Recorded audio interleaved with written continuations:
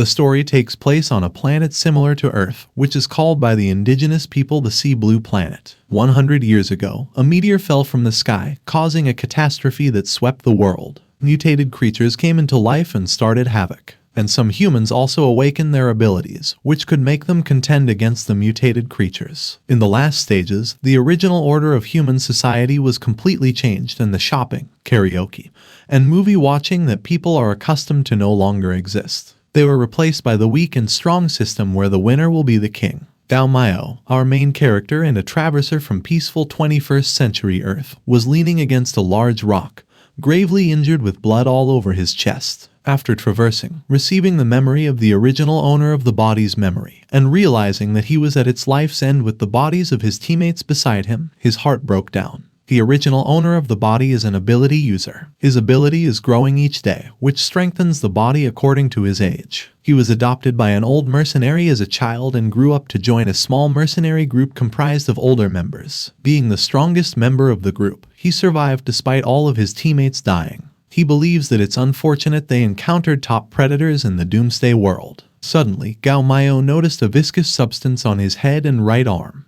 When he looked up, he saw a giant mutant beast, a mutant tyrannosaurus with a strength of 3rd energy level. Its mouth was open and saliva was leaking from it. Gao Miao was sure that the situation was also a dead end for him. After a moment, however, he stands over the mutant tyrannosaurus's head, its body destroyed with mushed meat and organs flowing onto the ground. He is unsure how the body's ability works but speculates his age on Earth was factored into it, making him stronger, and it also explained how he solved the crisis with just one punch in a half-dead body. Later, Gao Miao buried the corpses of his teammates in accordance with the customs of the world. Later, he went back to the town. He noticed a very strange thing. He confirmed that his current body looks exactly the same as he did before traversing. Even the name is exactly the same. Despite being called Gao Miao by those who knew the original owner of the body instead of Owen, he couldn't find an answer when asked if he liked the outfit by a Joker face designer, resigning to his fate and continuing to live in the doomsday world. 2 years later, in Dawn City, Gao Miao sits on the edge of a broken building while reflecting on his current situation. He thinks that although it's good that his body will automatically become stronger every time he ages,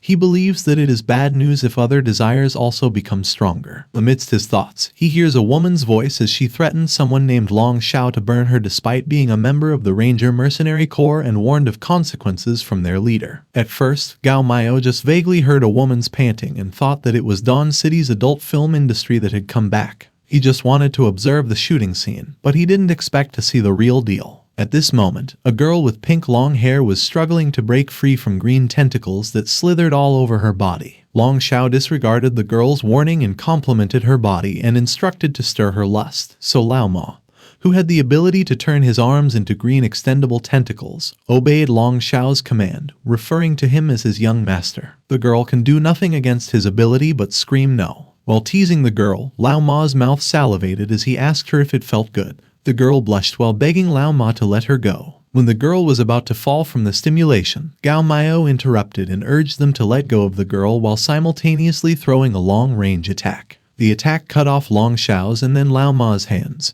before breaking the wall that blocked the remaining force of the attack. At this moment, the green tentacles slowly vanished. Right now, both Long Xiao and Lao Ma are dead since Gao Miao used a little bit too much force. But he didn't feel the slightest sympathy and expressed that to deal with that kind of pervert, their death meant nothing. Gao Miao called the beauty and informed her that it is now safe. He then offered the girl help since she looked weak. The girl and Gao Miao held hands and she whispered thanks to Gao Miao's ears. He pushed the girl back to keep some distance while still holding her hand and told her that her body, although strengthened by her ability, is still limited and weak. The girl refuted Gao Miao's words, claiming that she didn't understand what he meant, and that as a mercenary, she was at least a first-level ability user. Gao Miao threw an iron ball at the girl. However, the girl was confused as to what the iron ball is for. Gao Miao explained that if she is able to crush the iron ball, then he will admit she has that qualification. The girl struggled to crush the iron ball, but couldn't do so. Surprised, she realized and asked Gao Miao what qualifications she would have if she could crush the iron ball. Gao Miao responded that she would need to have the qualification to have a battle with him in bed, as his body is too strong and a woman with a weaker body could suffer from internal organ damage and gut explosion during intercourse, as he admitted to being careful but unable to control himself when excited.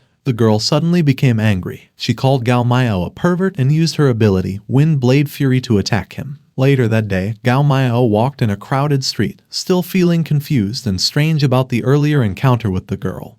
He believed that the pheromone she emitted when he rescued her was intended to lead to an intimate battle between them. He can't figure out why the girl suddenly became angry after failing the iron ball test, so he could only express how he can't really understand women. Someone behind him suddenly asked to wait. The person seemed to know Gao Miao since they called him by his name and even knew his title, the King of the Wilderness. When he turned around, he saw 5 people in uniform. They revealed they had been ordered by Manhwa, the Lord of Dawn City, to invite him to the Lord's mansion as a guest. At the same time, in an unorganized area, a portal suddenly appeared with some sort of a system notice text box. The Iron Banner mission team successfully entered the world and the virtual world creature protective field is turned on. The portal suddenly became wider and 4 people and a dragon came out of the portal. The woman warned her companion, Nelson, not to be greedy since the world they entered at this time is very dangerous. The achievement reward that they could get is great but would be meaningless if they perish. Nelson acknowledged the woman's warning but questioned the person who nearly caused their annihilation in the Light Dynasty world by offering a blood sacrifice to obtain a magic weapon.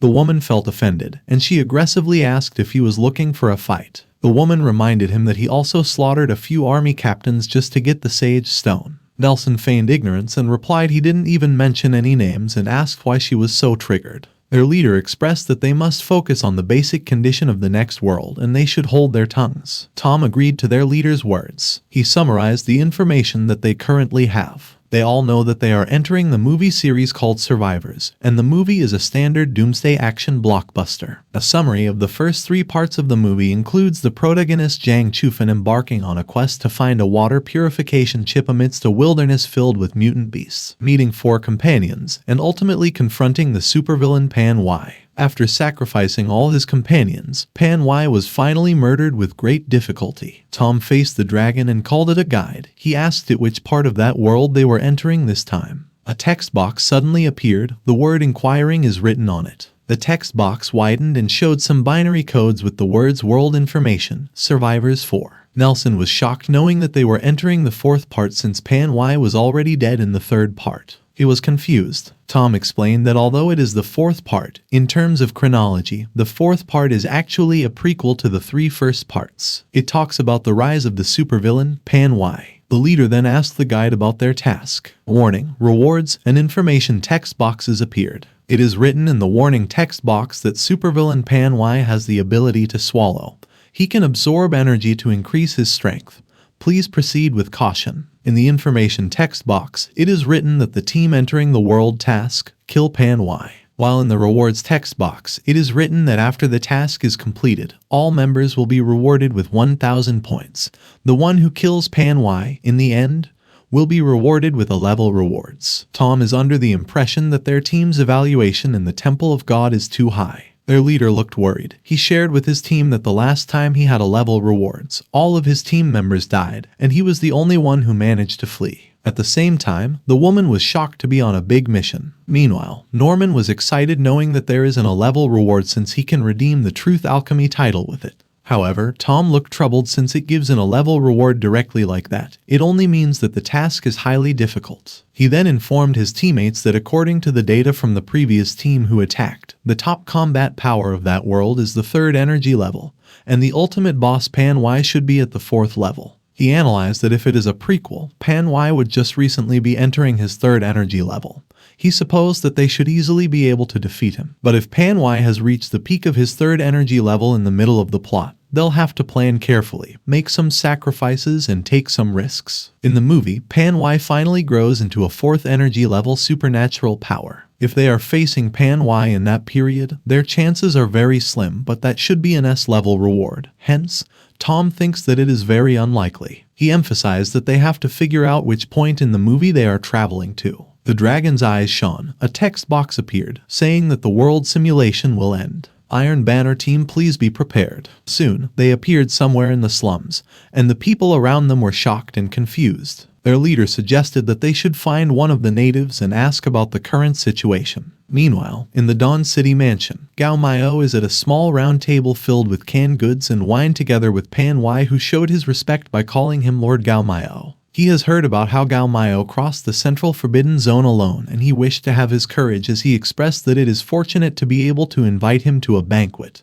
Gao Miao started eating innocently and praised Pan Y as too generous, and it's been a while since he has eaten himself so fully. He was talking while eating vigorously. Stacks of empty cans started to fill the table as he thought to himself that those canned foods full of preservatives which he didn't even think of eating before traversing, even before the world ends, are now a delicacy. Pan Y urges him that he should drink some wine too. A person immediately poured wine into Gao Miao's wine glass. Gao Miao found the wine culture annoying and boring, thinking that there was nothing great about it, and was frustrated that even after the apocalypse, they couldn't get rid of it. At the same time, an eagle was flying over a broken artillery tower. Its left eye was glowing green with some kind of ancient text. The eagle's vision is connected to Tom's left eye, which also glowed green and with the same text. He informed his teammates that things are not looking good. The artillery tower had collapsed. By looking at the remnants, he judged that it collapsed a month ago. Norman was confused and clueless about what to do next. Their leader remembered that in the movie, the artillery tower is indestructible, and it only collapsed when Pan Y was fighting full power against another third-level master named Zhu Yang. He speculated that Pan Y has already swallowed Zhu Yang. Based on the plot, Pan Y will now target Y Feng's King of the Wilderness, Gao Miao, and Su Jin at their third energy level peak, and will then grow on to become the world's greatest fourth energy level. The woman secretly killed a guard on duty and accessed his memory. She found out that Pan Y had invited Gao Miao to a banquet at his mansion not long ago. She realized that Pan Y is already planning to act. Norman thought of a plan and got excited. His idea is to let Gao Miao and Pan Y duel. Since they're both third-level masters, they will both struggle and eventually weaken.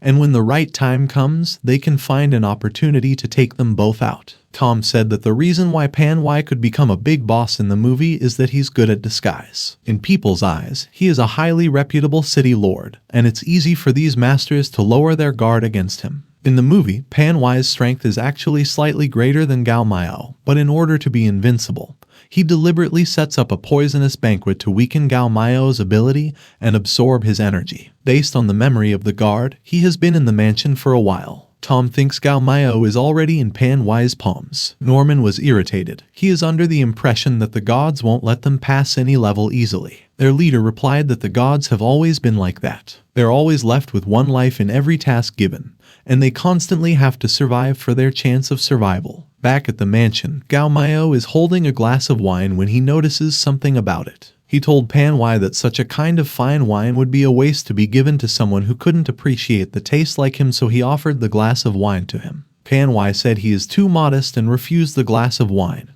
He insisted that the Gao Miao should drink it since it was specially prepared for him. Gao Miao asked him if he wouldn't even take a sip. Pan Y flatteringly explained that the value of a red wine lies in taking 60% of it in the first sip, and the first sip belongs to none other than the mighty hero Gao. Gao Miao smiled and stared at Pan Y. At the same time, Pan Y innocently asked if there was something on his face. Gao Miao replied that he indeed saw things on his face that he can describe in a few words. The words to describe what he saw are deceptive, cunning, greedy, and stupidity. Pan Y was instantly shocked. Gao Miao simultaneously splashed the wine on Pan Y. However, Pan Y was quick to react, and immediately, a green shield appeared and blocked the wine. He didn't think that Gao Miao wouldn't drink the wine since he vigorously ate all the food. Cytotoxin SCP-7321 exhibits properties almost no different than that of red wine in terms of color or taste, hence making it perfect to be mixed together. Pan Y expressed that even he would be tricked if he had to face the same thing, so he asked Gao Miao how he found out about the poison. Gao Miao, while throwing the wine glass, simply said that he was just too weak to fall into such traps. His daily increasing ability is not reserved only for his physical strength, but also for his spiritual strength. When his spiritual strength had reached a certain level,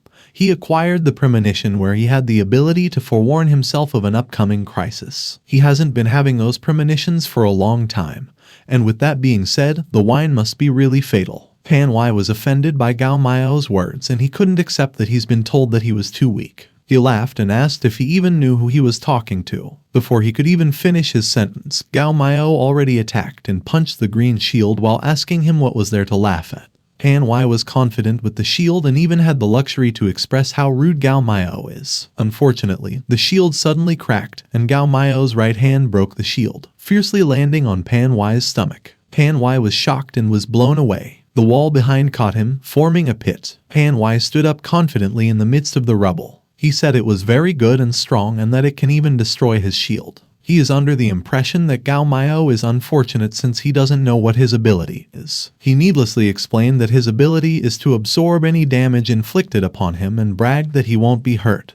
But he suddenly felt severe pain, and blood burst from his stomach. Surprisingly, he noticed there was already a wound on his body where the punch landed, and was confused as he couldn't understand how he got hurt. Then, he realized that the punch's power is actually stronger than his absorption ability. He couldn't believe that Gao Miao could have such strong skills. Gao Miao cracked his neck while walking closer to Pan Y. At this moment, Pan Y was scared and sweating. He desperately explained that there is a misunderstanding, and they should just talk it out. He cannot precisely estimate how powerful Gao Miao is, and before he could even finish his thoughts, Gao Miao dashed toward him and punched his face while saying that he should die since he's done talking. A pit formed where Pan Y was standing, and before his death, he speculated that Gao Miao had a level 4 ability. At the same time, Gao Miao stepped on his corpse while saying weak ass. He was annoyed that a weakling dared to trouble him. Right then, Gao Miao saw the soldiers of the city lord's mansion around the pit, and he asked if they wanted to get revenge for Pan Y. But before he could even finish his words, the soldiers of the city lord's mansion were already on their knees. A guard who seemed to be high-ranked was brave enough to talk to Gao Miao. He carefully and respectfully explained that Pan Y overestimated his own ability and tried to battle Gao Miao, but was killed instead. He then declared that from that day on, Gao Miao is the city lord of Dawn City. The guard already knew that Gao Miao is way beyond a normal human opponent since they saw the one-sided battle. Gao Miao made sense of their decision. If people want to rise in that world, they will have to know how to analyze situations. He thought for a moment and immediately decided that he'll be the city lord for just a few days since being a city lord who bosses around others isn't that bad of an experience. The soldier promised and assured him that they will support him to their best abilities, and they'll make sure that everything he does will go smoothly. Gao Miao smiled upon hearing the soldier's words and didn't think twice to give his first order as the city lord. 3 days later, to avoid causing chaos in the city, the team decided to have someone pretend to be Pan Y with his ability powered up to the highest level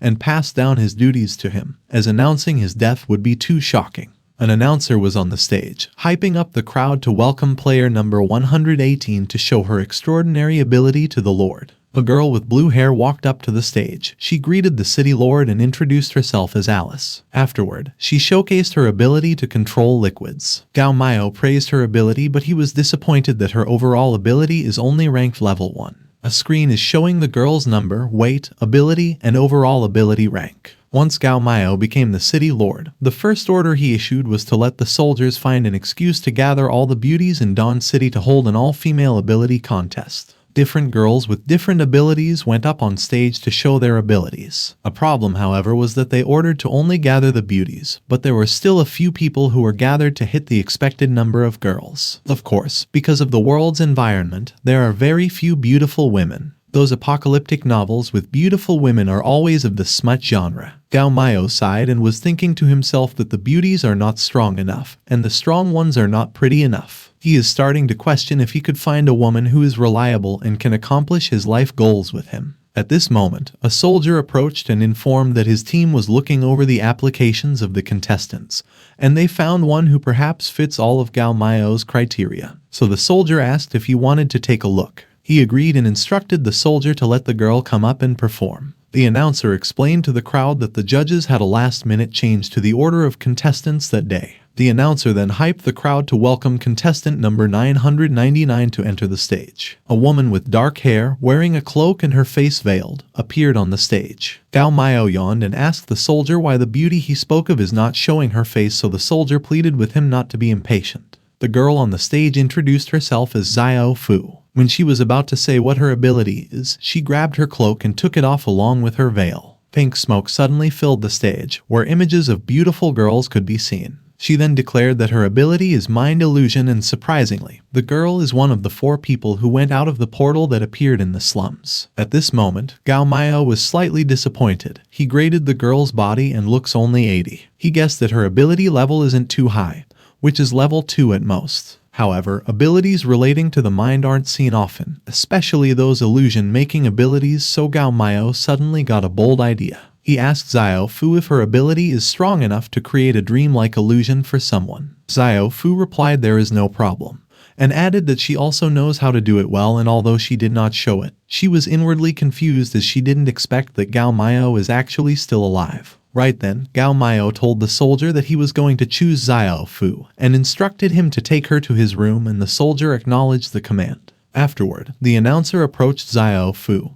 He informed her that the acting city lord invited her to stay a bit to talk afterward, and asked her to come with them, so Xiao Fu feigned ignorance and expressed how lucky she was. Later in the city lord's bedroom, Gao Miao waited. The soldier brought Xiao Fu just to the bedroom door, opened it for her, and immediately walked away. Xiao Fu was surprised that the soldiers are not cautious at all, but she just shrugged it off and thought that it was better for her since it makes it easier for her to move around. Gao Miao approached and wanted to introduce himself, but Xiao Fu suddenly rushed towards him and embraced him tightly. While giving him a lustful look, she claims she can satisfy anything he wants. Gao Miao innocently asked if she really wanted to skip the steps, and he wondered if his male pheromones were releasing too strongly. He explained that although he was attracted to her, it was not because of her weak body with only a level 2 ability, but rather her unique mind illusion ability, which he believed could help him with his ascension practice, leaving Xiao Fu confused about his intentions. Gao Miao asked Xiao Fu to help him have a good dream with unlimited beauty, even though he wasn't sure if her ability would work on him. Xiao Fu assures Gao Miao that she can create his customized dream world with his cooperation, while inwardly seeing it as a good opportunity to use his desire to her advantage. Similarly, Gao Miao excitedly agreed and urged her to tell him directly how she needs him to cooperate. Xiao Fu blindfolded Gao Miao and instructed him to clear his mind and explore her body. Moving to his back, she embraced him and slightly blew air into his ears as she asked Gao Miao to relax his body so she could lean even closer to him. At this moment, there was a looming sensation emerging across his body, so she asked if he could feel her. Gao Miao laughed and replied that playing like that indeed feels special, but the key is whether her mind illusion is good or not. Fiddling with him in real life doesn't get her extra points, so Xiao Fu could only express her annoyance towards Gao Miao, and explained that her actions are needed to prepare for the mind illusion, and afterward, he'll get to see girls that are even more gentle than her when he gets into the dream. Gao Miao conveyed his excitement and expectations, and at the same time, her nails suddenly grew longer and sharper. Simultaneously, she sprouted scythe-like blades from her back while announcing the start of the special service in the mind illusion. Gao Miao was bewildered, likening the slippery sensation he felt to that of video game characters having close encounters with beauties, leaving him in awe. Consequently, an image of a spider's head appeared above Xiao Fu, and her appearance warped with cruelness as her eyes glowed red. Afterward, her mouth got wider and her teeth were bigger and sharper, even her hands turned into scythe-like blades too. As she wrapped the whole body of the unsuspecting Gao Miao, he feels that it was kind of cold and windy, but instead of getting alarmed, he thinks that it is relaxing. When he was fully covered with webs, he uncontrollably moved a little bit, and the webs that covered him were torn apart. At the same time, Xiao Fu coughed a mouthful of blood. Gao Miao felt guilty after he accidentally broke her technique, so he decided to play dead to not make things too awkward. This time, Xiao Fu was angry, and she started to wrap Gao Miao in spider webs once again. When she covered him completely with a spider web, she was surprised that Gao Miao didn't react at all, and she wondered if she succeeded. After a while, the web that wrapped Gao Miao slowly melded into his body. Xiao Fu rejoiced when she saw the web completely integrate into him, as obtaining a level 3 battle ability will increase her chances of beating the final boss, which is Manhwa. However, Gao Miao suddenly realized that he was attacked with a demonic puppet ability by Xiao Fu. The clueless Xiao Fu said to him that although he may be a dragon armor in the film, his real power is a lot weaker, so before attacking the boss, she can control Gao Miao efficiently. Gao Miao was annoyed, and although he showed no expression on his face, he couldn't take the fact that there are always peasants who wanted to harm him. He can easily remove the demonic puppet ability, but chose not to, and acted like he was being controlled by Xiao Fu, as he was confused and shocked when he realized that Xiao Fu just revealed to him that he is actually a dragon set in a film. As she instructed him to follow, he decided to obey, and just wait, since her words concerned him and he must see the origin of the bratty girl. Just like that, He purposely pretended to be under the control of Xiao Fu and left Dawn City. They went into the outskirts of Dawn City in the slums. Afterward, they entered a building, and the other 3 people that came out of the portal greeted them. Xiao Fu informed she just returned from Dawn City and bragged about what she got. Norman dismissed Gao Miao as just an innocent kid that could be sold as a slave, while Tom speculated that the person Xiao Fu brought was the king of the wilderness. Xiao Fu praised Tom's brilliance and bragged that Gao Miao is already under her control. The leader reminded the team that in the film, Pan Wai never lends his power as City Lord and emphasized that the end of the plot should have Pan Wai ascending to a being with level 4 ability by engulfing the high-level dragon armor. Tom said Gao Miao is not a special character in the film and has few scenes, and he believes changing minor parts won't affect the film's outcome, as Pan Wai's luck makes the dragon armor much stronger. On the other hand, Gao Miao couldn't believe that the world that he transmigrated into is actually a film. The character that he killed with one punch is the main character Pan Wai,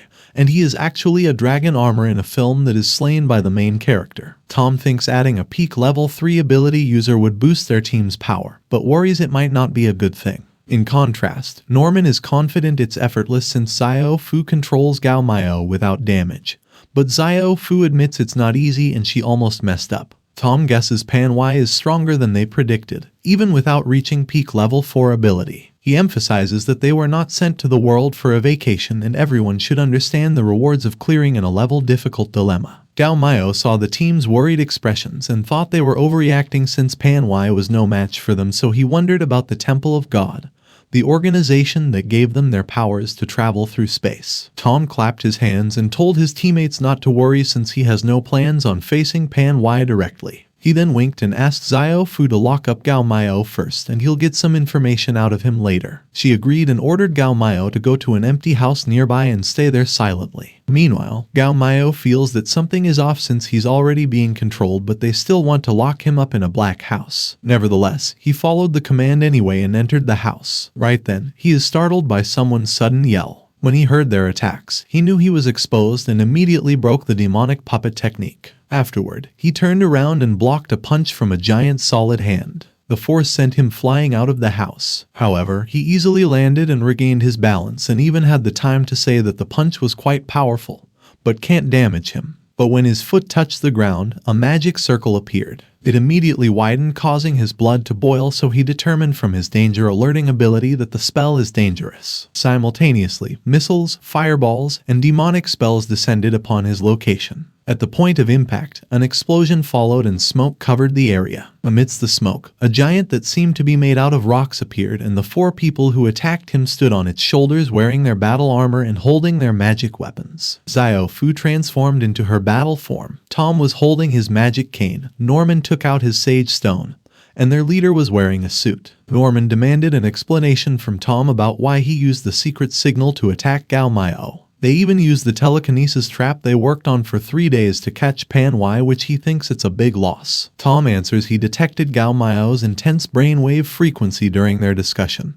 which he suspected to be unusual, and he realized that Gao Miao was just pretending, and decided to attack him with full power while he was unprepared. Their leader expressed that they should just treat it as a practice for the tactic they prepared for Pan Wai. At the same time, Xiao Fu was furious and couldn't accept that she was tricked by a dragon armor. She had planned to just kill his soul but now wanted to kill him on the spot and push his grief and pain to the extreme. After the smoke cleared, the 4 people were shocked to see that Gao Miao was completely unharmed, despite the ground he had been standing on before turning into lava during the attack. Gao Miao's shirt burned away and his hair grew longer as a red line appeared on his forehead, indicating that he was forced to use his complete form at the center of the destruction. He boasted to the 4 people that the last creature that witnessed his complete form was the ancestor of all mutant beasts on that planet, the beast god, and that he had scattered its ashes. This time, Norman was confused about how an NPC who's not even the final boss and is supposed to be swallowed by Pan Wai is that strong. Xiao Fu argued that there should be a limit to how much the plot can be changed, pointing out that even the most powerful version of Gao Miao that the 3rd energy level team of the Temple of God encountered wasn't as strong as the current version. Tom wondered about the existence of the Beast God, as he couldn't recall such a character in the movie, but believed that if it was included, it must be stronger than Pan Wai, and he couldn't believe that Gao Miao had killed it. However, their leader raised their morale. He instructed Tom not to waste time on something so insignificant. They had no choice but to do their best, and they must kill Gao Miao. Afterward, he activated MK-30 overload mode. His armor now covers his eyes, with only his mouth left in the open. Simultaneously, Norman ate the Sage Stone. He immediately used Metal Refining, Elemental Giant. Norman's body had fused with the giant made of rocks, and the resulting form looked much stronger, more intimidating, and more solid. Gao Miao was pleased and was itching for a fight. He hoped that the four people could play with him for a while, since he is already invincible on that planet. The leader maneuvered in the air and fired laser beams at Gao Miao while the giant moved forward. Gao Miao praised the speed and firepower of the leader while easily avoiding his attacks. He got excited at the thought that he could finally have the chance to use his full power. After jumping and punching the leader in the face, Gao Miao expressed disappointment when it appeared that his punch had rendered the leader unconscious, as he hasn't even used his power yet. Norman, who's in his giant form, got furious after seeing what happened to their leader. Norman cursed Gao Miao and charged toward him, using the skill gravity arm to launch a heavy and strong punch. Gao Miao looked excited after seeing the gravity skill. He instantly threw a punch to collide with Norman's fist and advised him to relax, since he didn't use much force in his punch before the collision. However, his punch easily destroyed the giant's right arm, causing the rock giant to crumble as if there wasn't the slightest bit of resistance. Nearby, Tom recited 33,000 forbidden mantras while crying blood. He used the Great Forbidden Curse, the tentacle of the ancient god of the blood pool. A pool of blood appeared above Gao Miao. Tentacles started to emerge from the pool and attacked him. He remarked that the octopus looked okay. However, he then protested that the taste was simply not for humans and proceeded to burst out of it.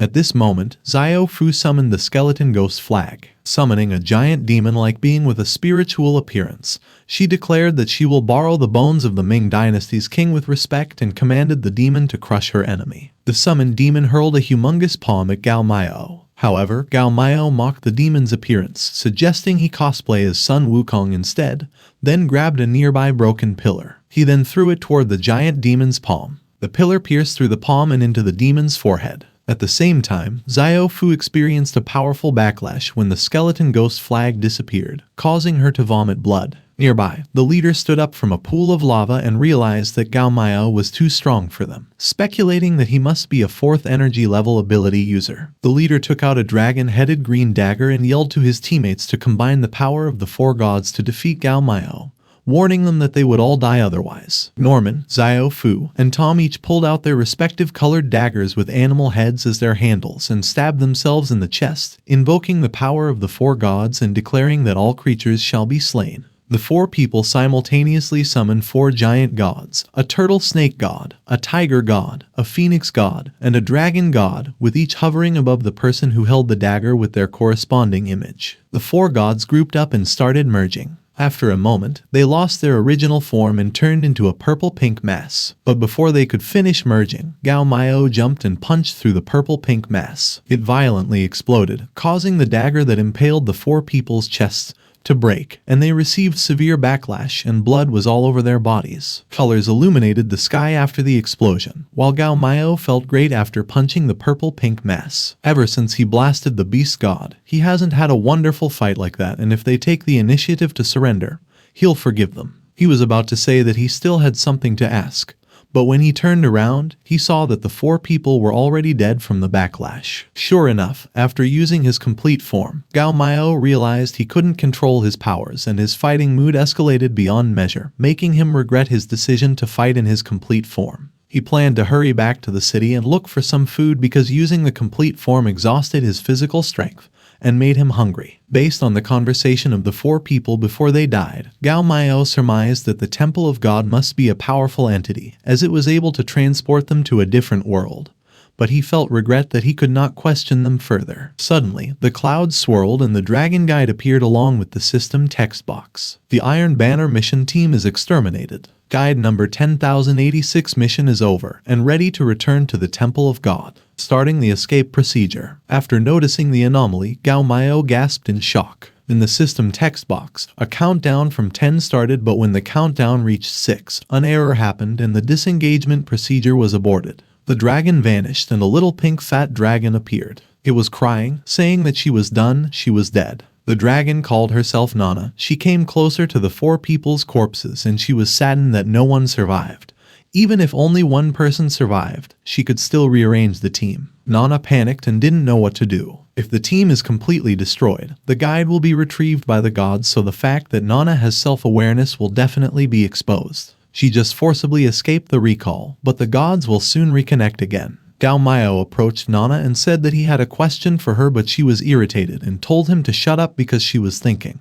But Nana suddenly realized that Gao Miao, who's a native of the virtual world, can actually see her. Confused, Gao Miao asked Nana what nonsense she was talking about. Her build is so apparent that he can't even pretend he didn't see her. He tried to catch her, but she laughed and mocked him, as the Temple of God's guides is all messengers, not entities. However, she was caught by Gao Miao. She was mocked by him instead. She couldn't believe she got caught, and she demanded an explanation from Gao Miao while kicking and squirming. Gao Miao didn't mind her struggle and asked his own questions instead. Nana stopped resisting and seemed to have realized something. But Gao Miao urged her to answer quickly and threatened he'll rip her off, so Nana figured he must be a traverser from the main world. He could see and touch her since he's not a native at all, so she rejoiced and say she can be saved, but Gao Miao was clueless as to what she is talking about. Nana reveals she will tell everything that he wants to know, but they were running out of time. The gods will retrieve her soon, so they must escape, and he must believe her, because if he waits for the gods to come,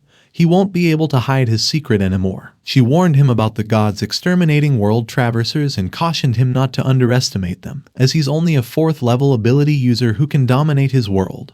Whereas the Temple of God, a force across the entire virtual world, consists of 8th or 9th level beings who even surpass 10th level monsters and gods, thus making it impossible for him to defeat them. Gao Miao replies that everyone can talk big.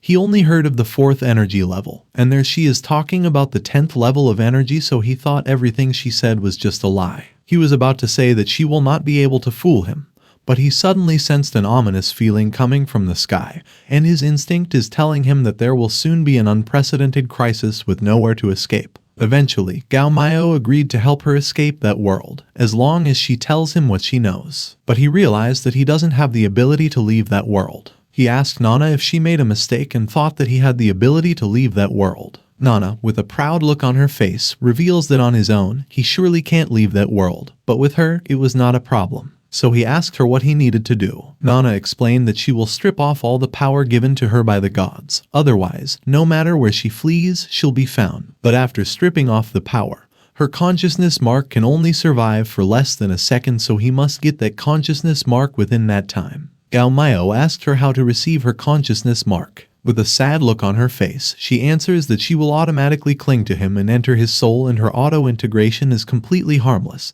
like installing a plug into his soul, which will not cause any effect on him. She cried and pleaded with Gao Miao not to reject her mark of consciousness, or she will be obliterated, and after receiving her consciousness, he will be her master. Gao Miao agreed, but was thinking to himself that if he feels a slight danger, he'll definitely hide as far as he could. Nana was nervous. She thinks that Gao Miao is not reliable, so she was worried that he'll reject her mark of consciousness. But she doesn't have the time to be choosy, as the natives of a virtual world cannot receive her mark of consciousness, and only a main world soul can. Gao Miao encouraged her to start, so she started stripping the power bestowed on her by the gods. She shines so brightly that Gao Miao has to cover his eyes. When she was done stripping the powers, the error was fixed and the disengagement procedure was continued. While crying, Nana flew toward Gao Miao, and she screamed not to reject her. At the same time, Gao Miao didn't feel a threatening feeling from her body, so he accepted her. Nana cried as she thanks him. When she was near Gao Miao, her body disappeared and she turned into a consciousness mark, which immediately dove into Gao Miao's chest. Gao Miao's chest glowed as he felt that something had been added to his soul,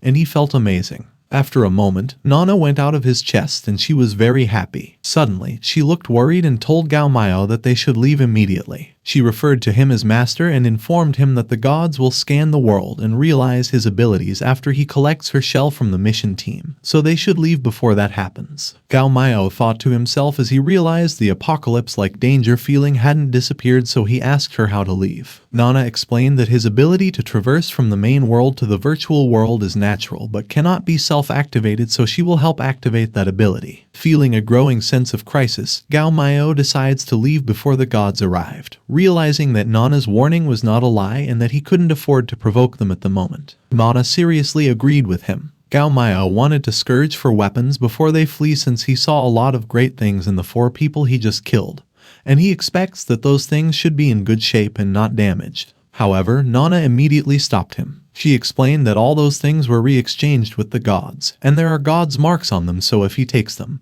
their escape will be in vain because the gods will be able to locate them at any time. Gao Miao thinks that it's such a shame that they can't equip themselves with weapons while fighting monsters. After a moment, Nana activated his traverse ability. At the same time, he was startled by the feeling of his power being forcefully activated in his body. But Nana scolded him for screaming and he should not be startled by everything. Later in the cosmos, Nana said that she forgot to tell him that his ability is random traversal.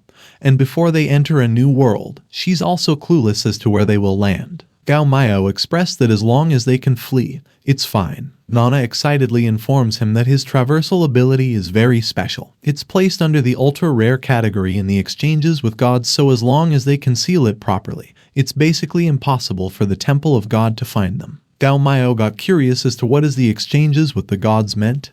Hence, he asked Nana. But they were approaching a new world, so Nana said that she would explain in detail later after they entered the world. Gao Miao arrived in a room with pink lights, the floor is tiled, and the walls are screens showing some data. His appearance changed, his hair turned black and his outfit looked modern, so he wondered where they were. He pinched Nana's cheek and demanded an explanation for why they were there instead of traversing into a different world. Nana answered they had arrived but they were currently at the border house. A system text box suddenly appeared. Written in it is the world name, which is the Demon of Cayenne, and the summary of the story. Gao Miao asked Nana if it was the movie's plot introduction, so Nana replied that it is the general introduction to the world that they were about to enter. He read the contents of the summary and Gao Miao recognized the movie and determined it was adapted from Liao Zhai on Earth. Even though he's forgotten some of the movie's plots, he did watch it before. He asked why they traversed into another movie world and learned they did not traverse into a movie but into an imaginary world. The main world is called the real world, and the opposite world is called the virtual world. Many literary and artistic works in the main world, including the movies mentioned by him, were all born from the influence of the imaginary world, which became people's inspiration. All in all, the Earth belongs to the main world. Gao Miao asked if she could send him back to Earth. Nana explained that his ability is to traverse randomly, and before traversing, she doesn't know which world they'll traverse to. If they're lucky, the next world they'll traverse to is Earth, but if they're unlucky, it's possible that they won't traverse to Earth for the next 1,000 times of traversing. Gao Miao was shocked and worried. Nana reminded Gao Miao that he needs to focus on increasing his lifespan and earning more virtual sources if he wants to return home, as each time they activate the traverse ability, they need to use a virtual source, and she doesn't have much left. He then learned that a virtual source is the unique energy of the virtual world which only the Temple of Gods can use, but as the creation of the Temple of Gods, she also possessed the ability to use a virtual source. Once they entered the Demon of Cayenne world, she promised to help Gao Miao. After being in the Temple of Gods for so many years, she only got 2 of them, and now she only has 1 left. He asked not to fret over a virtual source because if he can handle it, he can get as much as he wants, so he urged her to bring him inside already. Suddenly, he noticed his reflection on a mirror. The outfit, the black hair,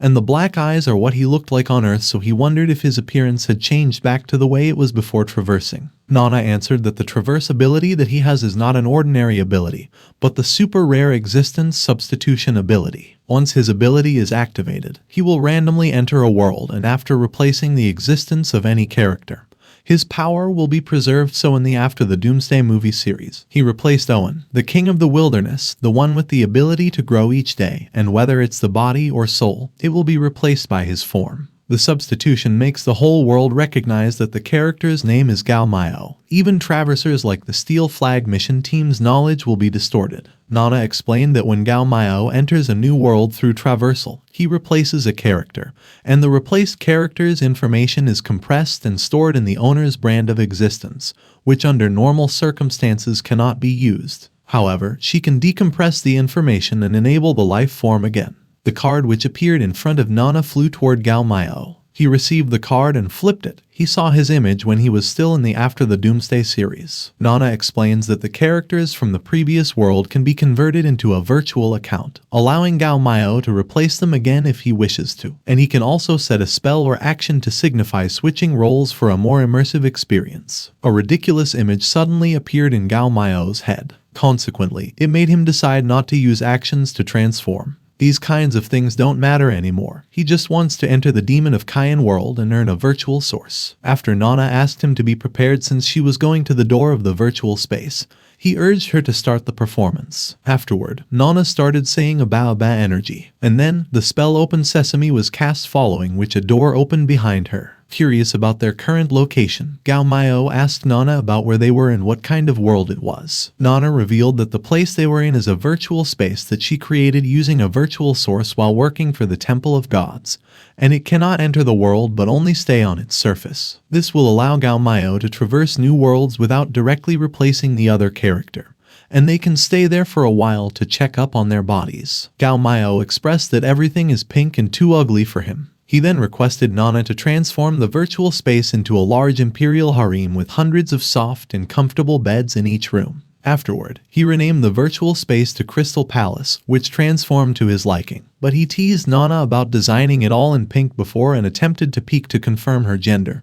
causing her to plead with him not to. Meanwhile, in the Demon of Kayan world, a woman was entangled in thorny vines. The woman was full of wounds and bruises all over her body. The thorny vines are the ability of the old woman in front of her. She told the old woman to just kill her since she would never listen to her. The old woman's eyes suddenly turned white and a ball of light hit her chest. The light grew bigger and Gao Miao appeared and replaced the old woman. He transformed into a young man with long green hair and long ears. He now wears the outfit that the old woman was wearing. Existence replacement succeeded. Gao Miao was shocked that he could also replace the gender. The woman who was entangled by the thorny vines was released. She looked at him with dread and called him an old monster. At the tree governess palace, Gao Miao is thankful that he became the dryad wizard and not the witch. But his body feels so much weaker. He doesn't have the unlimited energy that he felt in the previous world. Nana informed him that his mark of existence can only be logged into one role account at a time. Nana held a mirror for Gao Miao to use. Gao Miao was looking at his reflection while Nana told him that the reason why he was feeling like that is because Dryad's energy is only at the early stages of the third energy level, far less than Owen's. Gao Miao thinks that his current appearance is quite handsome,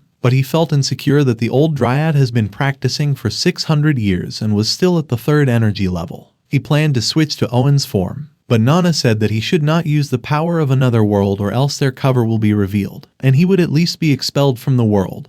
The worst will be a catastrophe caused by the gods and won't stop until he dies. Gao Miao is under the impression that heaven is the immune system, and they are the invading cancer cell pathogen. Nana said that he can think of it like that, and they must do as the natives did. Gao Miao remembered that the Iron Banner team easily swaggered into the deep blue stars, and nothing happened to them. Nana explained that the Temple of Gods can blind the heaven, and she can do the same for a period of time if she spends a virtual source, but they're only left with one virtual source after traversing. So Nana suggested that they should think of a way to increase the Dryad's ability instead. In the card, the name changed into a Dryad wizard with 600 demon powers. The skill was renamed to the Master of All Trees, which rules all ordinary trees within 100 miles. Can borrow up to 30% of an extraordinary tree's power, instantly increasing the demon power of the monster. Gao Miao patted Nana's head, but she asked him to stop because she was afraid that she will not grow taller. Gao Miao was thinking to himself that the protagonist is not a problem, and as long as he doesn't mess with the big boss, Black Mountain Demon King, there shouldn't be any major problems. Since Nana cannot be seen by the natives, in the girl's point of view, Gao Miao is just talking to himself. She guessed that Gao Miao was thinking about a vicious punishment against them. Gao Miao finally noticed the girl, which he called Niziokian. He praised Niziokian's beauty and quickly moved closer to her. He intended to help her, but Niziokian was so scared when she saw Gao Miao approach her. She called him an old monster and told him to stop pretending to be nice and just say what kind of vicious punishment he had in mind. Gao Miao was embarrassed. He remembered that he became the dryad wizard which Naizaokian hates. She was cautious of Gao Miao. In Gao Miao's mind, he was appreciating the real Naizaokian's beauty. He felt great when he noticed that his reaction after seeing those beautiful poor ladies is not as great as Owen's. He thinks that after that when he faces beautiful girls in battle, his combat effectiveness will not be easily weakened anymore. Gao Miao scanned through the injured women. Later, in a place covered by a pink curtain, a girl named Xiao Yu was saying that it is comfortable, it was hot, and she feels like melting soon. A lot of beautiful girls are taking a bath in a hot spring with Gao Miao. Gao Miao poured a small bottle of Thousand Trees spiritual fluid into the water. The fluid contains extremely powerful vitality and has excellent healing effects on the body and soul. Using that to heal the ghosts feels like a waste, but he needed to do that to atone for what the Dryad Witch has done to them. He was forced to do it in order to be in a friendly relationship with those female ghosts, and to ease his task as a dryad. Meanwhile, Nana was swimming in the hot spring. Nana said that she heard that men are creatures of lust. She asked Gao Miao if he was not tempted at all with those beautiful female ghosts naked around him. Gao Miao said that of course he is tempted, but he must be a gentleman and should not force anything. But Nana was thinking to herself that Gao Miao must be a eunuch. Gao Miao asked Nana how she was able to swim despite being a messenger. Nana explained that although she can't enjoy virtual world things, she still likes to swim. Right then, Gao Miao grabbed her. He asked her why they were still not doing something to find virtual resources. Nana said that she was clueless too. She explained that the gods use special means to communicate with the world's ground rules and generate a task that will help them obtain virtual resources, and she's been trying to do the same method. She speculated that to generate a task, they need to trigger a condition or timing. So she asked Gao Miao to be patient. Two of the female ghosts offered to serve Gao Miao. He was happy that the kindness he showed was still somewhat effective, so he decided to stay in that world a little longer. He then looked at Naizaokian and thought to himself how nice it would be if Naizaokian would be as grateful as the two female ghosts that approached him. But he felt awkward when Naizaokian turned her head and caught him staring at her. Night came, and the full moon shone brightly in the night sky. In an abandoned broken temple, where a snake clung to a tree, and souls flew in every direction. The lucky man, Ning Kachin, introduced his wife who's a traitor of the governess's palace, a female ghost Liu Xiaoqing, to his righteous brother Yan Chixia. Afterward, Liu Xiaoqing greeted Yan Chixia, and he replied that since everything she did was ordered by the Dryad, and everyone she killed is an adulterer, he promised not to exorcise her. Liu Xiaoqing kneeled in front of Yan Chixia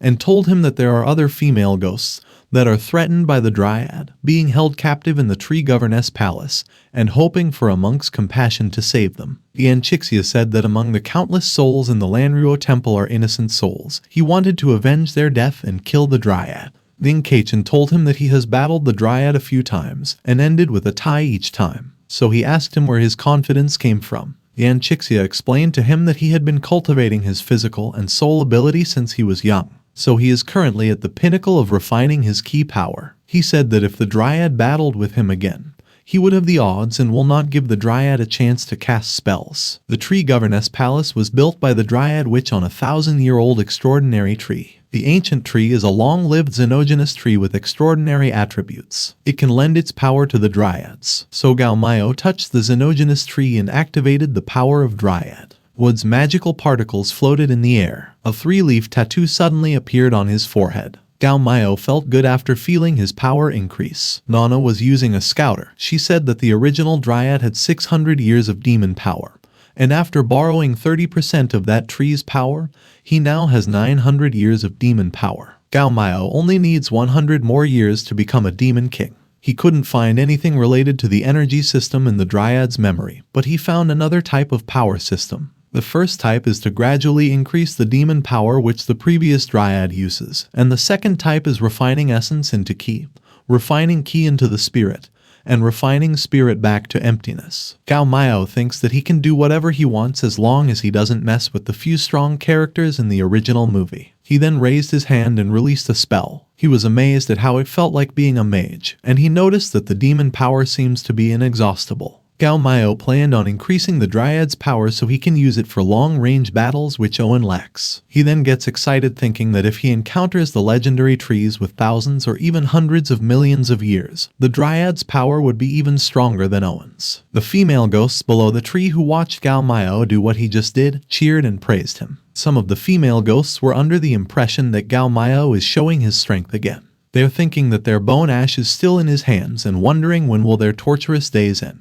Nai Ziokian looked at Gao Miao seriously. A sonic wave suddenly descended from the sky, and the female ghosts panicked and were having a hard time enduring the piercing sound. They identified the sound as the Sanskrit sound of Taoism, so they speculated that a Taoist priest with profound Taoism was coming. Gao Miao instructed the female ghosts not to panic and to hide in the palace immediately. Nana told Gao Miao that it was probably Yan Chixia since he was a Taoist priest that can appear there around that time. So Gao Miao agreed and replied that it should be him. Inside the palace, female ghosts gathered towards Ziokian. They asked her what happened if they succeeded, and a female ghost specifically asked how her acting was. A female ghost expressed that the Dryad seems to have changed for the better, but two female ghosts immediately told her to not be fooled and to not forget how the Dryad treated them. Ziokian explained that a few days ago, she saw a Taoist priest in the Lanru temple. She then tricked him into coming to the tree governess's palace to exorcise the Dryad witch, but the old monster seemed to be aware of it.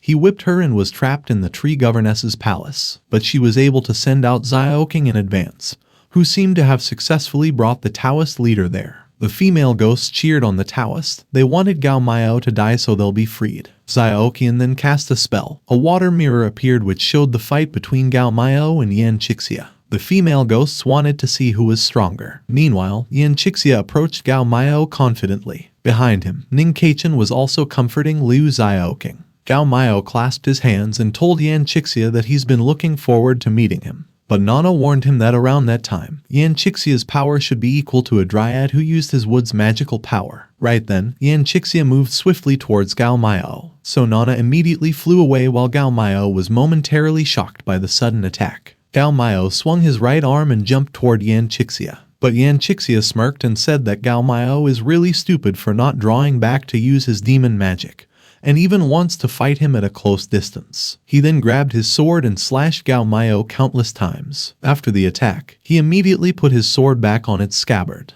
Gao Miao forgot that he's a Dryad and subconsciously fought Yan Chixia with his fighting methods when he was still Owen. He got careless, but he felt fortunate that he had the wood spirit essence on his body that can heal his wounds. Gao Miao learned his lesson and planned on casting his spells from a distance. Ning Kaichen said that evil can never surpass the rightful. Liu Zioking was also impressed that the Dryad wizard was killed instantly, but Nana laughed at the sight of what she called stupid natives celebrating. The female ghosts inside the palace cheered and praised Yan Chixia. Ziokian then told the female ghosts that it was not over yet since Gao Miao still has wood spirit essence on his body that can heal his wounds. Through the mirror, she immediately informed Yan Chixia that the Dryad won't die easily, and not to forget to beat him up until his bone ash is scattered and his soul dispersed. When Yan Chixia heard her, he immediately took out his sword using ki and summoned countless golden swords. The golden swords immediately flew toward Gao Miao, who was struggling to get up. The area where the swords attacked exploded. Yan Chixia then commanded his sword to resheath. Thick smoke hindered his vision,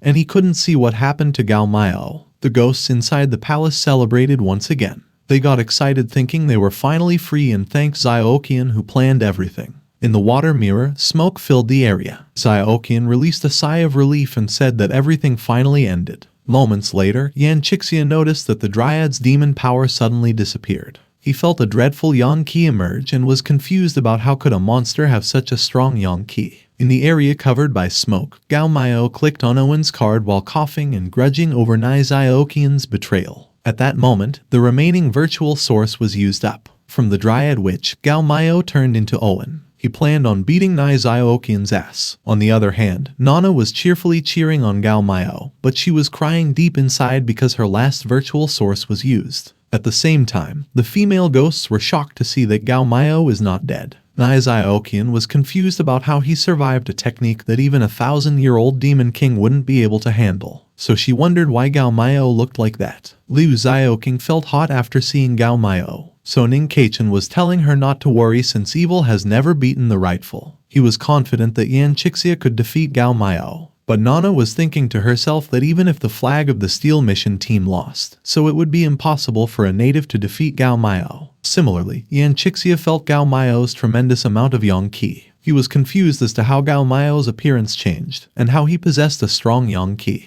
Gao Miao smiled and challenged Yan Chixia again. He then immediately sprinted forward. Gao Miao's steps broke the ground. His speed shocked Yan Chixia. Yan Chixia then quickly unsheathed his sword with his thumb. He used demon slashing sword technique. Afterward, his afterimage surrounded Gao Miao, but Gao Miao was able to accurately locate his position and punched him in the face. As a result, Yan Chixia coughed blood and was thrown away. Gao Miao bragged that he is not afraid of the melee battle anymore. At this moment, Yan Chixia's left cheek turned violet. He then planted his legs and sword on the ground to stop himself from being thrown away. Simultaneously, he used his Emperor sword technique, Boundless Sword Key. Afterward, gold swords momentarily hovered above him and flew toward Gao Miao. In response, Gao Miao swung his right arm and punched the gold swords. Consequently, the ground he's standing on broke and turned into lava, and huge red fists punched and broke the huge gold swords. Right then, Nana informed Gao Miao that one virtual source can only shield them from the heavenly law for about 3 minutes,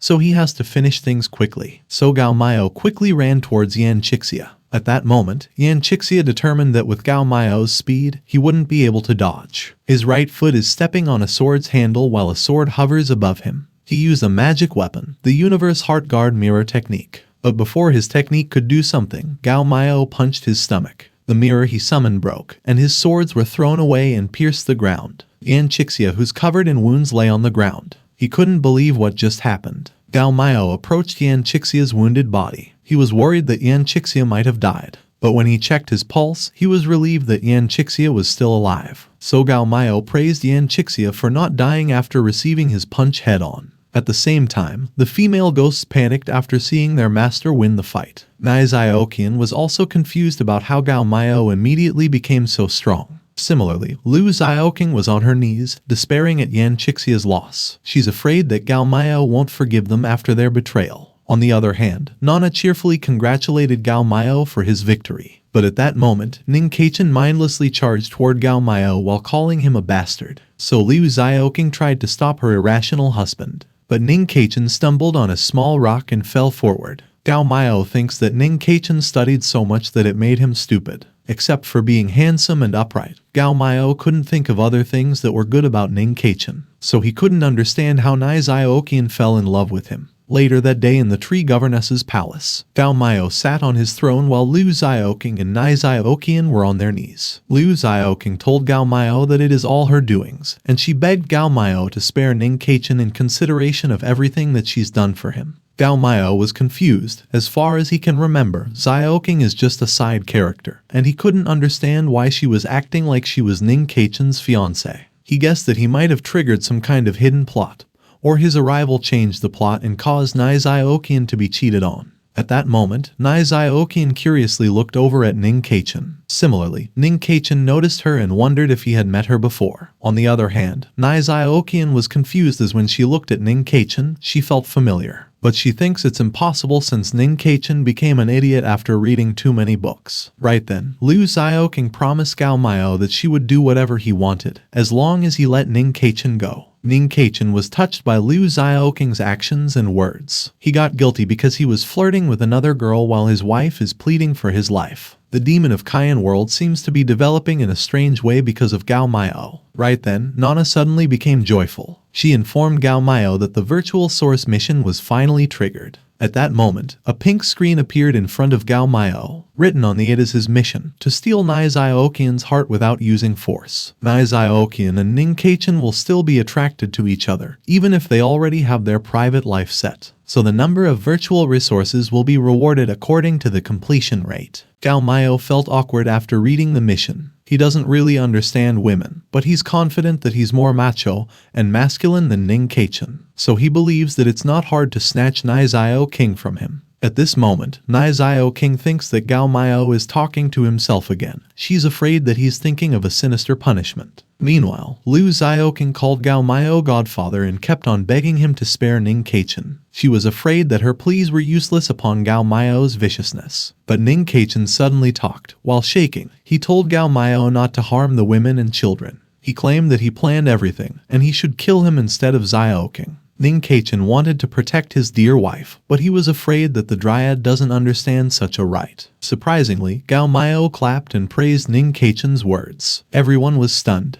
They couldn't believe what they just heard and saw. Gao Miao said that he would never have expected to see such unswerving love in that cold-hearted society. He then moved closer to Liu Xiaoqing and held her right hand. But Liu Xiaoqing was confused as to what Gao Miao was trying to do. Gao Miao then held Ning Kaichen's left hand and told him that he was a good man. As a result, Ning Kaichen was confused too. Suddenly, Gao Miao smiled, joined Ning Kaichen and Liu Xiaoqing's hands together, and said that he was not a devil, and on the contrary, he aspired to be a good person, a good demon amongst the people. He promised to overlook everything that happened, and would still acknowledge Xiaoqing as his adopted granddaughter, as long as they both smile sincerely like him. Gao Miao plans to use Liu Xiaoqing as a distraction, so Ning Kaichen wouldn't be a hinder between him and Nai Xiaoqing. He then accepted Ning Kaichen as his grandson-in-law. At this moment, Ning Kaichen and Liu Xiaoqing both felt awkward upon the sudden change of events. Similarly, Nana was curious if Gao Miao wants to buy their favor and what he means by smiling like that. One incense stick later, Gao Miao told Nai Xiaoqian that he remembered that during his battle, she told Yan Chixia to burn his bones to ashes to make sure he was dead. In response, Nana asked Gao Miao what to do with her. Meanwhile, Nai Xiaoqian was under the impression that Gao Miao didn't change at all. She thought he'd change for good when she saw how he treated Xiaoqing. She then decided not to waste her energy begging, and started screaming at Gao Miao instead. She threw spells toward Gao Miao, wanting to die in peace and hoping to kill him in the process. But Gao Miao effortlessly dodged the spells, simultaneously using a spell to bind Nai Xiaoqian in vines between two pillars. She kept on cursing Gao Miao even though she was in a dire situation. She then told him that even if she loses her soul in his hands, he'll die one day at the hands of other monsters. At that moment, Nana offered to search for the top 10 tortures in her database. However, Gao Miao declined as he told Nana that he had watched a lot of movies before and learned a lot of tricks, so he thinks that he can try it on Nai Xiaoqian. Moments later, Nai Xiaoqian was struggling to keep herself from laughing. Gao Miao told her that he will stop the torture if she begs him to stop. Nai Xiaoqian was sweating while having a hard time catching her breath. She looked like she wanted to beg Gao Miao to stop, but because of her pride, she told him that she will not admit defeat. While holding a feather, Gao Miao told her that he's been wanting to do that since he first saw her barefooted. He then used the feather to tickle Nai Xiaoqian's right foot. Consequently, Nai Xiaoqian laughed and cried. Her words transitioned from insulting Gao Miao into admitting her defeat and begging him to stop. In response, Gao Miao stopped tickling her foot. He then told her that she must have realized his greatness and wouldn't make the same mistake again. Afterward, Nai Xiaoqian was slowly released from the vine's entanglement. She then called Gao Miao an old monster, and as soon as she was completely released, she ran away using the ghost escaping ability while telling him that what he did was from the bottom to the top, perverted. Surrounded by smoke, Nana and Gao Miao were left alone in the throne room. Nana then asked Gao Miao if he could really win Nai Xiaoqian's heart like that. But Gao Miao innocently told Nana that fighting is the only thing that he knows, and nothing about women. He then explained that he remembered that in a drama he watched, the woman's heart was won by tickling her feet. So he determined that it should be possible to do since he saw someone do it in a drama. In her bed, Nai Xiaoqian was hugging her knees while contemplating how Gao Miao is so different from before. She was trying to convince herself that even though Gao Miao didn't beat her up, he was still wicked, and she hated him to death. Meanwhile, in the Black Mountain Temple 300 miles away, some people reported to King Bing that after trying so many times, a loophole from the gods was found. King Bing was informed that the woman who was born on the lunar year, lunar month, and the lunar day is named Xiaoqian. But the surname, where she's from, and where she's currently it couldn't be figured out. King Bing then declared to find Xiaoqian in the Tree Governess Palace dungeon. A cage made up of vines kept Yan Chixia captive. Inside the cage, a table, furniture, and other things can be seen. Suddenly, Gao Miao asked Yan Chixia how he was doing. At the same time, Yan Chixia called out to Gao Miao. Afterward, Gao Miao joined Yan Chixia at a table with food. They both looked calm and collected. Gao Miao was eating rice when Yan Chixia seriously asked him who he really is, and why there was soaring yang qi on his body that day. Monsters can absorb yang qi and transform it into demon power. It is absolutely impossible for them to possess yang qi, especially exuberant young Ki like Owens. Gao Miao swallowed the food he was munching on and rice grains were on the side of his mouth. He then let Yan Chixia guess who he is. What happened is supposed to be a bug, but the good thing is he could use it to fool Yan Chixia. Gao Miao thinks it's bad if he talks too much, so instead of making lies, he thinks it's better to let Yan Chixia make up the lies himself. On the other hand, Yan Chixia could clearly say that Gao Miao is a dryad, but he couldn't find an answer as to how he transformed when they fought. How he got that kind of young energy that could drive away evil and charms, which only martial generals who had killed many could possibly possess. He then told Gao Miao that a big man has nothing to hide, and asked once again who he is. Gao Miao wiped the rice grains on the side of his mouth and said that it doesn't matter who he is. He then told Yan Chixia that he only needs to know 3 things. One is that all of that is the plan of that person. Second is that he is his friend, not a foe. And the third is that he will control his own destiny. He won't let heaven decide for him, and whether he's a man or a demon, what he sees doesn't matter. He then said that he will leave the cell's door open, and told Yan Chixia that he should come out by himself when he figures things out. Confused, Yan Chixia tried to find the meaning behind Gao Miao's words. He couldn't figure out if Gao Miao is a demon or a human since he could sense demon power from him, but his personality is that of a human. He then remembered an ancient Taoist book that tells a story about a Taoist who possessed the body of a demon, sneaked into the enemy camp, and beheaded the demon king. Suddenly, he speculated that maybe Gao Miao is the same as the said Taoist. At the same time, Gao Miao entered the tree governess palace. Nana asked him why he was so polite with Yan Chixia. So Gao Miao explained to her that even if Yan Chixia is injured, he can still fight against his dryad form and they don't have any virtual sources left. Gao Miao then guessed that he needs to spend a lot of time in that world, so he thinks that it is better to have more friends with similar strength than have enemies that can threaten him. Nana adorably praised Gao Miao but was thinking to herself that even a 3-year-old child could understand it. Gao Miao muttered that although he has no idea what story Yan Chixia's brain has made up, as long as he doesn't become his enemy then everything is fine.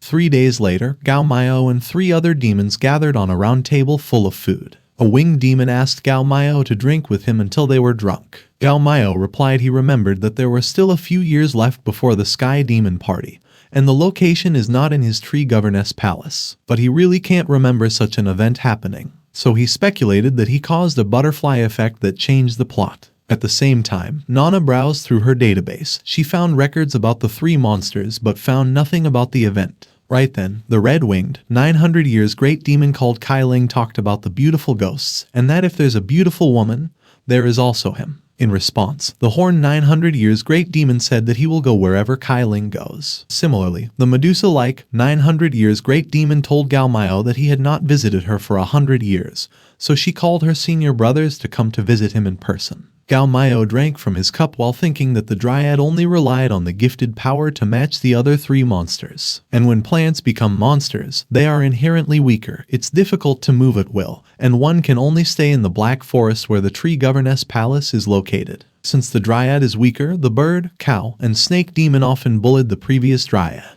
They took beautiful female ghosts and some treasures with them whenever they had the chance. So Gao Miao guessed that the 3 demons must have had ill intent with their sudden visit. But he thinks that the reason shouldn't be because he used Owen's form since no outsiders saw it. Also, the female ghosts were inside the tree governess's palace which could block yang energy.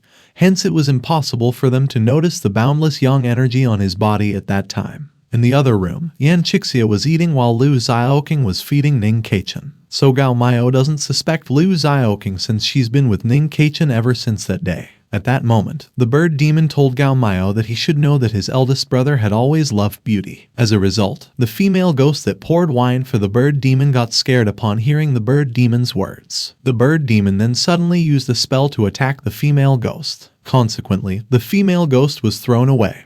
And simultaneously, the bird demon expressed his dissatisfaction with how Gao Miao arranged things. He then accused Gao Miao of looking down on him for keeping the most beautiful one as his own. Afterward, plates covered with a spell flew toward Nai Xiaoqian, so she hurriedly tried to evade but her body couldn't move. Suddenly, vines broke the plates, and Gao Miao bellowed how dare he beat up his ghost, and try to hurt Nai Xiaoqian, the most beautiful girl in his house. Gao Miao then wondered how much the bird demon despised the dryad as everything happened so quickly that he didn't even have to act so they would attack him. The next second, he instructed the ghosts to hide further away and not get attacked. plates flew everywhere, chasing female ghosts. The bird demon then opened his eyes and asked Gao Miao if he was trying to be his enemy. The snake demon also said that she seemed to have smelled some disgusting Taoist priest inside the tree governess palace, specifically next door. The bull demon added that he hates the priest Taoist the most and immediately held his axe. At the same time, Liu Xiaoqing wondered why the hall suddenly became noisy. Similarly, Yan Qixia felt that something was odd. The wall in front of them was suddenly destroyed. A huge hole formed which the bull demon wanted to use as an entrance. Afterward, he laughed and said that he found a Taoist priest and a handsome mortal scholar. But Yan Qixia wondered how the bull demon found them even though he painted an aura-hiding charm on himself, his brother, and his brother's wife. He was worried since he hasn't recovered his power yet. He thinks he can't win against the bull demon. Suddenly, the bull demon was trying to enter the room next door through the hole when a vine suddenly wrapped his neck. Gao Miao then pulled the bull demon away from the hole and told him that since he is a guest, he should obey the rules. The bird demon asked Gao Miao why he was hiding a Taoist priest and a mortal in the tree governess palace. The snake demon added that Gao Miao even fought them for those people. The bird demon then demanded Gao Miao an explanation as to what exactly is happening. But Gao Miao replied that there was nothing to explain as he just caught two mortals to play with. He suspects that the demons are looking for something inside the tree governess palace since they just arrived. But they're already discriminately destroying things. At that moment, the bull demon touched the back of his head while telling Gao Miao that he must be courting death for hitting him. He added that he doesn't know how many of his brothers died at Yan Qixia's hands, and said that he must die. On the other hand, the snake demon asked Gao Miao to give her Ning Kaichen. The bird demon then revealed that the Black Demon King issued an order to kill enemies. Since the Taoists and scholars are both enemies of demons, he said that they should never let them off. But he added that if Gao Miao hands over Nai Xiaoqian, he can ask the Demon King to forgive him. He then threatened Gao Miao that no one can protect him if the Demon King becomes furious. Eventually, Nai Xiaoqian got scared upon hearing the title Black Mountain Demon King. Yan Qixia then instructed Liu Xiaoqing and Ning Kaichen to take care of themselves later if he gets the chance to help Gao Miao. He thinks that with his current condition, he can't confront the enemy directly, so he's under the impression that it might not be appropriate to rashly become the enemy of those great demons. At that moment, Gao Miao patted Nai Xiaoqian's head and told her not to worry because he won't let the other demons have her. He then promised her that he will spoil her and won't let anyone take her away. Consequently, Nai Xiaoqian was bashful towards Gao Miao's pampering. Afterward, Gao Miao declared that whether it was his little female ghost or the Taoist priest and scholar, he was sure that even if the Black Mountain Demon King came, he won't give either of them. Suddenly, vines grew around him and the three-leaf tattoo appeared on his forehead. The bird demon was shocked as he noticed the increase in Gao Miao's demon power. The bird demon opened the fan he was holding. He calmly told Gao Miao that even though he can use his gifted power to reach 900 years of demon power, he shouldn't be that arrogant. Furthermore, he should take the Black Mountain Demon King seriously. Additionally, the bird demon bragged about being a real 900 years great demon and said that he has to teach Gao Miao a lesson. The bull demon then reminded Gao Miao that he had always cried whenever he got beaten by the bird demon. Moreover, he said that Gao Miao might as well give him a good time rather than get beaten up for nothing. The snake demon also warned Gao Miao that his power is only borrowed, and he can't stay in the tree governess's palace for the rest of his life. The dryad's ability is only level 1, and once Gao Miao is 100 miles away from the tree governess palace area, he can't rely on the power of the extraordinary ancient tree. The dryad likes to bully the weak and is afraid of the strong. That's why it has always been the lowest in the group of great demons. But the great demons don't know that the dryad that they're bullying is Gao Miao. On the other hand, Nana pointlessly tried to tell Yan Qixia that they should stay away while they still had the chance. At that moment, Gao Miao told the great demons that they bullied the wrong demon. Simultaneously, thick vines appeared behind Gao Miao and attacked the great demons. The bird demon stepped back to dodge the attack. He couldn't believe that the dryad tried to attack him. Meanwhile, the bull demon blocked the vines with his axe and asked Gao Miao if he was trying to go against the three of them. Consequently, the snake demon dodged the attack and told Gao Miao that he was a dead man. Watching the chaos, Nai Xiaoqian was confused as to how the dryad, who usually liked to bully the weak and scared of the strong, is currently unyielding against three great demons. So she felt like he changed into another demon. Right then, Gao Miao used a vine thorn fist and leaped toward the bird demon. As a result, the bird demon exclaimed. He cast a spell and an image of a phoenix appeared behind him. Gao Miao expects that the three great demons have their own agenda in mind and will not actually help each other during the fight. The next second, Gao Miao's thorn fist collided with the bird demon's phoenix. Afterward, the phoenix dispersed. Gao Miao is confident that he can easily defeat the three great demons. Opposite to him, the bird great demon was pushed back. He was shocked that Gao Miao didn't hold back at all. He's afraid that if he could defeat Gao Miao, he'd be seriously injured and might just die. And he noticed that Yan Chixia might be weak and injured, but his eyes are full of spirit. The bird demon determined that he is a true man of advanced Taoism. On the other hand, Yan Chixia noticed the bird demon's glance. He prepared a talisman and instructed the people around him to stand behind him. At that moment, the bird demon realized that his two good siblings remained still and doing nothing. Sure enough, the snake and bull demon both think that they can kill Gao Miao if the three of them unite, but at least one of them will die in the process. After a moment of contemplation, the bird demon opened his fan and smiled. He told Gao Miao that in a quarrel between siblings, there's no need to use force. Even the snake demon added that they should just sit down and talk, and the bull demon agreed. But Gao Miao used a spell called Vitex Vine Thorn. Afterward, the vines formed a spiky fist. He then told the great demons that it was already too late to be afraid of him. Simultaneously, the spiky fist moved to attack the bull demon. As a result, the bull demon was angry. He gritted his teeth and seemed to want to counterattack. But before the spiky fist could hit him, he ran away and said that he remembered that he still had some documents to do. At the same time, the snake demon slithered away, saying that she suddenly missed the boys in her palace. Lastly, the bird demon awkwardly moved out of the palace while telling Gao Miao that he'll go and help the bull demon. Moments later, outside Gao Miao's territory, the three great demons landed. The bird demon expressed that he was right when he said that there was a treasure in the tree governess's palace. In response, the bull demon said that he didn't expect Gao Miao to shelter the scholar and Taoist priest. While thinking to himself that he came there because the bird demon told him about the treasure, he thinks that the Taoist priest and the scholar shouldn't be that big of a deal for the bird demon. Right then, the snake demon suggested that they should capture them so the Black Mountain Demon King would greatly reward them. She thinks that the bird demon is hiding something from them. Hearing her words, the bird demon laughed. The bird demon was reminded by his aunt that the Black Mountain Demon King is looking for a woman named Xioqian who was born on a lunar day. So he noticed that Xioqian was full of pure yin and didn't run away. The bull demon wondered if Gao Miao ate a dragon's heart or a rock bird's guts that his temperament changed drastically and rebelled against him. The bird demon closed his fan and told the other two great demons that he knows that they were unwilling to join him and kill Gao Miao first. He then said that if they ask help from the great demon under the Black Mountain Demon King, he is afraid that they will have limited credit. So he suggested that they go to the White Toad Demon King's domain and form an alliance with the great demons there, then cut down the tree governess palace together. Eventually, he plans to hand over the land, property, magic weapons, and other items in the tree governess palace to them. Even the Taoist priest and scholar will be handled by the snake and bull demon. The snake demon agreed to the plan, but she knows that the bird demon's aunt is the Black Mountain Demon King's attendant, so she speculated that the bird demon must know some inside story. Right then, the bird demon said that he just wants the beautiful ghosts. So the bull demon agreed since the snake demon agreed.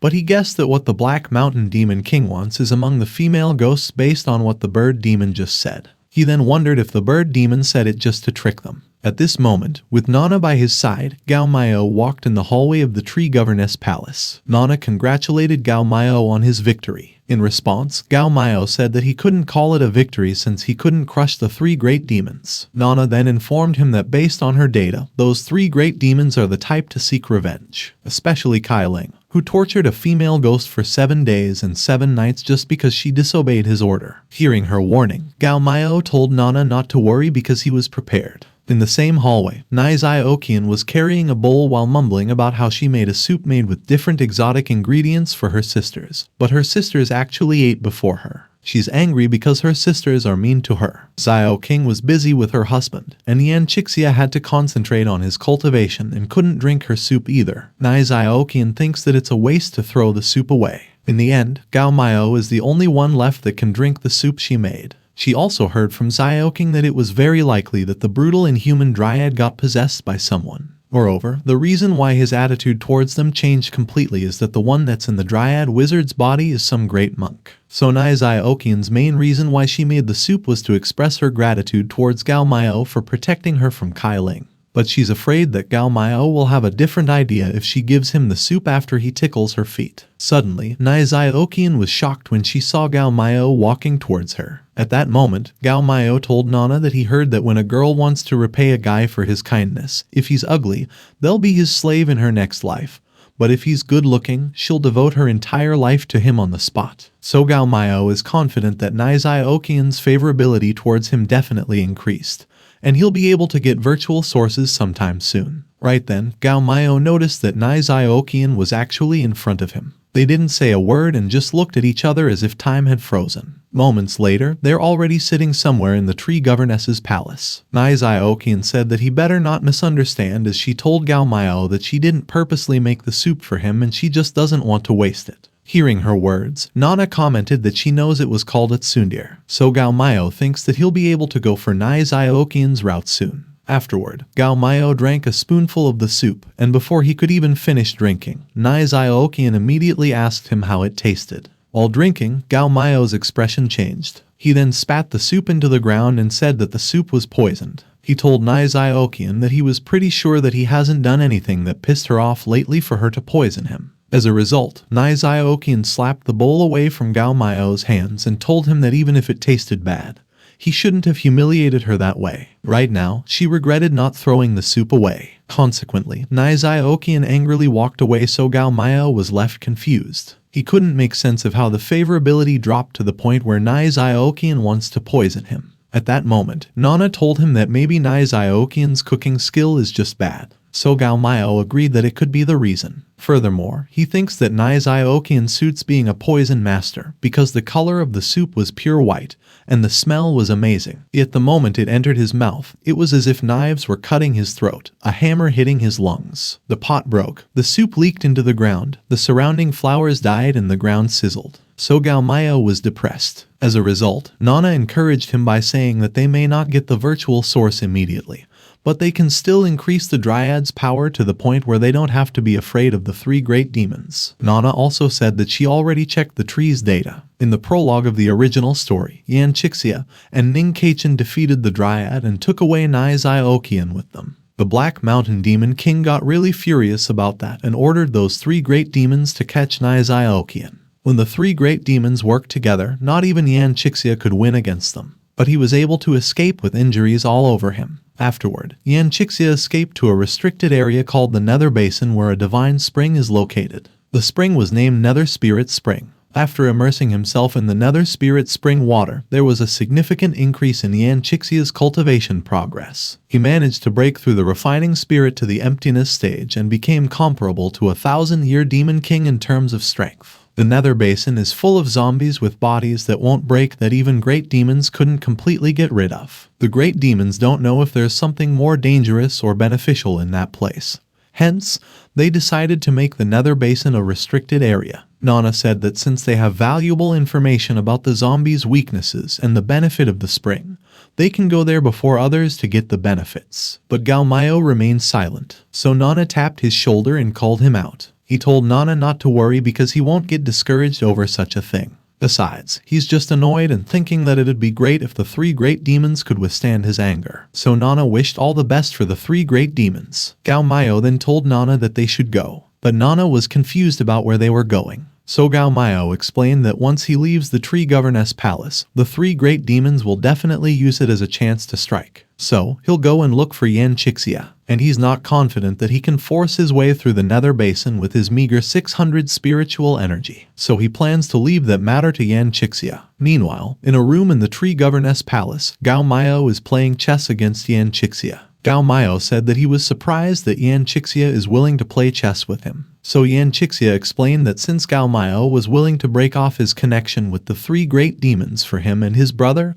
he's not the ruthless dryad from the rumors. To be able to possess a dryad, extremely remarkable powers are required. So he asked Gao Miao which great monk he is. In response, Gao Miao told Yan Chixia that he's not dumb but quite a meddler. Gao Miao then said that he will naturally tell things that must be known.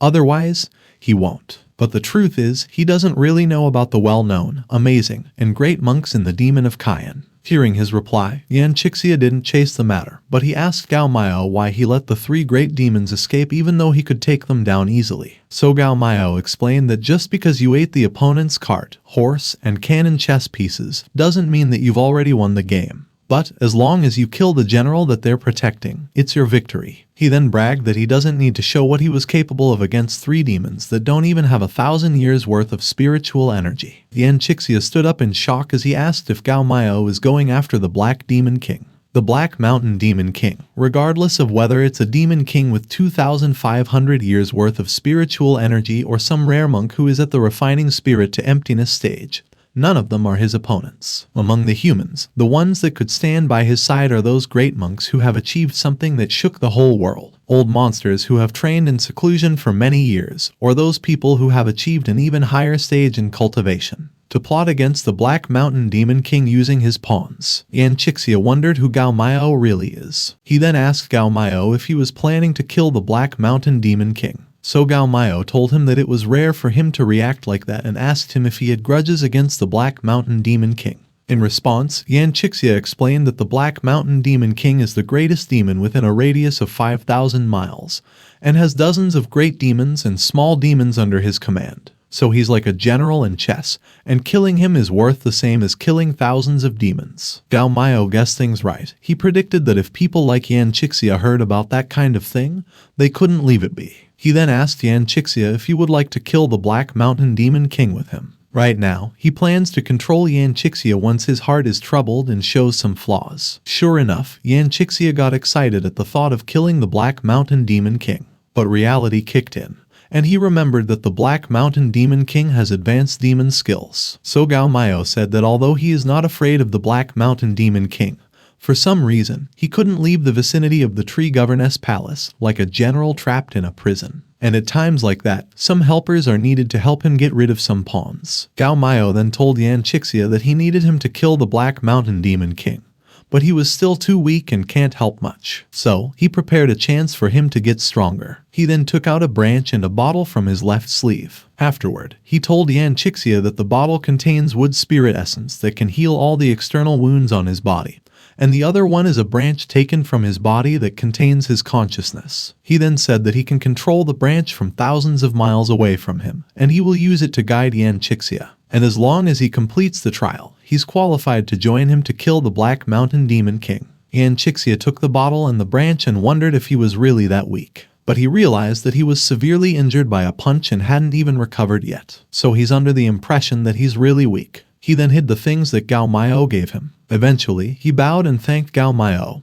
who he even called Senior. The Nether Spirit Spring is very special and its divine power won't disperse just because multiple people went in to soak together. So Gao Miao will get the same benefit as Yan Qixia if the branch gets soaked together with him. Yan Qixia will do the hard work for Gao Miao, and he'd also be grateful to him because he'd be stronger by following Gao Miao's advice. At that moment, Nana praised Gao Miao for creating an awesome plan. So Gao Miao patted Nana's head and told her that she contributed to it as well by showing him the original plot and finding some strategies that the members of the Temple of Gods used. Otherwise, he wouldn't have known what the Spirit Spring could do. In the Kiwu Cave, a male bird demon came to report. He told his king that the little demons are monitoring the vicinity of the tree governess palace as ordered. Furthermore, he reported that they saw Yan Qixia come out of the tree governess palace and head west just an hour ago. They set up a trap, but Yan Qixia was still able to escape. So the bull demon called them good for nothing. After a moment, the snake great demon and bull great demon realized that on the west of the tree governess palace is the Nether Basin.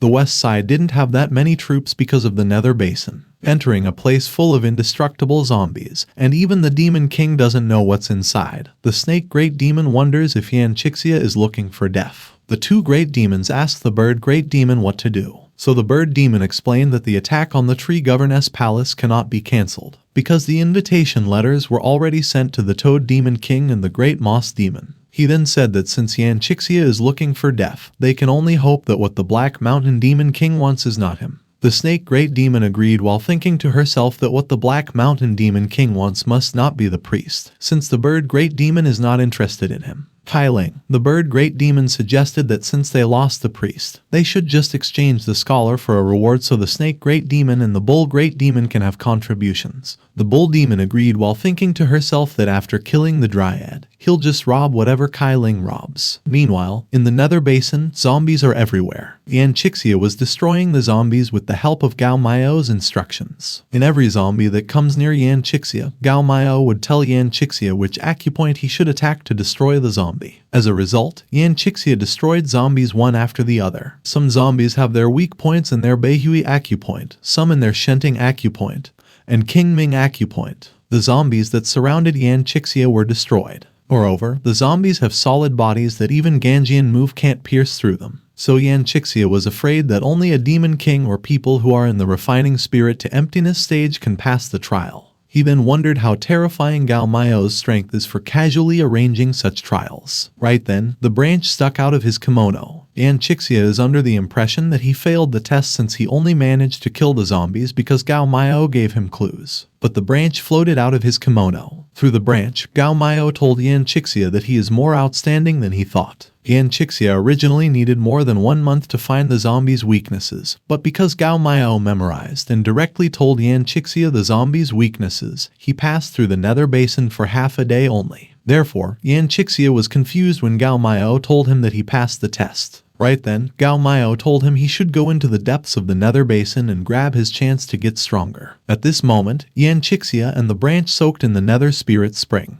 Eventually, the water around Yan Chixia suddenly rippled. Yan Chixia then released his aura. He felt that something had changed in him. Afterward, he jumped out of the water and stayed afloat. Yan Chixia broke through to the refining spirit to emptiness stage. Following this, he weakened his breath so as to not affect his surroundings. But when he looked down, he was confused when he saw that the water in the Nether Spirit Spring was still shaking and even worse than before. At this moment, the branch floated out of the water. Its green glow became brighter and brighter. Consequently, the water around it was slowly sucked by it. Furthermore, the waves became stronger as the branch grew bigger. The next second, new branches grew from the small branch, and its leaves grew thicker and wider. Yan Chixia was confused as to what was happening. The small branch kept on growing until it grew roots and became a tree. The tree looked beautiful and strong with a thick green aura surrounding it. Meanwhile, the Nether Spirit Spring became a Nether Spirit puddle in one breath. Even Gao Miao himself couldn't believe what just happened. He guessed that the Nether Spirit Spring is more beneficial to demons than human priests. So Gao Miao got excited thinking about how much his strength would increase once his branch returned to his body. Later, Yan Chixia carried Gao Miao's branch with him on his way to the tree governess's palace. Gao Miao then instructed Yan Chixia to put his branch anywhere within 100 miles of the tree governess palace and it will automatically return to the main body. So Yan Chixia followed the instruction and put down Gao Miao's branch. Afterward, Yan Chixia said that the 3 great demons can be left for him to handle. However, Gao Miao replied that there was no need for him to take action. So Yan Chixia was confused because he thought that the reason why Gao Miao didn't kill the 3 great demons is because he was leaving them to him.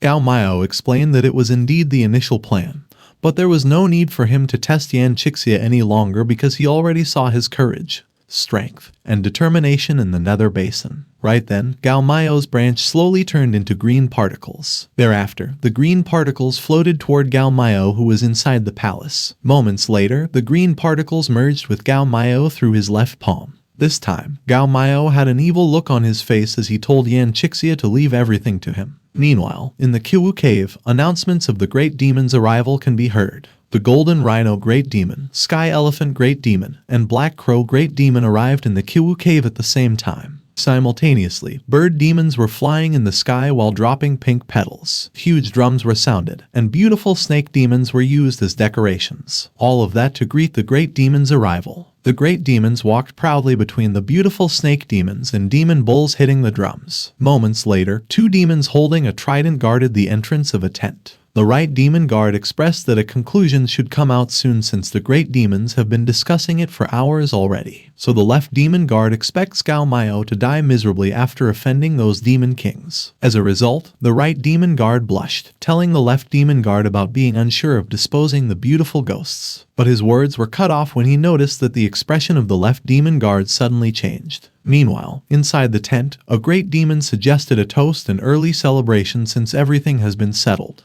As they toast, they scream their malicious intentions against the tree governess palace, the dryad, and the beautiful ghosts. At that moment, the bird great demon and the bull great demon suddenly stood up and trembled. They were confused. Consequently, the bird great demon noticed that it became noisy outside the tent. Outside the tent, the demon guards were trembling. The left demon guard even dropped his trident uncontrollably. A giant green open hand appeared above the tent, so the guards quickly ran for their lives. The next second, the green hand squashed the tent. Dust gathered around the affected area. Simultaneously, the great demons moved out. They were angry because someone dared to sneak an attack on them, but they couldn't detect any strong enemy in the vicinity. So a great demon called for guards. In the tree governess palace, Gao Miao laughed in contentment. The great demons made their camps 1,000 miles outside the tree governess palace so Gao Miao's influence wouldn't be able to reach them. But they didn't know that the era had changed. Gao Miao became stronger. Gao Miao's skill became level 2.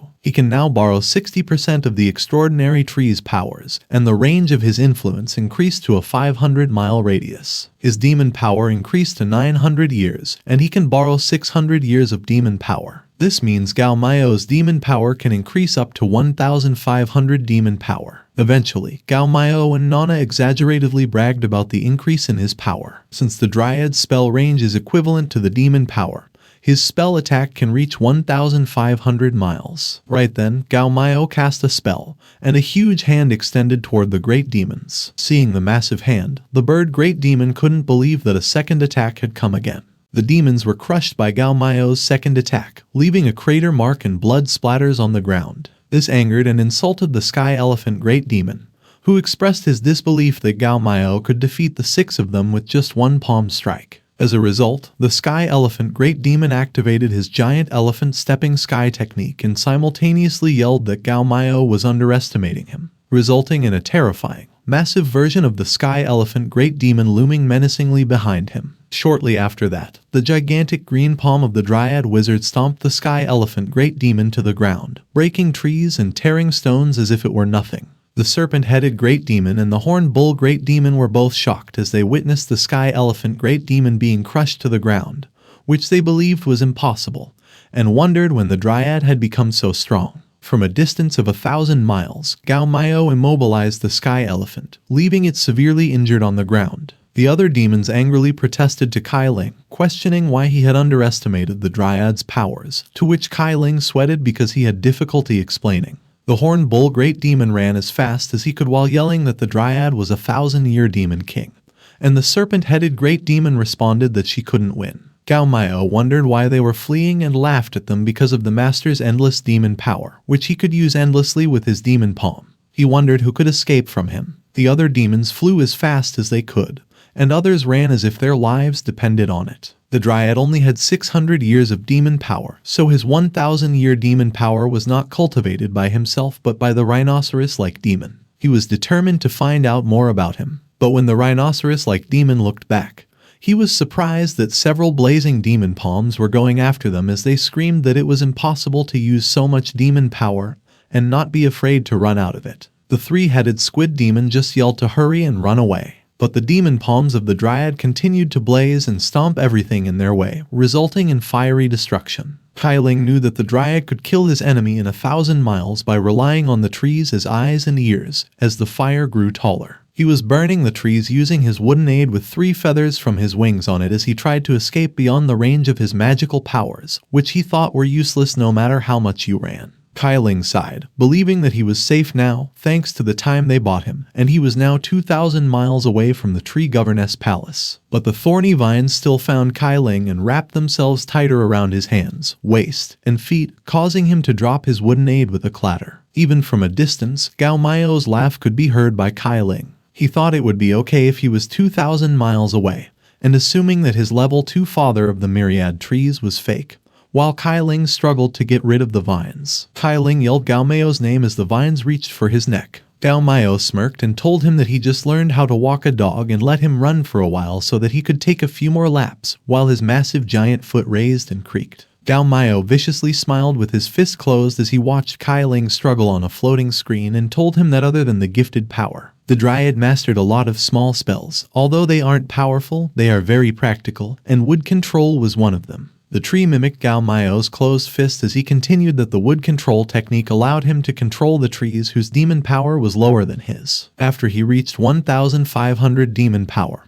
he could move the 1,000 years old tree where the tree governess palace was located. And that way, he wouldn't be limited by the original range and could use ancient trees wherever and whenever he wanted. Kai Ling pleaded for his life and told Gao Miao that his aunt was a close attendant of the Black Mountain Demon King. He continued to bargain that he would tell him that he had something the Black Mountain Demon King wanted. But before he could finish his sentence, Kai Ling screamed as the massive demon fist of Gao Miao hit him, and his feathers blew up. Back at the tree governess palace, they feasted over the great demons that had 900 years of demon power, whose flesh contained pure demon power and was very nourishing. On the other hand, Nai Xiaoqian thought to herself that her old master had really done it. She continued that not only did he kill Kai Ling and other great demons, but he also shared their demon meat with them. Gao Miao sat comfortably on his throne, surrounded by giddily ghosts who served him food, with Nana above him. Her eyes gleamed with excitement as she savored the flavor of the demon meat in her mouth, and wanted to eat them all. Gao Miao thought to himself about what Kai Ling had told him, that he had something the Black Mountain Demon King wanted. Though he didn't say it clearly, according to the original plot, the Demon King wanted Nai Xiaoqian, and he smiled with the thought of Nai Xiaoqian. The ghost beside him asked Gao Miao what he was thinking about, to which he replied, nothing. As soon as he looked at Xiao Zhu and asked what had happened, he was jaw-dropped because she was glowing, and part of her seemed to be vaporized. He gazed at the others as they were also glowing and vaporizing. One of the ghosts explained that the female ghost needed to constantly absorb yang energy from mortals and reconcile the yin and yang to maintain their ghost body. But since Gao Miao, their master, forbade them from absorbing yang energy, they became gradually unable to maintain a ghost body. The other ghost cheerfully said to him that he doesn't have to worry. Even if their bodies are incomplete, they could still serve him. Gao Miao responded that it wouldn't work, and if they accidentally touched the sunlight in this condition, they would immediately go to the afterlife. He continued to think to himself that he couldn't also let them absorb the yang energy from the mortals. He called for Nana and referred to her as Fatsi, asking if she had any ideas. Nana, whose eyes glowed as she viewed the original plot, replied that the Dryad Witch ordered other female ghosts to absorb the yang energy of the mortals to maintain their ghost body. Later, after Yan Chixia killed the Dryad Witch, Nai Xiaoqian relied on Ning Kaichen to replenish her yang energy, while the other female ghost was exorcised by Yan Chixia's Taoist Salvation Sutra. Gao Miao continued talking with Nana as they were in trouble. His body demon didn't have yang energy, and he couldn't let them absorb yang energy from Ning Kaichen or let Chixia exorcise them. Nana responded that Owen's yang energy was too strong for them, and they do not have virtual source, leaving the female ghosts teary-eyed and worried. But a female ghost cited that there was another way other than absorbing yang energy, but got interrupted. Little Tang Sang slipped and covered her mouth, as she was told not to speak nonsense. Gao Miao wondered and asked her what the other way was. Gao Miao asked them if there was any other way that they needed him to help. The female ghost responded that if a 1,000-year demon king could give them spiritual energy to bathe their ghost bodies and allow their bodies to turn into yin ghost bodies, only then could they escape danger. The other female ghost replied anxiously that he didn't need to listen to her. She continued that to let a normal ghost body become a yin ghost body, it would require an enormous amount of spiritual energy, and even a 1,000-year demon king would have to rest for months to recover. She added that as slaves, they were of low status and not worth enough for a master to do that for them. Gao Miao smirked, thinking it was something more serious. He confidently replied that their master had a great amount of magical power, and that his spiritual energy reproduced continuously and endlessly, so he would never run out of it. While Nana agreed, feeling annoyed, the female ghosts wanted to suck everything from Gao Miao,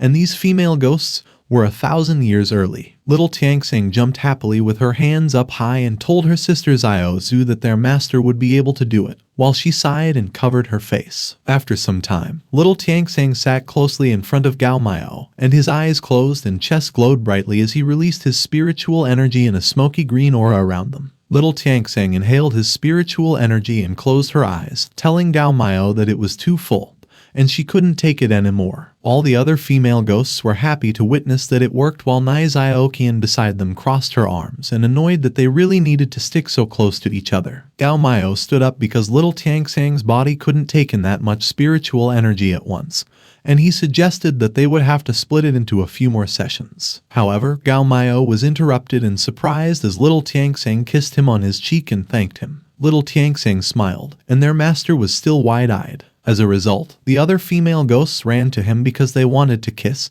and absorb his spiritual energy too. Naizaokian continued to be annoyed and thought that the other female ghosts weren't embarrassed, and did they really need to be licentious? Nana, who was beside Naizaokian, asked her if she was going to go over there as well, as if Nana could be heard by her. Naizaokian stomped her foot while she waited and wondered if the old monster's body could handle that many ghosts. She continued to leave first and would come later for him after he was done resting. Also, Nana wondered when the little female ghost started to care about the master. The night sky was illuminated by a celestial glow, with the crescent moon and stars casting a gentle radiance through the thin veil of clouds above. Gao Miao was covered in kiss marks all over his face and chest, as he was confident and able to successfully go for Ziokian's route. Nana thought that it was strange for an elite girl like Naizaokian. Wouldn't it usually be a lot harder for someone like Gao Miao? Even if the master was good in every aspect, it still shouldn't be this easy to make her heart flutter. Gao Miao looked at Nana and questioned if Naizaokian would be one of those girls from the modern world that you have to be rich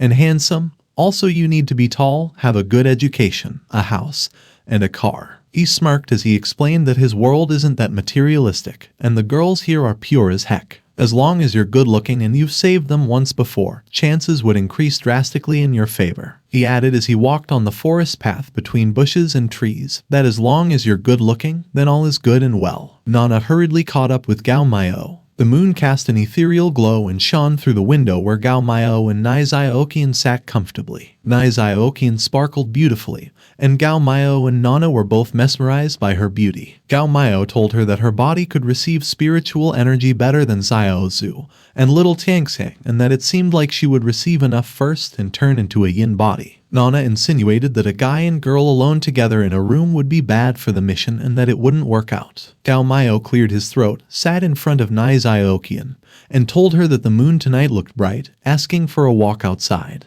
He also thought that absorbing the moonlight would benefit her into becoming a yin as well. Naizaokian blushed as she agreed. Gao Miao and Naizaokian walked outside on the forest path between bushes and trees, where Nana flew behind, cheering for Gao Miao for a great job. The mood between them was great, and Gao Miao could use this chance to seize Naizaokian. Gao Miao gazed at Nana and responded that he wanted to. He had only known how to make fights, but chasing after a girl was something he had never tried before. Gao Miao added he don't even know what to say in situations like this as he sweated, waiting for Nana to search the floated pink screen for some situations like these. Nana cheerfully smiled and found something. The floating pink screen was near Gao Miao as he coughed and grabbed Naizaokian. With a smile so big, Gao Miao told her that the moonlight today was so pretty as he pointed with his hand. All of a sudden, the moon disappeared behind a dark cloud, casting a shadow over the previously illuminated night sky, leaving Gao Miao and Nana disappointed. Fortunately, Naizaokian agreed and found it pretty. Nana cheered with pom-poms that there was definitely no moon,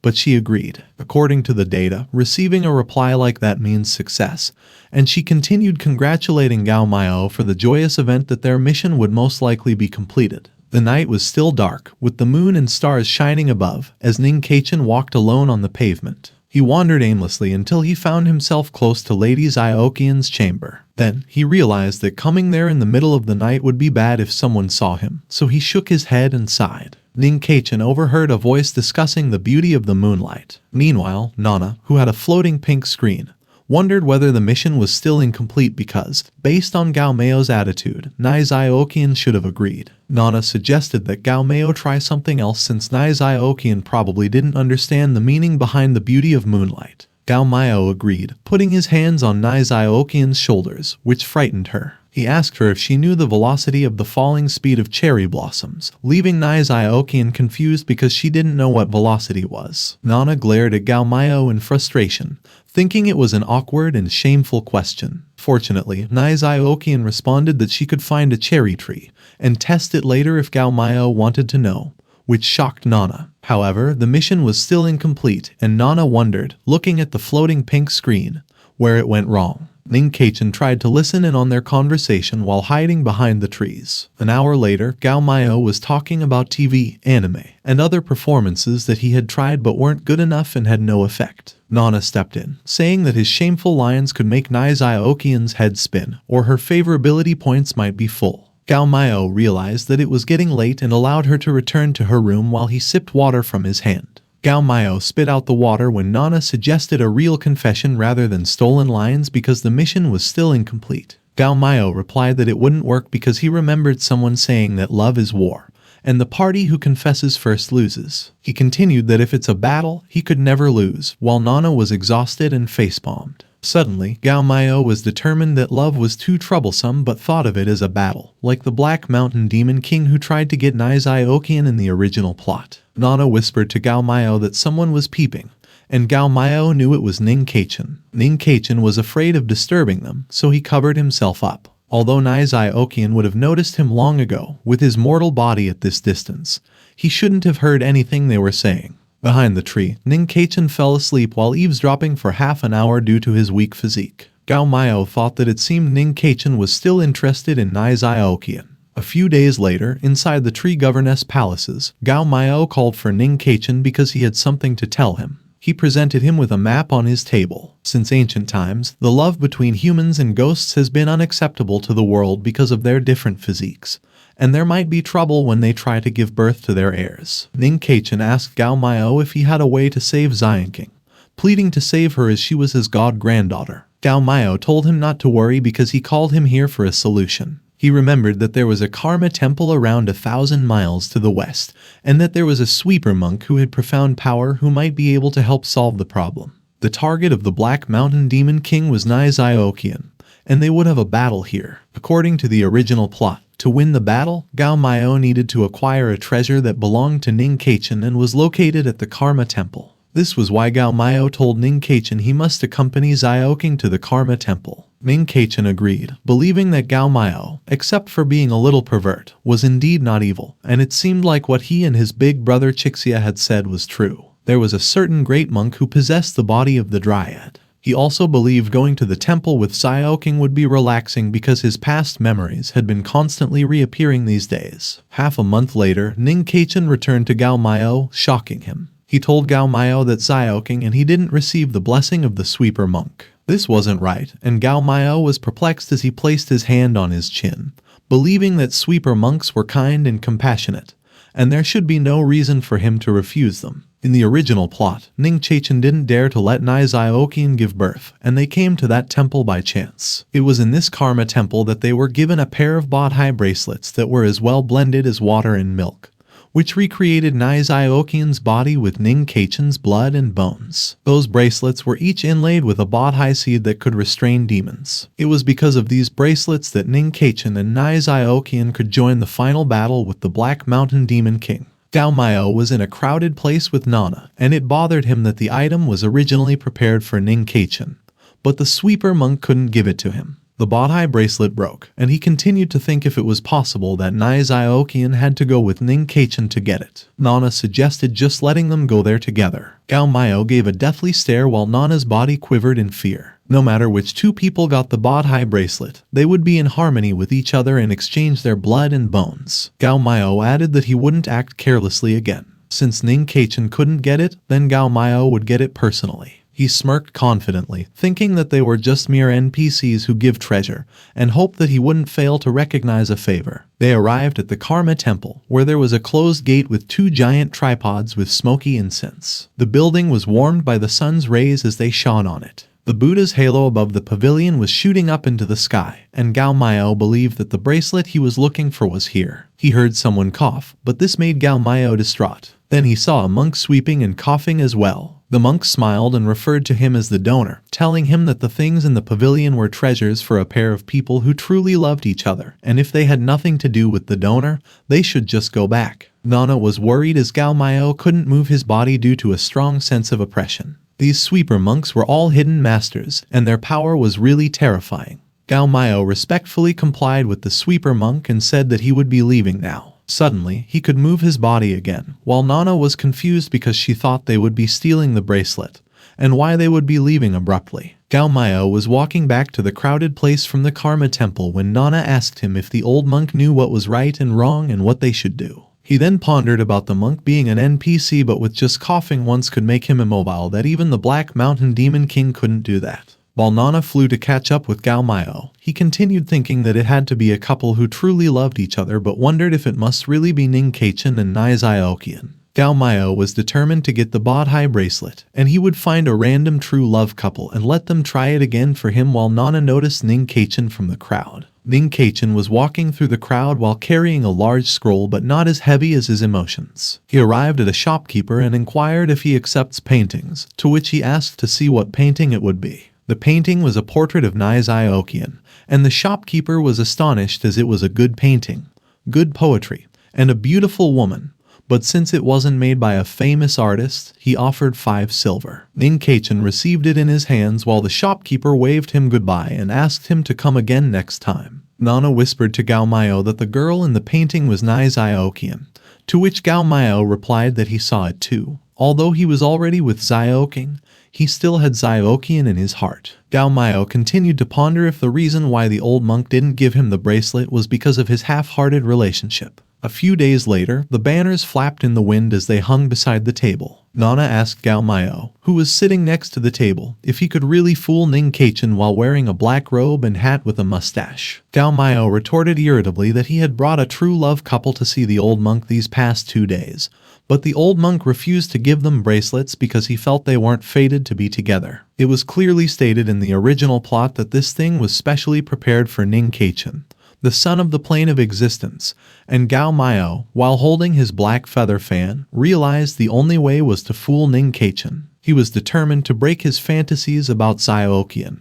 and that he should only love his god-granddaughter. He continued that he had arranged the trap, and they would just have to wait for Ning Keichin to take the bait. Amidst the crowd, Ning Keichin walked with his head down, and people were talking about the miraculous Master Tiansun who helped them calculate their love life. They followed his guide and found their true love the next month, and others wanted to try. People inquired where they could find Master Tiansun, while Ning Keichin thought one shouldn't believe these rumors about some shady magician. However, these days, Ning Keichin had experienced a lot of incredible dreamlike moments and met a lot of magical existences like Brother Yan, Zioking, Dryad Grandpa, and Ning Keichin turned around. He would like to see what kind of cheap trick this magician had up his sleeve so as to avoid the girls being tricked. Ning Keichin reached for Master Tiansun's hands. He then knelt down and pleaded with him to teach him how to teach himself to be free. Ning Keichin believed that he was really a Taoist master because he could accurately count his life and even clearly understand his thoughts about Zioking and Lady Ziokian. Nana, with the floating pink screen, sat beside Gao Miao and told him not to worry about it. But deep inside, he thought to himself that this grandpa had not only read the original plot, but he had also lived with him in the tree governess palace for a long time, except for the color of his underwear. As Nana frantically searched the pink screen for the famous romantic story in the virtual world, Gao Miao pleaded with Fatsi to hurry up because he had run out of things to say. After discovering it, Nana grinned and directed Gao Miao to the screen. Gao Miao discreetly glanced at the pink screen and told Ning Keichin that in his previous life, he was the Crimson Pearl immortal grass above the 3 lives stone border at the west of the Spirit Riverbank. And the woman named Nai Ziokian was the attendant of the god Ying of the Chixia Palace. Because of the handful of dew she poured when she passed by, he was able to get rid of the trees and roots and then turn into a human. Gao Miao continued that the reason why Ning Keichin couldn't forget Nai Ziokian was that she was the one who made him become human, and his feelings towards her were only of gratitude. For Liu Zioking, in this life, he was destined to be with her and marry her. Ning Keichin sobbed when he realized how pitiful Zioking was and that, despite being with him for 1,000 years, he had been ignoring her. He then asked Master Tiansun what he should do to show gratitude to Nai Ziokian and treat Zioking with kindness. Gao Miao stood and responded that in this town, there's a Karma temple and a sweeper monk who possesses incredible power. He then quickly disappeared, but his voice continued that Ning Keichin should immediately bring Liu Zioking to the temple. The master would give them a pair of Bodhi bracelets, and he should give the bracelets to Nai Ziokian to repay her kindness and end this karma. The voice continued that Ning Keichin must not forget when he presented himself to the master. He must only think of Liu Zioking in his heart and not get distracted by Nai Ziokian, as his feelings towards her were only of gratitude, or else everything he'd done would be wasted. Astonished, Ning Kaichen believed Master Tianxuan was really an immortal. At the Karma Temple, the sweeper monk was convinced that husband and wife truly love each other and only have each other in their hearts. He gave Ning Kaichen and Liu Xiaoqing a pair of Bodhi bracelets, flew towards them, and helped share their blood and bones. Upon receiving them, a bright light emerged from the bracelets, and Ning Kaichen felt like they had been fused together and would never be separated. This was the Bodhi bracelet from the Karma Temple, and he hoped his grandfather could give it to Xiaoqian, as he told Gao Miao under the breathtaking sunset. Gao Miao was holding a pair of bracelets when he realized they had been made especially for him by Ning Kaichen, and he was the only person who could have obtained them. So, Gao Miao was perplexed as to why he couldn't give them to her. Ning Kaichen, while holding Liu Xiaoqing's hand, responded that they had received the blessing of the sweeper monk and she had finally got rid of her ghosts. They planned to leave the tree governess palace and travel around the world together, hoping that Grandpa wouldn't mind. Gao Miao thought the Bodhi bracelet was so evil that Ning Kaichen was still hesitating yesterday, and now he's head over heels for Liu Xiaoqing. As the lovebirds walked away together, Gao Miao replied he would not stop them if they insist on leaving. Gao Miao clenched his fist with the bracelets and asked Fatsi if there would be any adverse effects if he fused with the bracelets if a demon fused with a Buddha treasure. Nana replied to Gao Miao not to doubt her professional working ability because according to the information of the Temple of God that she got, there was a God's mission team that entered the Demon of Kayan's world during the previous transmigration. He stole Ning Kaichen's bracelets and merged them with one of his demon's subordinates, and later, that demon became a half-demon and half-Buddha who could restrain other demons. Gao Miao nodded and trusted Nana this time. Gao Miao cut his palm to fuse his blood into his body as it poured out onto the bracelets on his hand. The humble monk was originally a red string beside Yuelao in the sky, who turned into a sweeper monk who looks after the temple. Since the gods ceased to exist and Yuelao died, the only task of this humble monk was to give a pair of Bodhi bracelets to the son of good luck, Ning Kaichen, to protect him. Now that the karma was over, this humble monk could pass away in peace. But as the humble monk faded away inside the temple, he was shocked as it felt that the marriage bracelet that was given the humble monk was contaminated with demon power. The humble monk vanished entirely into the sky, but he was not at ease. As Gao Miao continued to clench the pair of Bodhi bracelets, his body and blood fused, and he screamed while Nana's eyes sparkled gazing at the floating pink screen, which informed Gao Miao that the Dryad character card had evolved once more. The green Mongolian tree seed was at the third energy level, the father of the myriad tree, where the tree body turned into a primitive seed, could possess any extraordinary tree that doesn't have consciousness and gain its full power. Nana was perplexed as to why the green Mongolian tree seed had lost its demon power. Gao Miao evolved into a jade-like seed, which worried Nana. It could sense Gao Miao's breath but was baffled as to why he had evolved into a tree seed. Nana screamed and frantically caught up with Gao Miao as the jade-like seed flew up into the sky. The jade-like seed went inside the tree of the governess tree palace. Gao Miao arrived while Nana asked him what had exactly happened. Just like the description on the card, it said that after fusing with the Bodhi bracelet, his demon power was purified and he transformed into a tree seed with the nature of Buddha. Simultaneously, the ability of the father of myriad trees had evolved, and Gao Miao could merge into any extraordinary ancient tree with no consciousness to obtain its full power. Nana screamed in fear. Even though it sounded good, Gao Miao's ability was still deteriorating. How would they ever defeat the Black Mountain Demon King at this rate? In this world, there still existed an extraordinary Bodhi Buddha tree that was made from a Bodhi Buddha tree from a Bodhi seed that fell from the sky, and that it should be around 2,000 years old. If they could find it, they would definitely be able to defeat the Black Mountain Demon King. Gao Miao and Nana followed the memory within the Bodhi bracelet to find the Bodhi Buddha tree, and they left Qingyan town, crossing the hills, jumping over the valley, and heading to the far west. Then they crossed the Luo River going by Beimo River. Lastly, they flew over the large swamp where monsters ran amok. Finally, Gao Miao and Nana arrived at the magnificent and ethereal 2,000-year-old Bodhi Buddha tree. The jade-like seed from Gao Miao entered the 2,000-year-old Bodhi Buddha tree and fused with it. As they became one, Gao Miao expressed regret at having to give up the extraordinary ancient tree in the tree governess palace. Now, Gao Miao, who had blonde hair and marks on his forehead, had become a demon king with 2,000 years of demon power and possessed the Bodhi Buddha tree, which specialized in restraining demons. After all, according to the original plot, Yan Chixia would be the main strength, and Ning Kaich's tiger demon would be responsible for debuffing the Black Mountain Demon King, and they would win in the end because it doesn't make sense for Gao Miao to lose. Back at the tree governess palace, Dryad was asked about Kai Ling, Mei Wei, and Meng Jiao's whereabouts. It had been a long time since the Dryad had tributed young Kai to the Black Mountain Temple. It was the Demon King's envoy, Ape Demon, who continued that a small demon reported that Kai Ling, Mei Wei, and Meng Jiao had disappeared, and their cave had also been razed to the ground. Even the White-Toed Demon King's envoy came to the Black Mountain Temple to ask for the whereabouts of the Golden Rhinoceros, Sky Elephant, and Black Crow, the Ape Demon added. Gao Miao sat beside Nizai Okian, brushed it off that they would talk about it later, and proceeded to ask about the thing he was holding. He wondered if it was the imperial decree of the Black Mountain Demon King. He also thought to himself that the speed of information transmission in this world was really slow. Kai Ling and the others had been dead for months, and this envoy only got the news and rushed here. Gao Miao inquired if the Black Mountain Demon King had instructions for him, which annoyed the Ape Demon because of the proud Dryad considering that the king's decree was a major thing,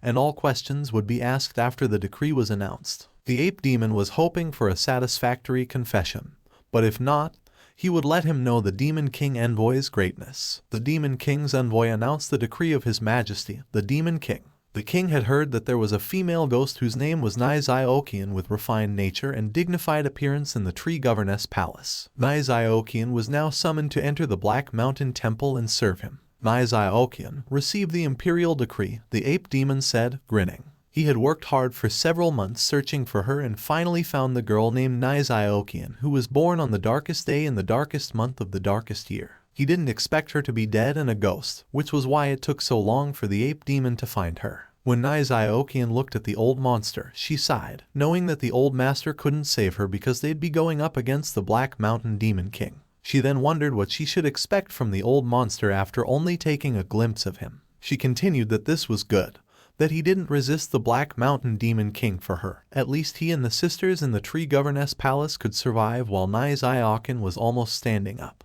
Before she went further, Gao Miao stopped her by putting a hand on her shoulder, and he laughed about the imperial decree, claiming that in the tree governess palace, his words should be the imperial decree. Gao Miao pointed his finger with powerful light on it as he trashed the Black Mountain Demon King and the imperial decree. This powerful light on his finger stroked a massive beacon of his power directed at the Demon King's envoy. The Ape Demon struggled to block the attack and was surprised by Dryad's actions and courage to defy the Demon King's order. Gao Miao sarcastically asked him if he knew what he was doing. Gao Miao's beacon of light power pierced through the chest of the Demon King's envoy, and then blood rushed out of the Ape Demon, as Gao Miao continued to ask him if the Black Mountain Demon King gave him the courage to be arrogant in front of him. Gao Miao's massive beacon of light was so powerful that it went through the wall after piercing through the Demon King's envoy. After that, Gao Miao continued to ask if it was Liang Jingru, who was a Malaysian singer. Despite having a severed hand and a massive hole in his chest, the Demon King's envoy stood up and wondered how the Dryad could do this. He then collapsed to the ground as the Demon King's envoy warned that he couldn't kill him or else the king wouldn't forgive him. Gao Miao's pointed finger sparkled with light, but Nizai Okian attempted to restrain him and warned him not to act impulsively because if he killed the Demon King's envoy, he would have to battle the Demon King until one of them died. Gao Miao responded that if he wanted to use the Black Mountain Demon King to pressure him, he apologized because they had found the wrong person. He then vehemently threatened not only the King Demon's envoy, but he would also kill the Black Mountain Demon King, that even his mother can't save him. Still at the tree governess palace, the ghost servants were seated in front of the feast table. On every plate, the meat was thick and quite juicy. Gao Miao's face turned red as he devoured the large, juicy meat and held a glass of wine in the other hand. He also encouraged the others to eat and asked why they weren't using their chopsticks. The ghost servants were anxious, as their master was too hasty this time. The Black Demon King's messenger was not someone they could kill. Nizai Okian was eerily quiet and anxious as well. While holding a cup in his hand, Gao Miao continued to drink and wondered why it was such a big deal since the messenger was just a demon made of black stone. He also reassured them that if the man dared to enter the tree governess palace to cause more trouble, he would undoubtedly receive more than he bargained for. However, Gao Miao soon fell to the table and passed out from intoxication. The sight of their master intoxicated with alcohol left the ghostly servants in a state of shock. They questioned whether he dozed off while snoring like a baby. The serene night sky with its thin clouds was illuminated by the crescent moon and countless stars. Someone descended quickly and discreetly from the tree governess palace. Her feet landed softly on the ground, but then Niziokian was stopped when they called for her. The other sister's servant ghost descended as well, trying to confront her, asking whether she was trying to escape. They told her that their master had killed the ape demon for her, and now she was secretly leaving on her own. They were all scared because the master had messed with the Black Mountain Demon King, and logically escaping the tree governess palace before the Demon King vents his anger on them was the best choice. One of their sisters added that if they left now, even as a ghost, their hearts would never be at peace. However, others defended their master, saying that during this whole time, they were treated extremely well, and they must remember his kindness in their hearts. He even helped them to get Yin Ghost's body. If they left now, their heart would never be at peace. The servant ghosts were looking for Niziokian to discuss future plans for going against the Black Mountain Demon King, especially since Niziokian had always been the main leader among them. After being berated by his sisters, Niziokian explained that the Black Mountain Demon King's target was her,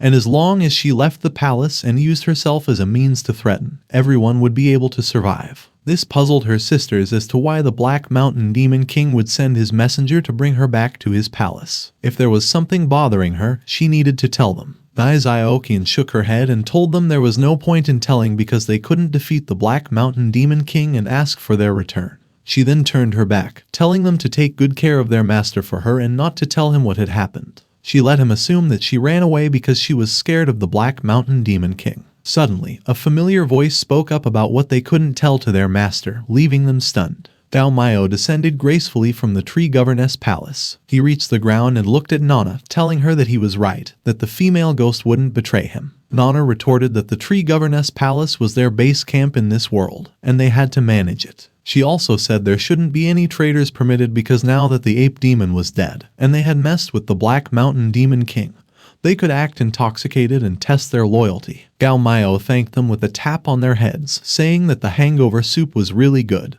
and he felt really energized and clear. Nana wondered as to why they were loyal to him, citing that there was nothing great about Gao Miao, and he didn't have any benefit to them as well. Gao Miao looked at Niziokian and told her that he had heard everything, and asked her if it was really because she was scared of the Black Mountain Demon King that she wanted to leave the tree governess palace. She stood there anxiously, looking back at him. Gao Miao went close to her and tapped her head as well, telling her that it seemed like she didn't believe the fact that he wasn't scared of the Black Mountain Demon King. She then hastily explained that she was originally planning to do it a few days later, but it seemed like she needed to push it earlier. She decided to do it tomorrow. She would go get that Black Mountain Demon King's dog head back and hang it in the tree governess palace so that they wouldn't have to keep worrying about it. The night was getting darker as stars faded into the dark clouds at the temple surrounded by a large claw-like boulder. Yanchixia's people were talking and amazed to see His Majesty lock himself in to gather spiritual energy. It seemed like Niziokian was very important. Inside, demons were talking over the table with lots of food. One of them expressed how it was unexpected that Niziokian was at the tree governess palace and seemed like the dryad hit the jackpot. They speculated about the reward of the dryad and the ape demon since the ape demon was always greedy, while the other was jealous to find a weak monster like the dryad whom he could bully easily as he pleased. A blazing comet-like object attacked the temple, causing a powerful blast inside. A hand reached for it as they realized it was a head.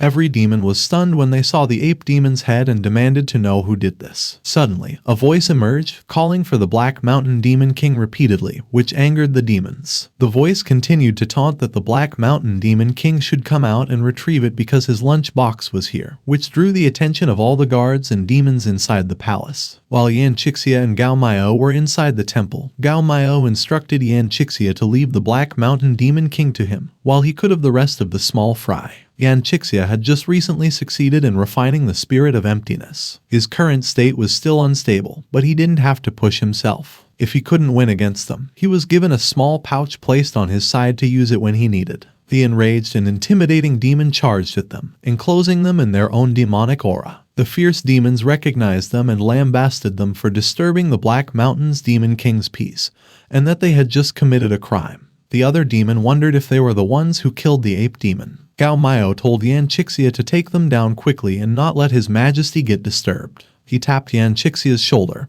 indicating that he was leaving them to him. Yan Chixia wasted no time and quickly advanced swiftly towards the demons with a blade in his hand. The guards at the Black Mountain Temple were stunned when the demon slashing sword technique was activated. Yan Chixia demonstrated the demon slashing sword technique. Surrounding it served like a cyan translucent trap to the demons, and if they moved, it would slash through them. He was determined not to let them hinder his senior. The lion-like demon yelled at the guards, asking why they were all staring, and vehemently screamed for them to attack him. The guards then coordinated their attacks with their spears at the same time. Gao Miao quickly moved as he observed the situation. When wielding absolute power in the martial arts or fantasy world, no matter how many small demons there are, they are all useless. Gao Miao unleashed a massive strike directed at the guards, which ripped them apart. As a result, there was a resounding bang, and the light exploded. Gao Miao then descended to the ground, where the next one was inside the palace. He looked up, surprised, and began as the mountain temple shook to its core. The terrifying Black Mountain Demon King appeared in the sky, disregarding a skinny and boned individual. While the Demon King calmly raised its fist to Yan Chixia approached the Black Mountain Demon King with his sword, and suddenly a massive translucent shield blocked the first attack of the Demon King, providing protection to Yan Chixia. He was shocked to see the shield shatter Yan Chixia's sword and shield in front of his eyes. The shattered pieces of the shield almost hit Yan Chixia on his face, but suddenly, a spirit tree shield was activated, providing protection for him again. A resounding blow emerged as a result of the attack, and Yan Chixia fell back. Fortunately, Gao Miao caught him with his vine-like hand and berated him for being careless. Gao Miao pointed out that Yan Chixia did not realize the gap in their strength between him and his opponent, which would have killed him if he hadn't been saved in time. Yan Chixia responded that slaying demons and evil was part of his generation's monk's job, and if he died because of it, he would have no regrets. This irritated Gao Miao even more and made him speechless. Gao Miao then looked up and left Yan Chixia because he couldn't explain to such a stubborn man besides dealing with the Black Mountain Demon King. He instructed Yan Chixia to take care of those demons and not let them escape. The demons cheered that there was no one who could defeat their king, and they were amazed as it had been a long time to see the heroic figure of their king. The demons were still trapped in the cyan translucent strip at the demon slashing sword technique. The wolf-like demon, who was also trapped in the cyan translucent strip, reminisced that it had been a long time since he had gotten injured. Thanks to the dryad and that bastard Taoist priest, he had tasted fresh blood again. Once the king made a move, they would definitely die, and later he would have those female ghosts in his palace. Gao Miao inquired if he was the Black Mountain Demon King, the one who wanted his Nai Ziokian and made his female ghosts tense once they heard his name. The Black Mountain Demon King told him that Nai Ziokian belonged to the king. Its claw flickered with purplish energy, and it launched a massive beacon of purplish light so powerful that it ripped anything passing through it to shreds. But when the Black Mountain Demon King's attack missed, he admitted that Gao Miao's speed was comparable to his and wondered where his confidence came from to go against the Demon King. Gao Miao responded confidently that it was not only his speed that was fast while carrying Yan Chixia. He then lifted his palm, and a golden energy emerged around it. He also had parallel power directed at the Black Mountain Demon King. While the Black Mountain Demon King released a massive sword with a purplish strike for those who offended the dignity of the king, the massive sword met and collided with the golden power of Gao Miao's palms and slashed through it. When Gao Miao noticed that the Black Mountain Demon King wanted to cut him, he then enclosed himself in a golden sphere to block its attack. Then he chanted an ancient Buddhist mantra, Om Manu Padme Hum, which blew him up, blasting that bastard to death. This baffled the demons that were in the cyan translucent strip by Yan Chixia, as they wondered how could a demon's ability gain the blessing of a Buddha's light, and not only his dryad, but a bodhi tree was transformed into a human. While Gao Miao was surrounded by its golden glow, he then responded that Gao Miao is just an honorable Buddha tree, and that purifying him would make him weaker by 3 points, but now after he fused with the bodhi Buddha tree, he was stronger than ever before. The ancient Buddhist mantra hit the Black Mountain Demon King, but he remained calm. Its claw started to have a golden glow as he referred to it as a Buddha light. Gao Miao grinned as he responded that it was the bodhi Buddha light that could purify demon power. Now that the Black Mountain Demon King had been purified by it and its demon body had been shed off, he mockingly told him to stand still and not move because Grandpa Gao Miao was merciful. He would purify him into a spiritual stone with Buddha nature, and his demon power would be gone. The Black King Demon King was shocked. He screamed that he hadn't felt this disgusting power in a long time, and the boulders around him lifted. When the Black Mountain Demon King flew with boulders surrounded by his purplish energy, he launched them towards Gao Miao. However, Gao Miao raised his palm and unleashed a powerful counterattack of golden light, tearing the boulders into pieces and blasting them away. The Black Mountain Demon King suddenly appeared through the smoke, his fist reaching for Gao Miao. Although the Black Mountain Demon King's melee combat instinct was not bad, Gao Miao had seen through it. Although the Black Mountain Demon King had 500 years more demon power than him, since his Buddha's light could restrain demon power,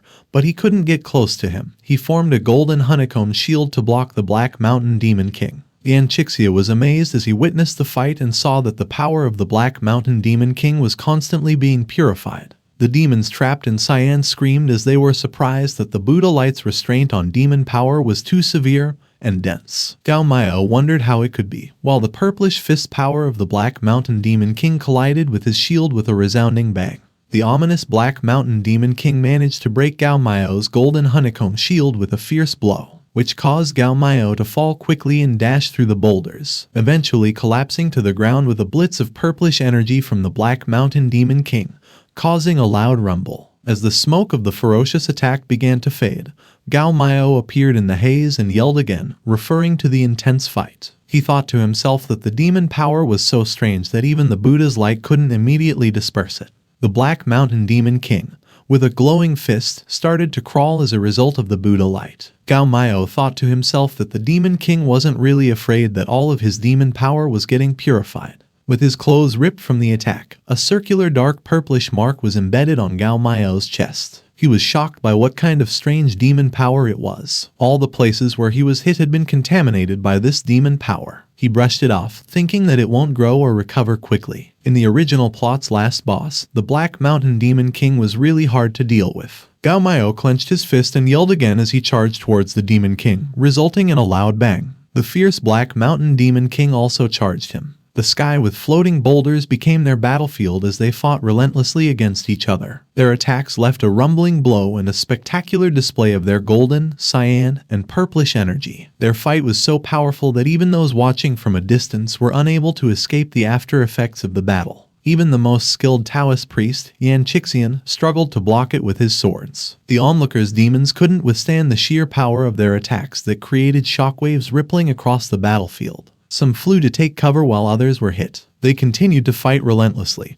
and the resounding impact of their strikes echoed throughout the battlefield, with their energies colliding in a spectacular display of gold, cyan, and purple hues as they battled for dominance. The Black Mountain Demon King landed a blow on Gao Miao that sent him flying towards the tower as he told him that even if the Buddha's light shines on him, it is hard to prevent his tree body from rotting. Even though Gao Miao's body was covered in bruises and dark demon marks, he fiercely responded to him, telling him to take a look at his own body. Half of his demon power had been purified and the other half had become a golden Buddha statue. But he thought to himself that this demon power was so strange that even the Buddha's light couldn't immediately disperse it. He then wondered who would be the first one unable to hold on. He continued to tease the Demon King while launching his golden blow, and yelled vehemently, asking whether he could still retain the position of the Demon King in the future. With a swift and powerful strike, Gao Miao delivered a blow of gleaming gold to the Demon King, causing the formidable creature to soar through the air and smash through the towering walls of its very own temple. As soon as he fell to the ground, the Demon King quickly recovered and advanced towards Gao Miao, landing his fist on Gao Miao's chest. As the moon radiantly illuminated the forest, a voice suddenly emerged from the darkness, urging them to savor the meal slowly with a light-hearted chuckle. Nai Xiaokan sat serenely beside a pond with an abundance of lively fishes, feeding and conversing with them. As she gazed at the peaceful and harmonious scene, her mind drifted towards the thought of how wonderful it would be if humans, ghosts, and demons could live happily like these fishes. Nai Xiaokan lifted her gaze towards the celestial brilliance of the moon and thought of the old monster, hoping that it was safe and sound and would return alive. At the Black Mountain Temple, buildings and boulders were torn apart, leaving a scene of destruction in their wake. Smoke billowed up from the ground, and amidst the chaos, a voice could be heard, filled with curses and anger. Gao Miao slumped onto a boulder, looking utterly drained and covered in purplish demon power. On the other hand, the Demon King was now aglow with fiery energy and taunted Gao Miao, saying that his Buddha's light was dim and had he used up all his oil. Gao Miao got up, acknowledging that while his Buddha's light was equivalent to 2,000 years of demon power compared to the Demon King's 2,500 years, it was indeed a little weaker in long-term combat. He continued that at least now 2,000 years of the demon power had been purified by him, and only 500 years of demon power were left. He wondered if it was worth it. The fiery Demon King responded that he did not need to worry about this. What he had lost would be paid double by Niziokian. As for him, the Demon King proceeded to hurl a colossal spear charged with electrifying purplish energy, directing it fiercely towards Gao Miao as he yelled that he would die now by this spear. Yan Chixia screamed for his senior as he rushed forward to rescue him, only to be confronted by a horde of ferocious demons whose fierce glares and menacing growls meant that he would need to go through them first. A surge of anger washed over Gao Miao as they questioned whether the Black Mountain Demon King thought he had already won. "It's futile," he screamed, while adding that a colossal spear rushed towards its intended target with a burst of speed and force. As smoke billowed up from the ground, Gao Miao was pierced through his chest by the colossal spear of the Demon King. However, he acknowledged that Gao Miao was a tenacious life force, as he had still not been beaten back to his original form. The Taoist priest Yan Chixia rushed forward, screaming in disbelief for his senior, but was held back by a huge lion-like demon. The colossal spear was pulled out from Gao Miao's chest. The Demon King said that since he could not die with one blow, he would strike again. Suddenly, a long-stemmed woody vine emerged from the ground, making a rumbling sound as rock fragments blew all over. The Demon King was surprised to see the human-like tree wood standing high, confused, and wondering where this came from. While Yan Chixia was being held by the lion-like demon and surrounded by other demons, his universal pouch glowed brightly. A universal pouch glowed towards the 1,000-year-old tree, which had clenched its fist. Fortunately, Gao Miao needed to protect the old Yan and asked him to bring the 1,000-year-old tree from the tree governess palace in the universal pouch. Otherwise, Gao Miao might have run into some difficulties this time. The Gao Miao inside the 1,000-year-old tree asked the Black Mountain what the relationship was between him and Niziokian,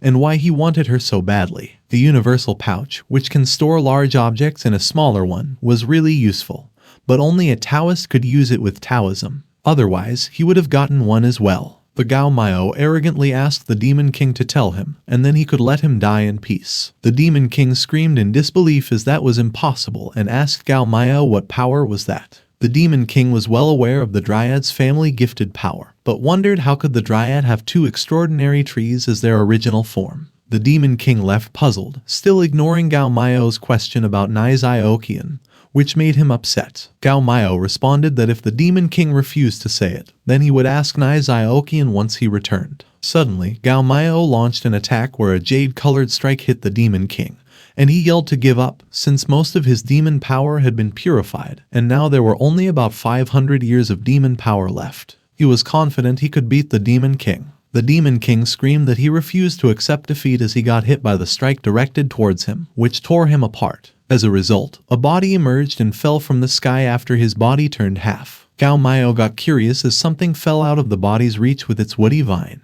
When the body finally came down, he uttered that the person inside the Black Mountain Demon King's body was Niziokian, which shocked him to his core. While the other demons were shell-shocked to witness their Demon King's loss, once the king died, the Black Mountain curse inside their bodies would go completely out of control. They screamed in panic as black worms spiraled out of their bodies, and enlargement of nodules could be observed all over. Shortly after, their demon bodies burst as they screamed in pain. The Taoist priest Yan Chixia protected himself with a golden barrier from the explosion of the demons' bodies and wondered what kind of forbidden curse the Black Mountain Demon King planted in their bodies that automatically triggered once he died. The moon was covered by thin clouds but still managed to radiate. Niziokian was amazed that her old monster did manage to kill her, as she saw herself lying on the ground. Gao Miao was worried as he tapped Niziokian and asked what kind of thing was a trivial matter, but why does she look exactly like her, and what was their relationship? He wondered if she was alright after he killed her. Niziokian looked back and smiled, while Gao Miao continued to explain that his attack almost beat her to dust. But after he saw her appearance, Gao Miao forcibly detained her soul in the body again and wondered if that would have any effect on her. Niziokian calmly explained that she thought that he could never beat her, so she had been reluctant to tell Gao Miao some things so as to not worry him anymore. But she didn't expect him to be so strong. So, what exactly was your relationship with her? Gao Miao adamantly asked her. After some time, Gao Miao was surprised to learn that both of them were actually the same person but not the same demon. To his surprise, he called up Fatsy to wake up and come out. Still rubbing its partially open eyes, Nana awoke and responded to Gao Miao. Nai Xiaoqian told him she didn't know the exact details. When she died and turned into a ghost, she suddenly awakened a memory. She continued, saying that her memory showed that she was just a strand of the Black Mountain Demon King's soul that was thrown into a human mother's womb, went through 10 months of pregnancy, and was born a human. Nana chimed in that this was such an unexpected thing to happen because many TOG mission teams have come to this world, but none of them have heard this news from Nai Xiaoqian. Nana wondered if there are any special conditions needed to trigger this message, such as a favorability degree or plot change. Nai Xiaoqian went on to say that she knew one day the Black Mountain Demon King would come to find her to come to terms with his state of mind, and that's why she never dared to face her feelings. Nana's eyes sparkled, and its wings fluttered while Gao Miao blushed. The mission to steal Nai Xiaoqian's heart was now complete, as stated in the pink pop-out screen, where its reward was awarded with 2 virtual sources. Nana continued that this is why, even though Nai Xiaoqian looked like she'd fallen in love, the mission was still incomplete while Gao Miao continued to blush because this was the first time he was confessed to by a girl, and it was in the Black Mountain Demon King's morning hall, which felt really weird. Nana thought that it must be because of the Black Mountain Demon King's existence that she was unable to open the door to her heart. And now that the Black Mountain Demon King is dead, Nai Xiaoqian has completely opened her heart to Gao Miao. A few days later, in a candlelit room, Nai Xiaoqian stepped in with her clothes on the floor.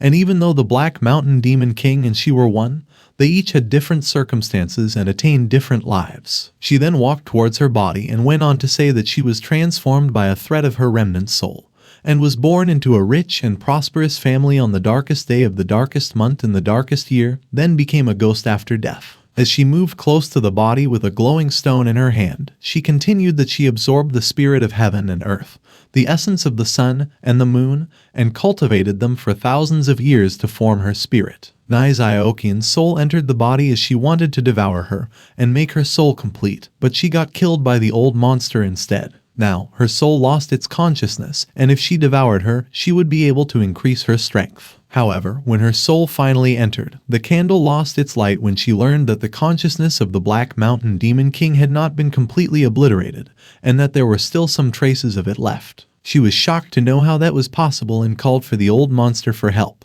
Gao Miao stood in front of the incense and wondered about Nai Xiaoqian's statement that it would take only half an incense stick's time to fuse with the Black Mountain Demon King's unconscious soul. However, it had already been an entire incense stick's time. Suddenly, the door creaked open and Gao Miao let out a gasp of surprise as a massive, giant black fist clenched in his direction. Gao Miao, who had a golden mark on his forehead, quickly activated his spirit tree shield to block the attack. Despite this, he was still sent flying backward by the powerful blow that managed to break through his shield. He crumpled to the ground and looked into the distance, where he saw Nai Xiaoqian's shadow. He was caught off guard and upset that his spirit tree shield, which was coated with Buddha lights, was broken by a single punch. He wondered how much cultivation energy was behind the attack. Was it 3,000 or 4,000 years? Nai Xiaoqian emerged from the door with dark energy oozing around her, leaving Gao Miao baffled to know that she was the Black Mountain Demon King. With a sinister smile, Nai Xiaoqian mockingly reminded him that he didn't expect this, did he? Not only had the Black Mountain Demon King returned,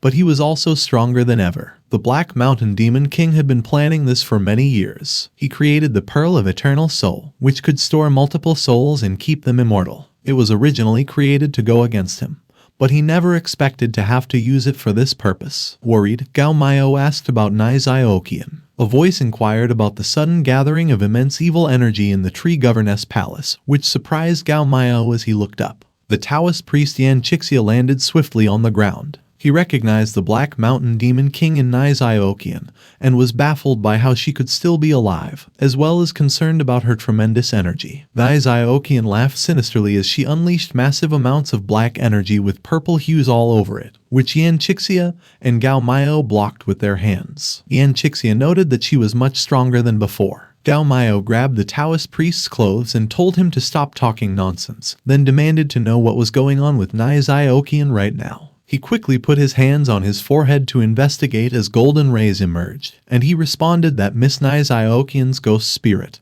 and a part of the Black Mountain Demon King's soul were currently in the same body. He wondered what was going on. Suddenly, a golden third eye fully emerged on the Taoist priest's forehead, and he continued to wonder why there was still a small part of her soul that had not yet been destroyed, and why it was currently pressing against Miss Ziokian's ghost spirit. When the Taoist priest could finally see through it, Niziokian stood there smiling sinisterly, with a circling dark reddish aura on her chest. He explained that deep down inside the Black Mountain Demon King's body, there was a pearl protecting a piece of soul, keeping it immortal. That's why that part of the soul wasn't destroyed yet. Niziokian diverted her attention to the Taoist priest, who seemed to know too much, and wanted to kill him first before she would kill the Dryad. The brave Taoist priest was aware of the frightening amount of evil energy, but it was his duty to fight against evil. Yan Chixia was always ready for a fight, and he drew his sword, waiting to be attacked. But he was surprised when Gao Miao quickly drew him out while grabbing his back and warned him not to fight her because his small build would not be able to withstand a small punch from her. Gao Miao berated him, asking who he would look for to save Ziokian if he died. She quickly asked what they needed to do now to enable Ziokian to recover. Niziokian, a swirl of dark energy, flew after Gao Miao's golden aura. The ghosts of the Tree Governess Palace were concerned and worried about their master's altercation with Niziokian. When Gao Miao escaped the palace with Taoist priest Yan Chixia while holding a red talisman, he said that the process to break the seal was extremely complex. But when they found a chance, Gao Miao just had to put this talisman on her, and only then would he have enough time to break the seal. He subsequently gave the talisman to Gao Miao. Suddenly, Gao Miao and the Taoist priest came to a halt in midair when Niziokian caught up with them and yelled that there was nowhere for them to run. The full moon cast its light upon the red talisman that Gao Miao was holding, which Niziokian noticed. She confidently replied that there was no way she would give him a chance to put a talisman on her. Gao Miao instructed Yan Chixia that he should return first while facing Niziokian. The Taoist priest agreed and advised him to be careful while wrapping his fist and swiftly turning around. Gao Miao called for Nana and instructed it to come out and gave him the Owen's card. Nana emerged quickly. He gracefully placed his feet on the ground while Nana stood by his side, surrounded by trees. The pop-pink screen emerged in front of them, showing two cards. Gao Miao expressed that the Black Mountain Demon King made one mistake and that he didn't have to give him another chance. He gazed and said to Nana that the two new virtual sources they just got hadn't even warmed their seats yet, but one of them was already leaving. While Nana panicked internally because a virtual source was so hard to come by, and he wanted Gao Miao to try his amazing talking skills to see if he could persuade Niziokian's heart to change and allow her to defeat the Black Mountain Demon King. Nana responded enthusiastically to Gao Miao, fully supporting his decision and definitely not letting any natives bully them. Gao Miao pressed Owen's card on the pop-out screen. He then successfully transformed into Owen's character and expressed his determination to beat her up until his fingers couldn't move so that he would be able to put the talisman on her whenever he liked. Niziokian landed on the ground and questioned his remarks of beating her up until she couldn't move her fingers, even though she didn't understand what happened to his body. Her oozing dark energy that caused disruptions to the nearby rocks and trees implied that he might not even understand what he was saying at the time. She was blown off by a punch to the chest from Gao Miao, who then asked her in mockery what she was smiling for. In shock over how that was possible, Niziokian spit blood. Determined, Gao Miao responded that his time was valuable, and that he was also sorry. He wasted no time in moving closer to Niziokian and struck her again, this time with a powerful blow to the chest, causing her to break through the trees and disrupt everything nearby. While Niziokian was still stunned, Gao Miao suddenly emerged in front of her with swirling fiery eyes and energy all around him and was prepared to unleash another attack. She was struck in the face by Gao Miao, leaving visible bruises. While Niziokian feared another attack, Gao Miao clenched his fist as it built a radiant of rippled reddish energy. He then unleashed a massive strike, resulting in a powerful blow that destroyed everything in its path. While Niziokian was on the ground, Gao Miao was already preparing for another merciless strike, which caught Niziokian off guard. He then released a massive beacon of reddish energy at her, causing Niziokian to crumble to the ground with the rocks. Gao Miao clenched his fist again as it built a sparkly golden mist with swirling reddish energy and yelled at her to taste his new technique. He threw it towards her, releasing a huge ball of energy. A spiral of dark energy emerged from the ground when Niziokian screamed.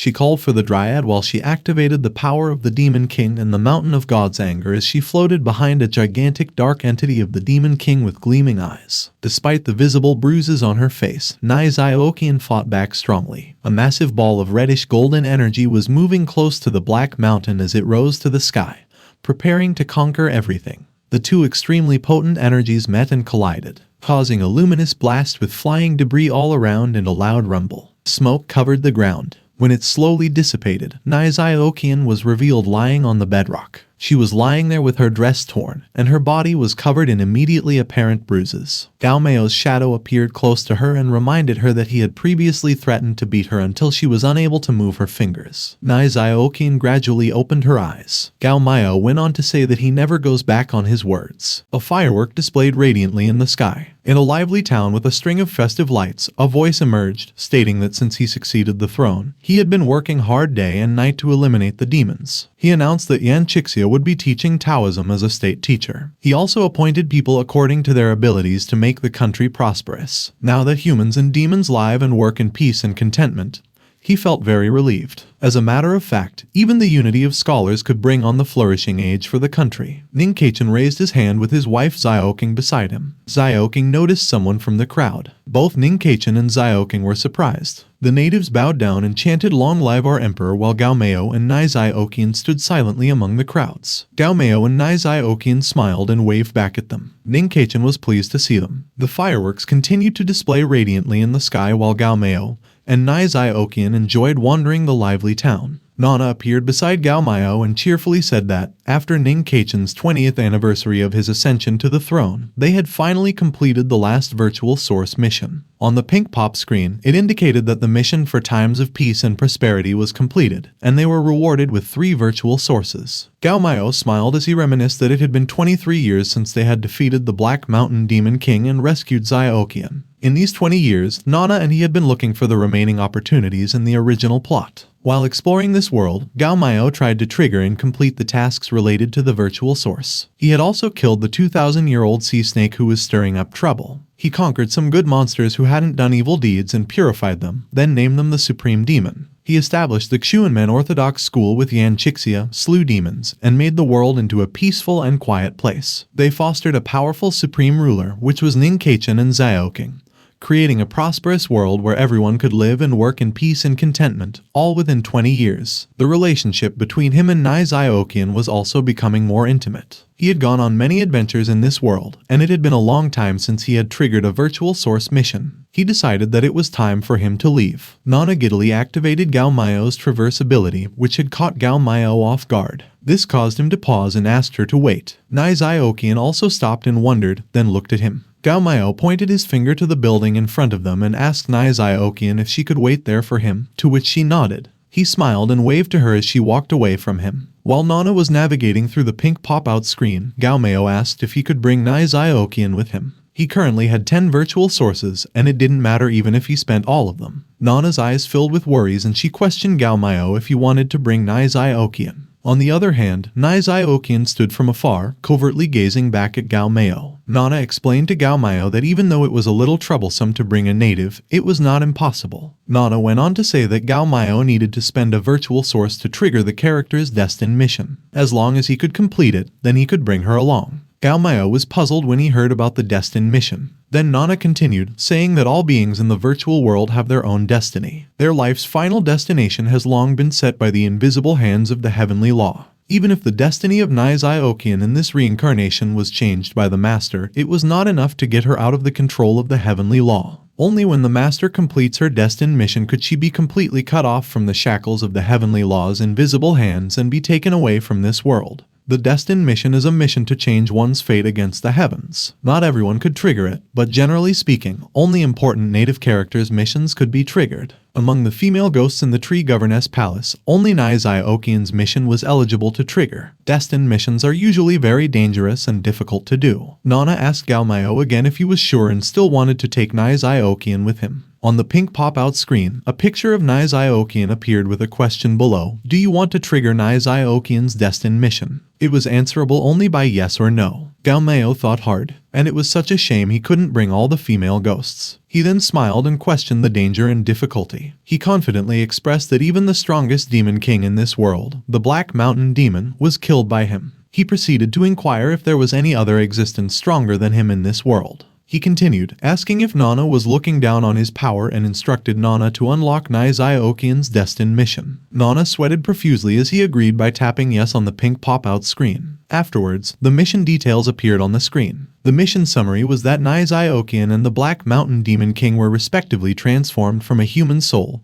and Earth Soul of the Nether Imperial Stone's 3 souls after it fell from the sky. Gao Miao needed to take back the Heaven Soul of the Nether Imperial Stone from the former enemy, Emperor Fengdu, and merge the 3 souls as a reward. Nizai-Okian could then be taken away from the demon of Kaian world and completely get out of this world's reincarnation cycle. Nana glanced at Gao Miao while he was reading the mission details attentively. Gao Miao wondered if it wasn't Nizai-Okian, a thread of the Black Mountain Demon King's remnant soul, and was puzzled about Emperor Fengdu and the Nether Imperial Stone. Nana also inquired about who they were, to which Gao Miao was surprised that Nana didn't know who they were. All the while, Nizai-Okian was still gazing covertly at Gao Miao from afar as they sat in a restaurant that served noodles to customers. Nizai-Okian was seated across the table from Gao Miao, and she told him that she didn't know about Emperor Fengdu. Gao Miao was surprised that she didn't know either, and he inquired about her merging with the soul of the Black Mountain Demon King 20 years ago and whether she should know about this secret. Nizai-Okian explained that the soul of the Black Mountain Demon King had been dispersed by him, and she lost consciousness, but her body had a treasure that could protect her willpower. Later, even the last trace of her willpower was exercised by Yan Chixia so that she could successfully merge with her remnant soul. However, correspondingly, she could only get the power and not her memory. Gao Miao accepted her explanation after hearing it. This piqued Nizai-Okian's interest in the old monster, and she inquired whether it was truly important for him. Gao Miao looked down at his noodles as he thought to himself that if he wanted to bring her with him, he must retrieve her last soul from Emperor Fengdu. He continued that he had now decided to bring Nizai-Okian with him, and other than the existence of the earth and Nana, he should have nothing to hide from her anymore. Gao Miao leaned forward to her and told her that he had something very important to tell her. She leaned back and covered her mouth with her hands as she was surprised.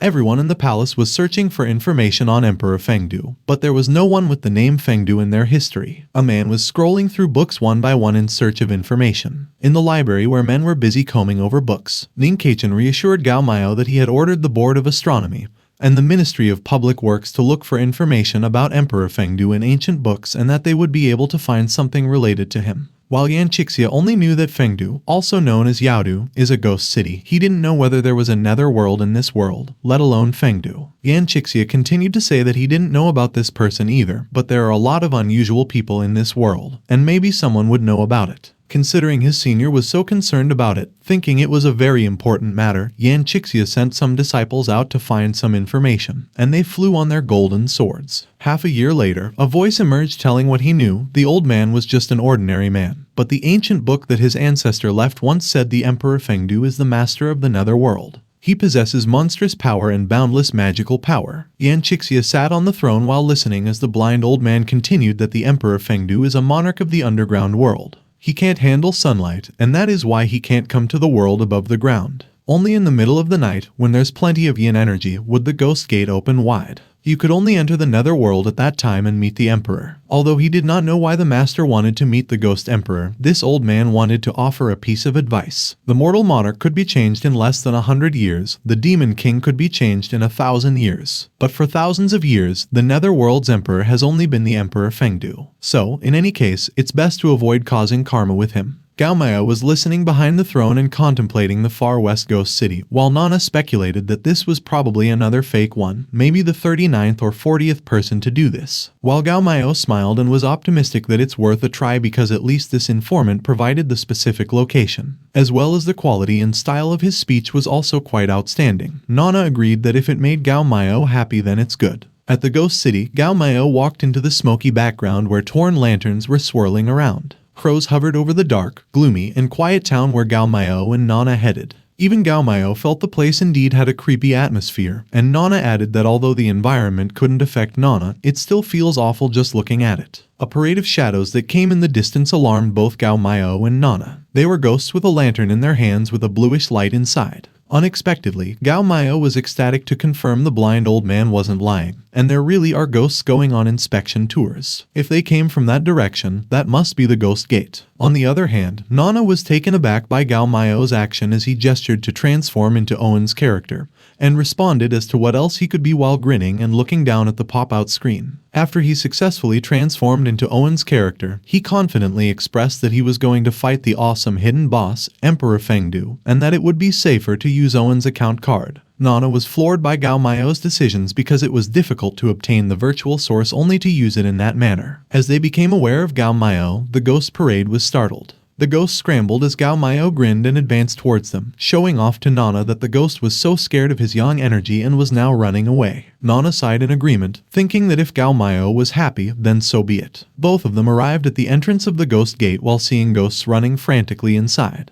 Gao Miao said that if that blind old man was telling the truth, after going through this gate, they would arrive at the nether world and meet Emperor Fengdu. He was oozing with confidence and eagerness, hoping that Emperor Fengdu would be sensible. Otherwise, he wouldn't mind changing the emperor of the nether world. Gao Miao had been using the Dryad's body for the past 20 years, and now he felt like Owen was much stronger than the last time he used him. It seemed like the power had increased by 20 years. It looked like no matter which world and which account card he used, Owen's power would increase over time. Both Gao Miao and Nana stepped inside, and they were greeted by a lavender haze and mist. Suddenly, he stopped, and Nana wondered what had happened to Gao Miao. Gao Miao sweat profusely in shock. He then placed his hand on his chest. Owen's danger warning was triggered. His whole body quivered in fear as he told Nana that after taking this first step, he would face danger and great terror, and that he might die, to which Nana felt that it was impossible. Nana went on to say that with Gao Miao's strength, even the others in the middle or the last stage of the fourth energy could hardly kill him. So far, in this world, there hasn't even appeared someone in the early stage of the fourth energy level. But Gao Miao replied that his premonition was already right, and this is the first time he had experienced that feeling of danger to such a degree. Gao Miao then concluded that this Emperor Fengdu was definitely strong, unimaginably strong. Nana asked Gao Miao what they should do then. Gao Miao was still determined not to give up on Xiaoqian. Even if he had to wait for hundreds or thousands of years in this world until his power surpassed Emperor Fengdu, he must take her with him. Nana got angry while explaining to Gao Miao that he couldn't stay that long in this world. Nana told him that the virtual world could reincarnate once the story was completed, and the world would reset. Everything would restart, and when the time came, he would be swallowed by the chaos of this world's destruction and turned into fertilizer to nourish this world. Also, it was impossible to change the time node of the reincarnation cycle, and there were only 2 years left before the next reset. This revelation shocked Gao Miao. 2 years later, Gao Miao must leave in 1 month, and for the last time, he wanted to go to the ghost city and try again. Nai Xiaoqian reminded him that he couldn't win, and he must leave immediately and didn't need to force himself. She smiled and told him that no matter how long they had been together, it was the time they shared together that really mattered. At least, in these last 2 years, Nai Xiaoqian had lived a happy life. With a heavy heart, Gao Miao told her that he was leaving, but Nana alerted Gao Miao, who detected that the Temple of God's mission team was coming. The night sky was covered in thick clouds as light was about to burst out of it when Nana detected that the Temple of God's mission team was coming. Gao Miao was left puzzled because he thought they ran so fast the last time, and he wondered how they could pursue them. Nana panicked and swirled around, convincing itself that the Temple of God's mission team was coming after them. Generally speaking, if the plot of a certain virtual world was changed too much, it would attract the attention of the Temple of Gods,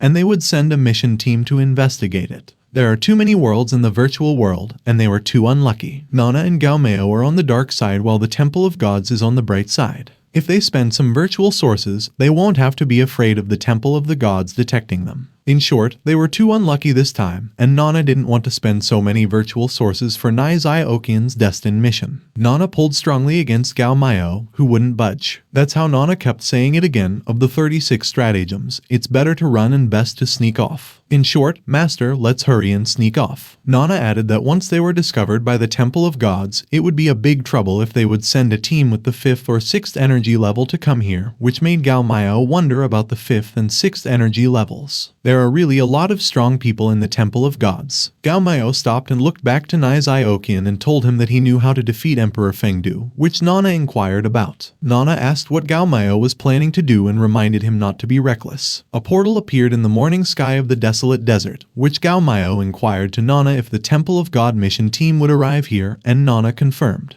Nana sighed that it spent a virtual source determining the location and time where they would arrive. In 6 hours, they would arrive here. Nana thought to itself that it didn't want to spend the virtual source, but since Gao Miao had to know the specific time and place of their arrival, it was so wasteful. Gao Miao brought 1,000 trees into the desert, as it was worthwhile for him to use wood control. He then raised his hand to command with the name of the Bodhi Buddha tree. He continued to the tree people to take root in this bleak and boundless desert, and plunged into it. Afterwards, it transformed into an oasis full of vitality. Gao Miao grinned as these trees would serve his eyes and ears. He could come in contact with them immediately and decide on the next step. Nana still sad yet complied because when they arrived, Nana would use another virtual source to detect their specific mission and their actual situation. But deep down in Nana's teary thoughts, it knew they needed to know the enemy and yourself but could fight 100 battles with no danger of defeat. Gao Miao asked if the natives could not see Nana, how about the Temple of God mission team? Nana replied that they couldn't, even if they were a guide, unless their rank was above hers. Nana was ranked 10,085th out of the millions of guides, and the one about to arrive was not among the higher ranked guides. The portal in the sky appeared with a dragon seal on it. It burst onto the ground with a honeycomb barrier, while a blue pop-up screen showed that the Dragon Quest mission team had successfully entered the world and the virtual world creature protective screen was activated.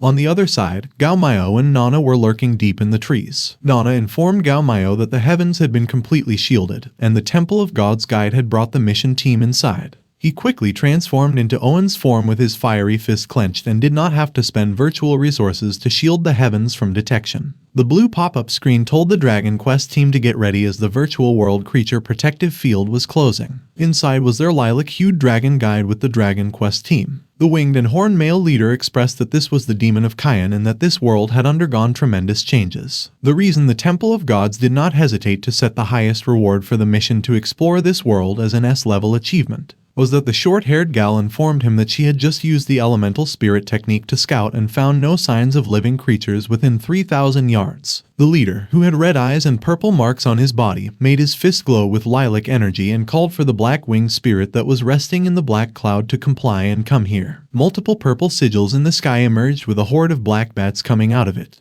The leader summoned them to be his eyes and see the changes of this world for him. As the horde of bats flew over the Dragon Quest team, its leader was pleased with the worth. He spent 10,000 points to redeem this Demon King fruit. Although its power was not as good as his own strength, this summoning technique was very practical. Gao Miao looked up and noticed the horde of bats. He wondered if that was some kind of summoning technique and was amazed that it could summon so many bats in an instant. He also felt threatened while in Owen's form and concluded that the guys who took the lead weren't easy, while Nana was busy on the pink pop-up screen detecting that the Temple of God's mission team was waiting for its progress. While this continued, Gao Miao decided to return to his dryad form because it was obvious that Owen's power didn't belong in this world. He was pleased to witness that the people who came were strong enough. The horned leader abruptly became aware of Gao Miao's presence. The rest of the Dragon Quest squad quickly moved in the direction of Gao Miao after realizing that someone had been observing them. Nana giddily informed Gao Miao that he had analyzed their information, while Gao Miao was impressed that the Dragon Quest team could detect those who were secretly observing them. They quickly descended from the tree, and Nana expressed that Gao Miao had been discovered, to which Gao Miao knew, but he was prepared and inquired as to what Nana had analyzed. Gao Miao reached the ground and surrounded them while Nana said that, according to the information that had been analyzed, their mission was to find out the source of the changes that had happened in this world.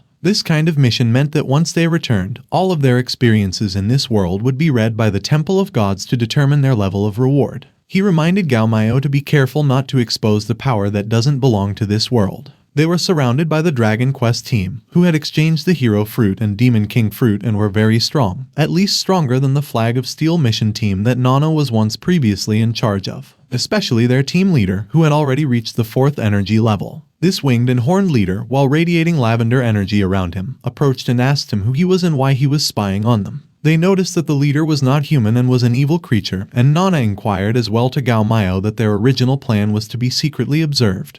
But now they were exposed, and he suggested they run away. Unfortunately, Gao Miao detested the idea of running. Gao Miao grinned as he energized and displayed his golden energy while he expressed that this dryad wizard was the strongest demon king on the ground, and running away after being discovered was such an embarrassment. He exclaimed that they would discuss it after the fight as a tremendous amount of golden energy burst, and part of the dragon squad chose to hold and block. Some of the trees and their branches were torn while the smoke dissipated, and Gao Miao lambasted them for asking who he was. He, the Great Dryad, should be the one asking them that question. Surrounded by his golden aura, Gao Miao continued by declaring that he was the owner of the Tree Governess Palace, the Bodhi Demon King, and that this place was his territory. He also threatened them, questioning how dare they intrude into his place. The horned leader wondered about the Bodhi Demon King as there was no such person recorded in the Temple of God. He inquired if Gao Miao was the Dryad Wizard from the Tree Governess Palace. Yet he wondered how that was possible, as it was recorded that the Dryad Wizard was only 800 to 900 years old, and the demon in front of him had such a strong presence. Gao Miao responded mockingly, saying that it seems like someone actually knew him but still dared to mess with him even though he knew who he was. Their sins just kept increasing. He then proceeded to activate his massive golden hand and condemn them to be locked inside the Tree Governess Palace to reflect on their sins for 30 years. However, he intended to skin them alive if he were not currently self-cultivating, as he had just swallowed down that Bodhi Buddha tree. The winged, horned leader made a purple sigil emerge while he smirked and replied that Gao Miao was a tiny little nobody and that he should know his place instead of acting all superior. Afterwards, a gigantic purple hand with dark pointy fingernails came out from the purple sigil. When the two forces met, like two palms facing each other, they created a ripple of energy around them. The winged, horned leader was left wondering as to how it managed to purify his demonic powers. The rest of the Dragon Quest team offered help, as they were ready for battle, and suggested casting the 4 forbidden elemental spells. Yet their leader brushed it off, stating that there was no reason for him to lose to such a person to the extent that he would need to use the 4 forbidden elemental spell combination. He instructed the 3 of them to stay at the side and support him with buffs to reduce his resistance towards his skills, to which they complied. The short-haired gal cast an advanced magic arts holy capel with her tall crystal scepter and chanted, "May everything return to its original place, O glorious light. Please turn into a protective cape." As a result, 2 baby angels flew to deliver a light translucent cape to their leader, who was pleased that he had the holy cape protecting him, making any of the light or purifying skills ineffective on him. Following that, the leader screamed and died as his massive purple hand exerted an electrifying force against Gao Miao's golden hand. Gao Miao, on the other hand, refused to budge when he retorted proudly that they weren't the only ones who knew how to cast spells. He, too, knew how. He then chanted, "And Ma Ni Jai Mai Hong," and slapped the hell out of him, which made his golden hand exhibit much blonde, flourishing energy against the purple hand. As a result, this disrupted their battlefield, creating ripples of energy with a resounding bang and tearing trees close to its proximity. This made the whole area covered in smoke with remnants of golden energy and purple electrifying light. When the smoke slowly cleared, the Dragon Quest team remained on high alert and continued to stand firm in the aftermath. The winged, horned leader squashed the remainder of the golden energy placed on his hand and expressed surprise that the little dryad had become so strong. He added that if he didn't use a little more of his strength, he might not have taken him down. On the other side, Gao Miao, with visible bruises and fiery spots on him, thought to himself that this guy was really strong, and it seemed like he had also hidden his true strength. He was pleased that he had qualified to be his test subject. Nana was worried and emerged quickly to Gao Miao to ask if he was going to continue because with his current identity he most likely wouldn't be able to defeat him. Gao Miao assured Nana that he would stop as he had already achieved his goal. Gao Miao grinned as he said to the leader that he didn't know there was such an expert like him in this world.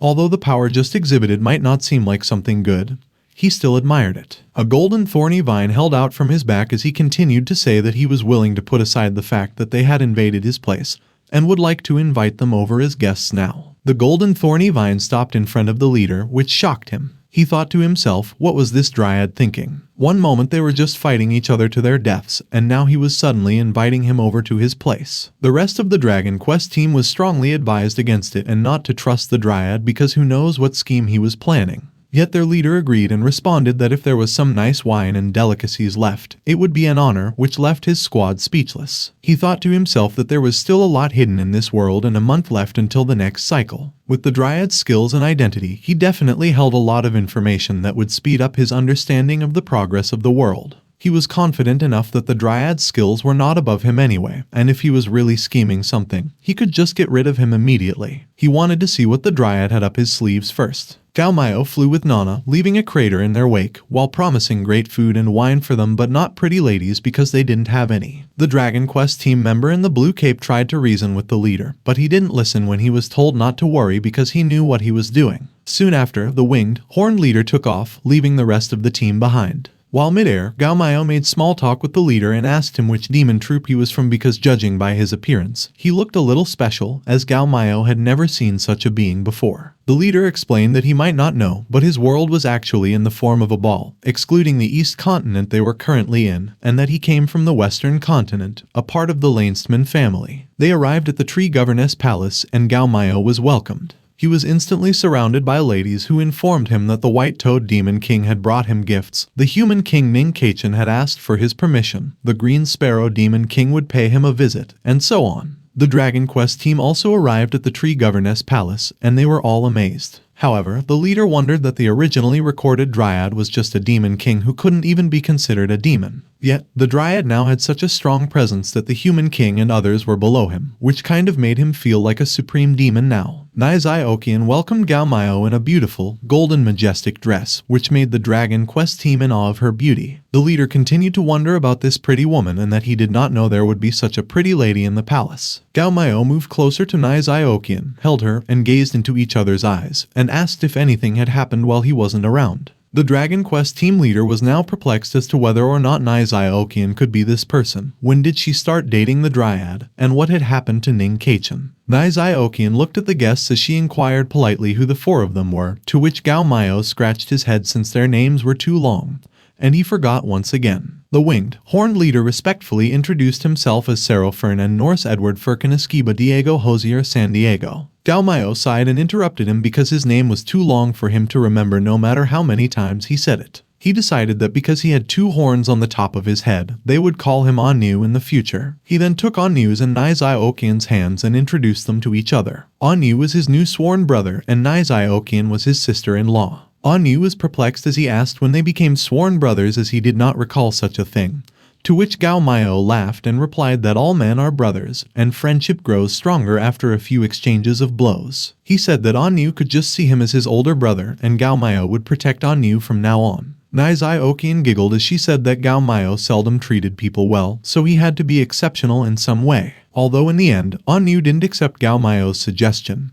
He still resides in the tree governess palace for the moment. It's only half a month left until the next reincarnation cycle begins, and most of the 3,000 devil bats have come back. A bat landed on Anu's arm, and they acted as his eyes and ears. From what he saw and heard, he knew enough to piece together lots of information. As expected, this world became odd because of the dryad. Nizai Okian, Yan Chixia, and Ning Sayachan's destinies had changed ever since they interacted and started following the dryad.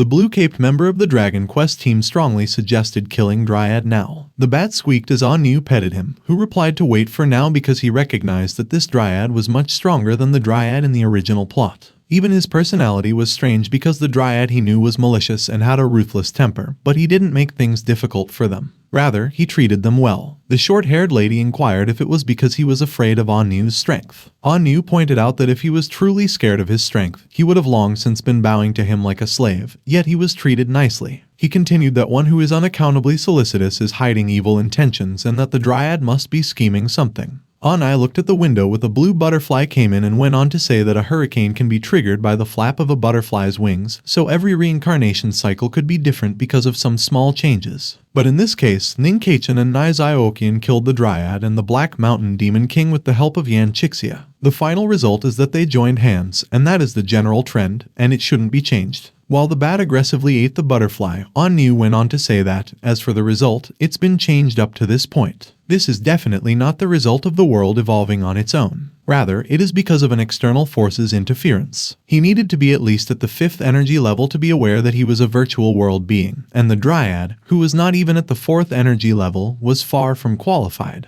Anu gestured his hand for the bat to take it back to his purple sigil while explaining that he believed that the Dryad was only a puppet of someone from behind the scenes. They were standing on the edge of the cliff in a windy place. Gao Miao asked Anu if he had decided whether he wanted to join this brother's tree governess palace and conquer the world together with him. He replied politely to him that Sero is someone who belongs to the Western world and that he accidentally triggered an ultimate teleportation scroll left by his ancestors before ending up here, and thought to himself that the Dryad was quite calm and clearly plotting against him, but he still hasn't exposed anything. In fact, Sero came here today to decline the master's offer. Sero plans to leave the tree governess palace tomorrow morning because he must find a way back home. Even though he had to go through heaven and hell, he thought to himself inwardly that his remarks made him look agitated. Gao Miao was shocked that he was leaving so early. His thoughts went inward, and he realized that Sarah was just putting up with the Western continent and let him continue fabricating the story. Gao Miao responded to him, telling him not to worry about going home, and asked if he knew about that place. He then pointed his finger in that direction, and Anu asked where. Gao Miao said that the ghost world is located in the far west of the eastern continent, where there is a pitch-black hollow entrance underneath the cliff. Anu was pleased to gain knowledge about the ghost world in the far west that wasn't included in the strategy. Gao Miao explained that at the present time, the gods, humans, ghosts, and demons, the four ranks of living beings, have changed into Taoism, humans, ghosts, and demons. Now that he is the uncrowned emperor of the demon race and secretly controlling the human emperor, and the Taoist master, he only needed to kill the Emperor Fengdu of the ghost world, then he could conquer the world. The strength of the ghost Emperor Fengdu is not weaker than his in this world. He is on the same level as both of them. Gao Miao urged Anu to stay and help him. He claimed that if they killed Emperor Fengdu, he would bestow upon them the ghost world, and they would rule it together. He went on to say that he had no idea that the western continent existed and that the far west was so far away before Anu came. It could be seen that the two places are separated by millions upon millions of miles. Gao Miao was still trying to persuade Anu that it was better for him to stay in the eastern continent and become the master of the ghost world. Gao Miao persisted in convincing him that if he became the master of the ghost world, it would be easier for him to find his way to the western continent with the help of Gao Miao and the rest of the world. Anu thought to himself that Emperor Fengdu is also a character that was not mentioned in the strategy. He wondered if he could be the butterfly who had changed the world's general trend, but he was unable to decide at the moment. He then responded to him and gave him time to consider. Shortly after, Sero bid his goodbye first and took off, while Nana came out and called Gao Miao. As visible steam could be seen coming from Nana, he was furious at Gao Miao and questioned how he could have spoken in such a direct manner about his plans to kill Emperor Fengdu. Nana continued by saying that if he wanted to learn the origin of the changes in this world, he should at the very least pit them against one another to allay their concerns about him. Then, he should pit them again to pin the blame on Emperor Fengdu's head and let them fight it out. Gao Miao responded to Nana, frequently referred to as Fatsi, to refrain from thinking excessively because doing so would cause her to become narrow-minded and misguided. If Nana thought about the scheming and intrigues all day long, the correct path was to focus on improving strength properly. Suddenly, Gao Miao realized that he was subtly berated by Nana by teaching him how to do things, to which Nana quivered in fear. Nana appeared to be sweet and composed as she said that she thought the master had not taken any action this time, so she knew that the master must have previously planned something. That's why Nana had made a rational estimate as to what the master would do. Nana kept up his cute act and winked as she continued, saying that although Gao Miao is a man of great wisdom, he frequently comes across as slow-witted and could adapt to any changes by staying the same. As was to be expected, Nana's little head was unable to figure out what the master was thinking. Gao Miao patted Nana's head after agreeing, despite Nana's vehement protests, that he shouldn't because otherwise, Nana wouldn't be able to grow taller. They walked afterwards, where Nana asked if the master had really decided not to do anything since Gao Miao had done so many things in this world. The Temple of God's mission teams would suspect him first compared to Emperor Fengdu. Nana feels that Anu and his team would first kill Gao Miao. Gao Miao confidently retorted that it was unlikely because Anu is smart and smart people tend to overthink things. Additionally, their mission was to investigate the reasons behind the changes in the world, and if they wanted better rewards, they had to conduct as much exploration as they could. He would have suspected him if he didn't know about the existence of Emperor Fengdu, but now that he did, he would have no interest in him. Nana agreed to Gao Miao's explanation as it made sense. Gao Miao smirked while he continued that for Anu, since he wanted to know more about Emperor Fengdu, who else would be a more suitable tool other than him who knows everything? They stood in front of the Ghost Gate's entrance, surrounded by an electrified dark cloud with bluish blazing light everywhere, as someone questioned whether this was the Ghost Gate, and the Nether Ghost world was inside. Suspicious, Anu asked the Dryad why he hadn't sought the help of Yan Chixia and Ning Kaichen to deal with a powerful person like Emperor Fengdu, believing that because Yan Chixia and Ning Kaichen were sons of luck, they would be less in danger if they were with them. With Nizai Okian by his side and Nana on his shoulder, Gao Miao responded that because they were now a human emperor and a Taoist master, they were not suitable to deal with the ghost world. He then thought in his mind that he had originally intended for them to be unable to flee immediately once Sai Okian obtained the Heaven Soul. Gao Miao added that if they all contributed, Anu would find it impossible to be the master of the ghost world. However, Anu ignored him and looked up stiffly. His member communicated with him telepathically via transmission magic, telling Anu that they were experiencing an extremely frightening elemental fluctuation from within the door, which was considerably more powerful than Anu's elemental fluctuation. They resumed their debate, with the short-haired lady in a pink cape warily pointing out that the Dryad hadn't even gone all out when faced with such a powerful enemy. The other member also revealed that, with the exception of Emperor Fengdu, everything else the Dryad had told them was false and that he had other plans for them, as An Yu listened intently. Gao Miao, on the other hand, looked at them and wondered what they were mumbling about and whether or not they were aware of his plan, to which Nizai Okian replied that there appeared to be an abnormal wave in the air, but it wasn't a demon art or Taoism, and she assumed they were secretly communicating about something with their otherworldly magic. Nana sighed, recalling how she had previously advised her master not to be direct, suggesting that anyone who didn't realize something was suspicious must be idiots. Gao Miao inquired as to what the case was. If he was concerned, he could summon them because the more people they had, the stronger they would be.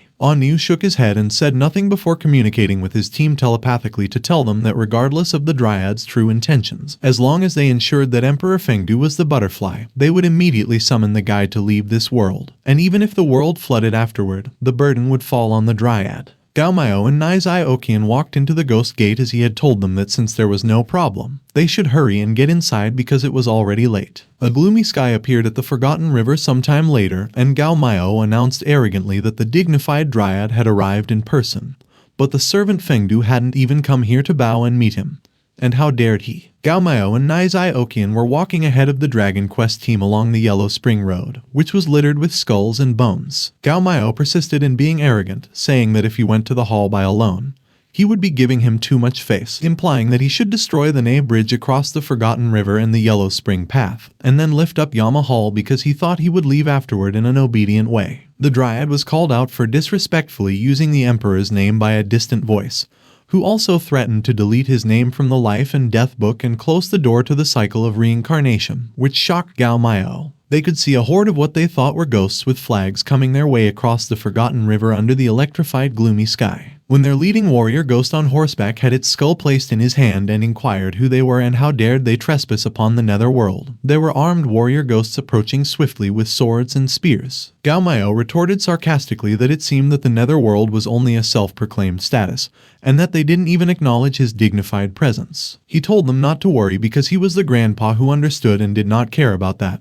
But they must pay close attention to this guy's name, for he was sworn brother An Yu who had come there that day to kill Fengdu and become the master of their ghost world, and suggested they pay their respects to him, to which An Yu believed that the Dryad was attempting to shift their attention to him. The leading warrior ghost on horseback, with its skull placed in his hand, yelled, "How dare he!" Meanwhile, Nizai Okian grinned as she stood by Gao Miao's side, who was cheering for An Yu and told him that day was the day for him to show his power, and that she wouldn't help him. But An Yu was slightly annoyed and just closed his eyes. While his team members went against the horde of armed ghost warriors, An Yu commanded his team not to offend the Dryad right away, not to use all of their power and save strength, and to try to cause some trouble for the Dryad. The team member in a blue cape agreed as he swung his sword against the leading warrior ghost whose skull was still in his hands with a trident-like spear, resulting in a loud, resounding metallic sound. While another member activated his Earth Spirit Guard, a massive golden barrier formed, causing their bones to scatter and dismember the ghosts when they tried to come near it. And the short-haired girl flew up and unleashed her meteor rain,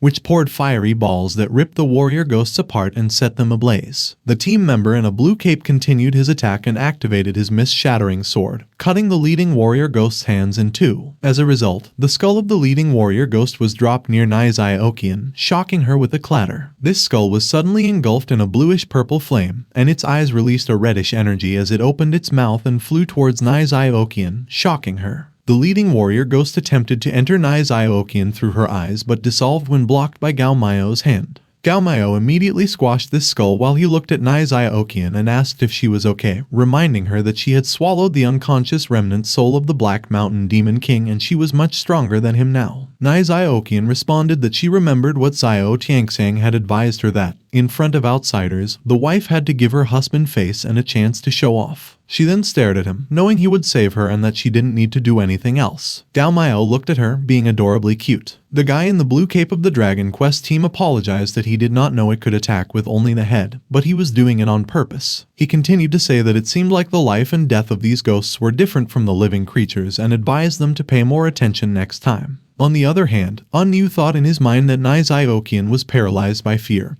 and wondered why the Dryad had brought her along when they were about to face such a powerful enemy like Emperor Fengdu. Suddenly, massive boulders of rocks poured and a voice emerged as it chanted about them rolling around the forgotten river that flowed eastward, seeking out the exhausted man of untrammeled spirit, which surprised Anu. A handsome man appeared who came from the tower gate, smiled as he remembered how long it had been since someone had visited the Nether, 3,000 or 5,000 years maybe. The tower gate resided on a floating rock formation. He continued to add that he should have cleaned the place first before welcoming guests from afar, and he should have also been happy that they came all the way here, but he wasn't. Unfortunately, the guest caused harm to his people from the moment they arrived, and it seemed that they had evil intentions during their visit, he added. Gao Miao responded to what he thought was Fengdu that he was astonished. He appeared so quickly, then he thought in his mind that he was a lot different than what he expected. He was way gentler than his step-grandson-in-law, and Nana thought he was kind of cool. He went on to say that he thought it would take him washing the entire location with blood for him to show himself, as Nizai slowly walked away, sensing her soul nearby. Nana cheered her master on that he was capable of doing so, while Gao Miao corroborated the allegations that he was correct and that they did not come with good intentions. He then noted that Nizai had already made her move, as if she knew where her soul was already. Gao Miao activated his power as he brought forth the 1,000-year-old tree, saying that they were there to take his head and overtake his place, and that his brother, Anu, would sit in his throne as he thought in his mind that all he needed to do was make sure Nizai had enough time. He yelled fiercely for Fengdu, claiming that the great Dryad wizard would rise above him, as he released 5 golden fruits containing embedded words. Emperor Fengdu noticed the female guest who silently left a familiar scent and pondered if she was one of his previous guests from thousands of years ago. Gao Miao directed his attack, the Ring of the 5 Aggregates, to Emperor Fengdu, adding that he would love to reminisce about the past with her. However, there was no need to rush since he shall first greet the guest in front of him because he had been there for 1,000 years. Just a little more was no big deal for him, and he could wait. Emperor Fengdu released his counterattack as his weapon flew, and he responded that to have someone transcend from the falsehood of the 5 aggregates, awaken an absolute empty void, and put down the Buddha's Dharma when he was clearly a demon when he was on the brink of death the other time. Yet now he has awakened as a Buddha tree. It seemed like there had been a lot more going on in the world in the past few thousand years. His weapon was an open book, and he chanted that life and death were boundless, and heavens and beings on earth should remain separate forever, and the Ring of 5 Aggregates was swallowed up by the book as if it were nothing. After that, it closed the book, and Emperor Fengdu mockingly stated that he was extremely interested in this skill, so he would keep it and check into it when he was bored. Gao Miao replied that in order for his Ring of 5 Aggregates to be placed inside, he had to be capable. He flew up, ready to fire another attack, and as he yelled at him to take this, his forehead lit up with a golden beacon of light. On the other hand, the short-haired lady of the Dragon Quest team told Anu that Emperor Fengdu seemed to have been asleep for many years and didn't seem to be curious about what had been going on in recent years, and seemed unaware of who the Dryad was, and the guy in the blue cape added that Nizai secretly left as well. Anu nodded, expecting the Dryad to keep something from them. He went on to say that while he didn't care much about them, the feeling of being used by someone made him uneasy, which is why he had Xin Zhao follow Nizai regardless of what they were secretly plotting behind their backs. He wouldn't allow things to go their way. Anu watched them fighting in the distance. He told them that while the Temple of Gods would go through their memories to retrieve the butterfly, they should just stay there silently watching the battle between the Dryad and Emperor Fengdu to gather as much information as possible while the Dryad's attack was being blocked again by Emperor Fengdu's book. When Emperor Fengdu raised his finger, an intense purple beacon of light was released. When the Dryad's golden light struck the book, it was engulfed by striking purple hues. Shortly later, the Dryad's golden light shot out from the book, startling him. Gao Miao flew away from the attack, claiming that Emperor Fengdu was strong. However, something was wrong with his skills, even though he was stronger than the Black Mountain Demon King. He shouldn't be so strong that Owen would react that way. Meanwhile, his golden beacon light followed him so closely that it even struck the mountain it passed through. Gao Miao summoned Anu, reminding him that he had wanted to retrieve his soul to refine his mortal soul, as well as to use his head as his toilet bowl. He asked why Anu hadn't done anything, while thinking in his head that Owen's danger warning had never been wrong and he needed to drag Anu into the fight. The Dragon Quest members were all taken aback by how quickly the Dryad was approaching them, leaving them no choice but to block the attack. Meanwhile, someone ran down the Forgotten River. It was Niziokian. She arrived at an entryway that was blocked by a red sigil. Then a cute dog appeared at the gate, explaining that his name was One Eye and that he was Master Sero's contracted beast, but he was usually referred to as Senjiao. Senjiao went on to say that his Master Sero had ordered him to stop her, and that she was no match for him, so she should be a good girl and surrender. Niziokian, on the other hand, delicately pointed out that he was just a little guy. Senjiao, who had transformed into a three-headed beast with a fire on each of his forehead, wondered who the little guy she was talking about was, now that he was One Eye from the underworlds, the protector of the Hellgate's entrance gate, the flammable triple-headed dog.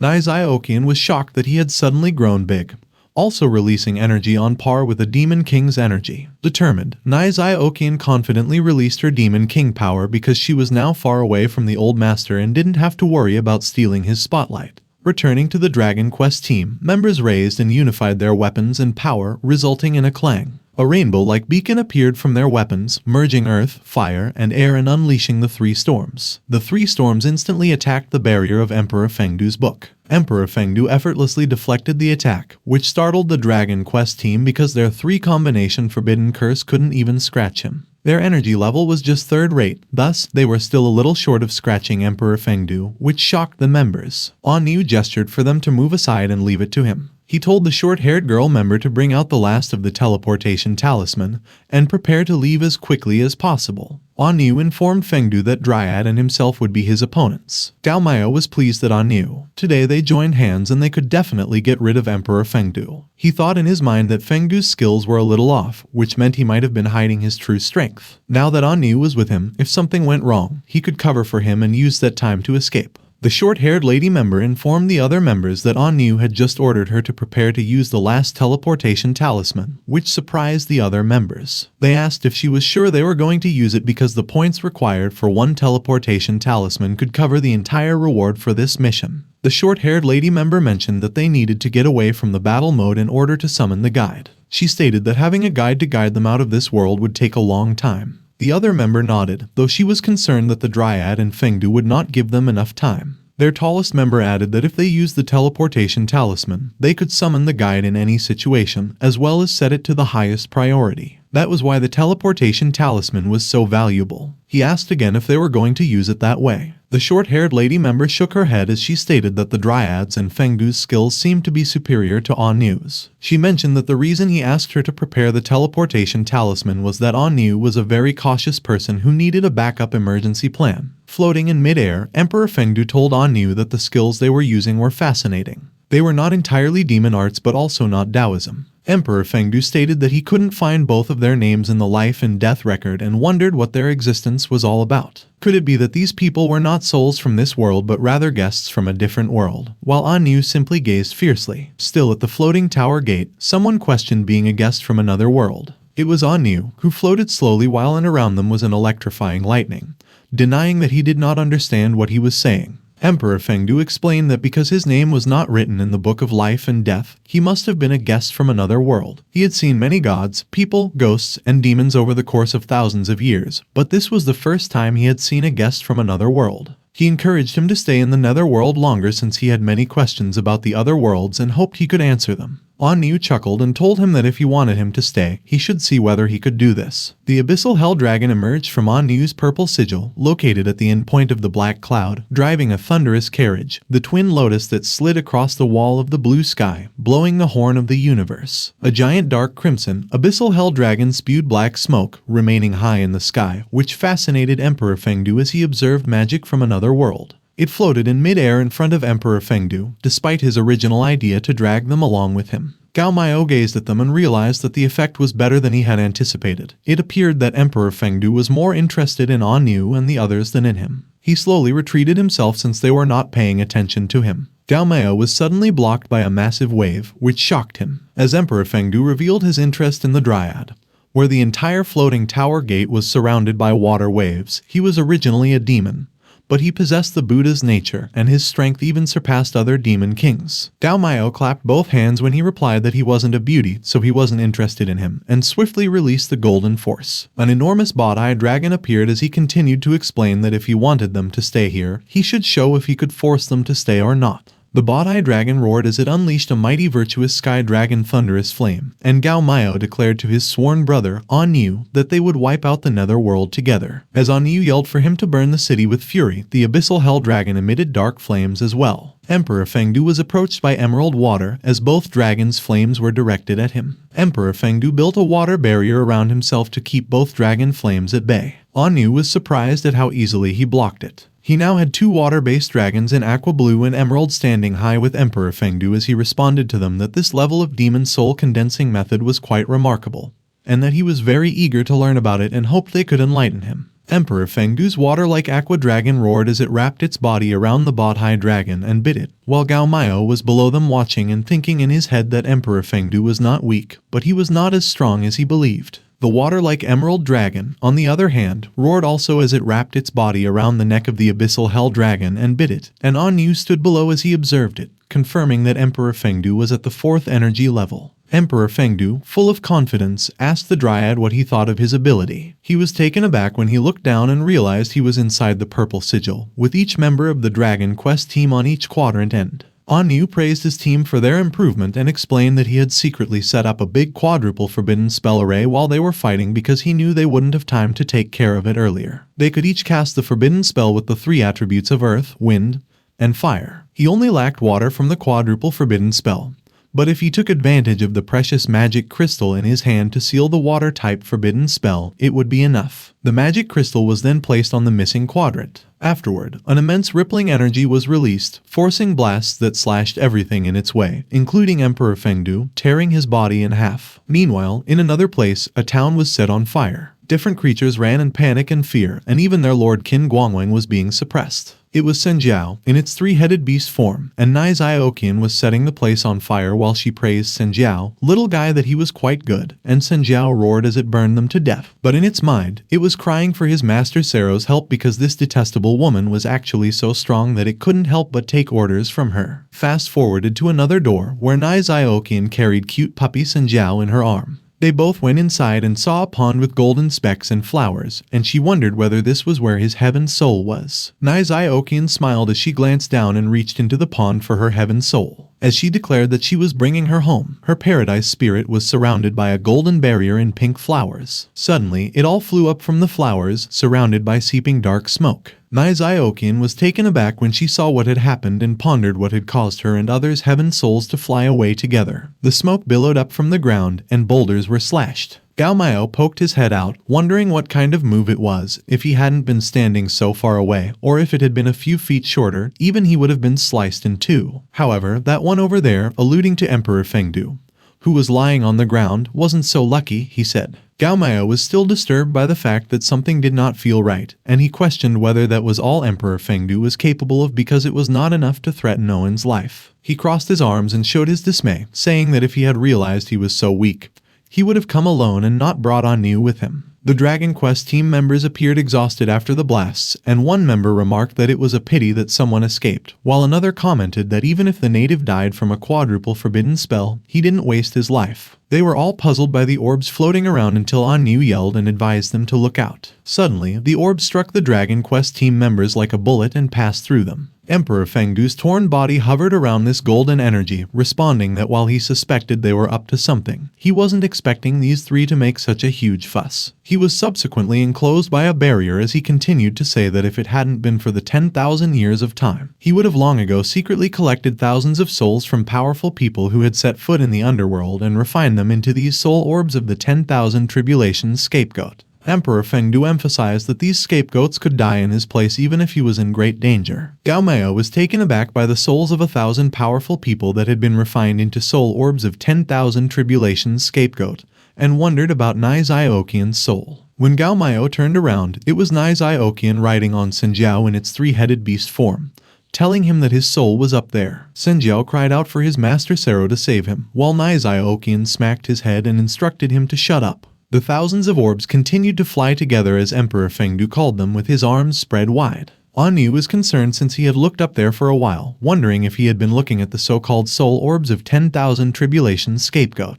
Emperor Fengdu was enraged as he exclaimed that his patience was running out in 10 seconds. He boasted about crushing them all in 10 seconds. When several orbs flew by, he began counting 1. A golden phoenix from the orb appeared and attacked Anu, which he blocked with his purple sigil. He then asked the Dryad for an explanation of what had happened to Senjiao, but first advised him to get rid of Emperor Fengdu. 2. Senjiao was struck by the twin purple lightning wave, a technique familiar to Nizai Okian, the electric python demon king. The golden phoenix was wrapped by the Dryad's golden long-stemmed thorny vine and responded mockingly that there were already thousands of them and wondered if they deserved to be known as powerful people. While Nizai Okian warned him to be careful and alerted him that those soul orbs of 10,000 tribulations scapegoat contained the souls of 1,000 powerful people, and he seemed to be able to take advantage and use their techniques. 3. Someone child once remarked that fierce beasts always walked alone, and those that appeared in groups were known as cattle and sheep, as the golden phoenix was being crushed. It was Anu who stated that even though this man was a nobody, what he said made perfect sense while he was attacking another soul. 4. A fiery explosion erupted from the cute puppy Senjiao as it barked at them and informed them how dare they fight him when they only had 2 heads, so they deserved to lose. Gao Miao felt delighted when he asked Emperor Fengdu if that was all he could do and requested to show him everything he had. 5. Emperor Fengdu only stared at them. A buzzing could be heard from the 1,000 orbs connected and floating in the sky. 6. Gao Miao was concerned about the 10,000 souls who had different talents, powers, and races, and how Emperor Fengdu had managed to bring them all together without the danger of their powers conflicting. 3 cattle and sheep were nothing, but when there were 10,000 of them, his eyes flooded with terror. 7. He said fuck as the 10,000 powers combining meteorites of 10,000 tribulations burst a phantom cold flame of electrifying thunder. Nizai Okian attempted to launch a counterattack. 8. The phantom cold flame struck Nizai Okian, and blood spewed from her. 9. Anu experienced the same thing. Meanwhile, Gao Miao attempted to create a barrier with his thorny vine and remarked that 10,000 useless pieces of trash put together would still be trash as he fought to grab a grasp of the attacked,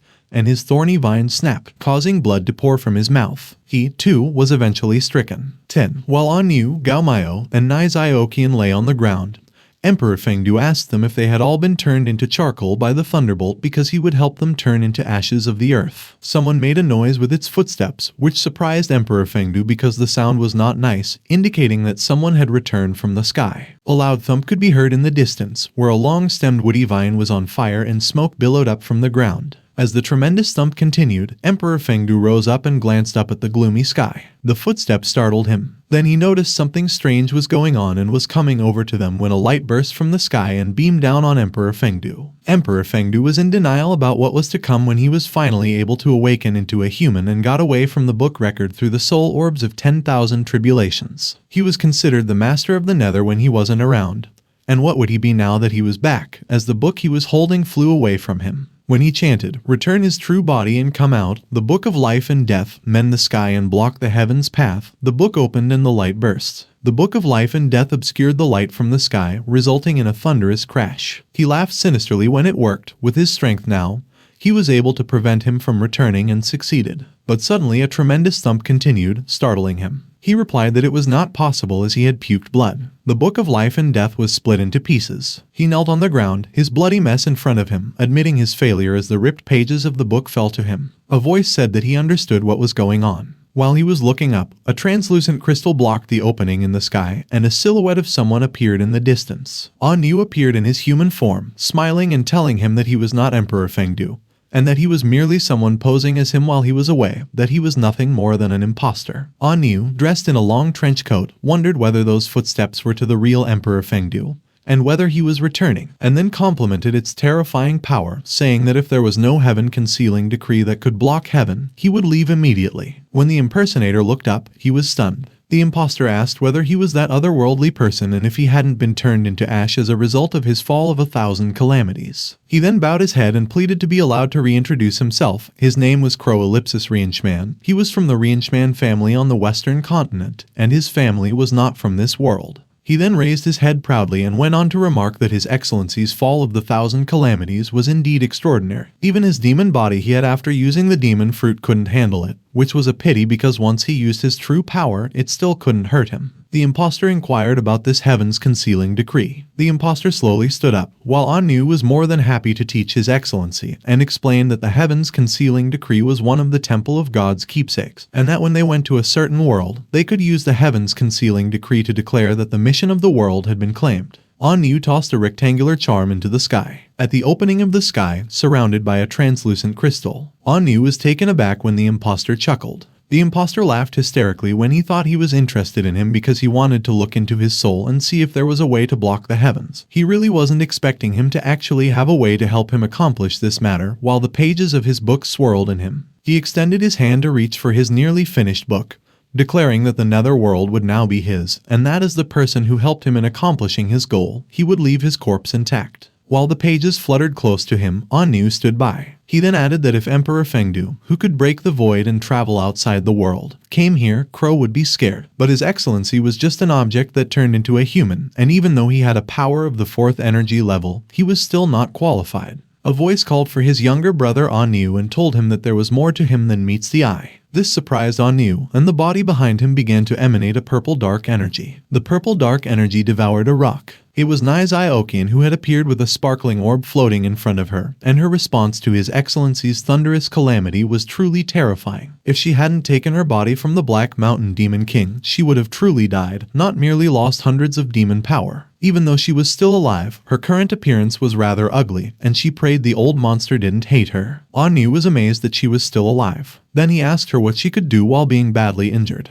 Anu explained that currently 3 of his subordinates were dead, and he needed people who would serve and dress him. With her current strength, it was enough to qualify. He asked Nizai Okian if she wanted to join his Rienchman family and serve him. He could bring her to thousands of worlds. Nizai Okian replied that after a closer look, Anu was still handsome even though he looked a little weird, and he seemed to be a powerful person. He indeed had what it took to make a girl adore him. But her husband was really petty, and since he said something like that, he would have killed his family. Nizai Okian went on to say that when he became angry, even she couldn't help him. All she could do was pray to the gods and Buddhas to protect him, which shocked him. An emerald stone landed on wood when Gao Miao called for Nana but referred to it as Fatsy. When Owen's character appeared on the pink pop-out screen while Nana was trying to escape from a round fruit, Nana advised her master that he had already prepared for him to transform. Gao Miao told Anu that he thought of him as his brother, that he had just died not long before, and that he wanted to take away his sister-in-law from his grave, which surprised both Anu and Emperor Fengdu. Gao Miao made a blazing entrance with Nana by his side and emerged in Owen's character as he proceeded to ask whether he was forcing him to kill his own family. Anu, in human form, asked whether he was the Dryad and how he became that way. Gao Miao approached them when Anu realized that his power was not from this world, that there were no members of the Temple of Gods who had taken the task of investigating this world before him, and that he was also not part of the Temple of Gods mission team.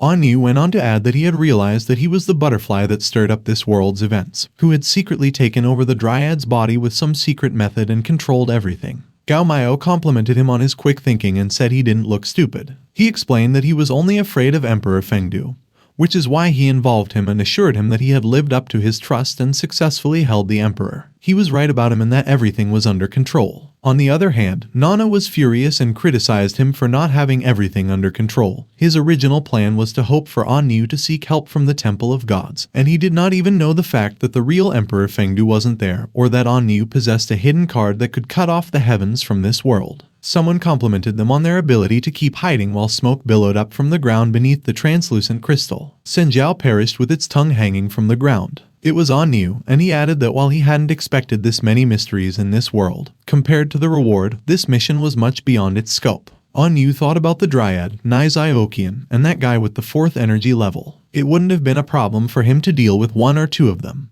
but if all 3 of them joined hands, it would have been difficult even for him. They were not, however, a monolith, which gave him an opportunity to turn his position. The impostor glanced on the side. Nizai Okian cured herself with the bottle in her hand, saying that it was a good thing she had the wood spirit essence, otherwise, her looks would have been damaged. She then advised her old monster to join hands, despite the fact that the wood spirit essence couldn't replenish her vitality. Nizai Okian was taken aback when she saw a flaming force. Gao Miao's body was ablaze as he responded no need and moved past her. As the fire grew stronger on him, his hair grew longer, and Nana prayed that Anu and the others would be okay since her master was going to use his real strength. While facing both of them, Gao Miao's entire presence was a flaming force to be reckoned with. He gestured with his finger for both of them to come together. The imposter was shocked when Gao Miao wanted to deal with both of them at once. On Yu referred to him as a butterfly and responded that, while he admitted to underestimating him, he didn't realize he was innately full of magical power and had perfected 6 of the 12 magical attributes, as well as being regarded as the Rianshman family's top genius in 1,000 years. Gao Miao jumped to his feet and took off sprinting. When Gao Miao and his hot fists were pointed at On Yu, he was completely taken aback. Gao Miao interrupted his nonsense since he didn't care about how strong he was in his territory, and his flaming fist struck his body. While On Yu spat blood from his mouth and eyes, Gao Miao stated that because he stood on this piece of land, it had become his territory. As a result, On Yu flew so far back that he crashed on the rocks, while Gao Miao stated that he had the final say in this place. As On Yu lay on the ground, blood dripped down his face, and he was still stunned by the onslaught.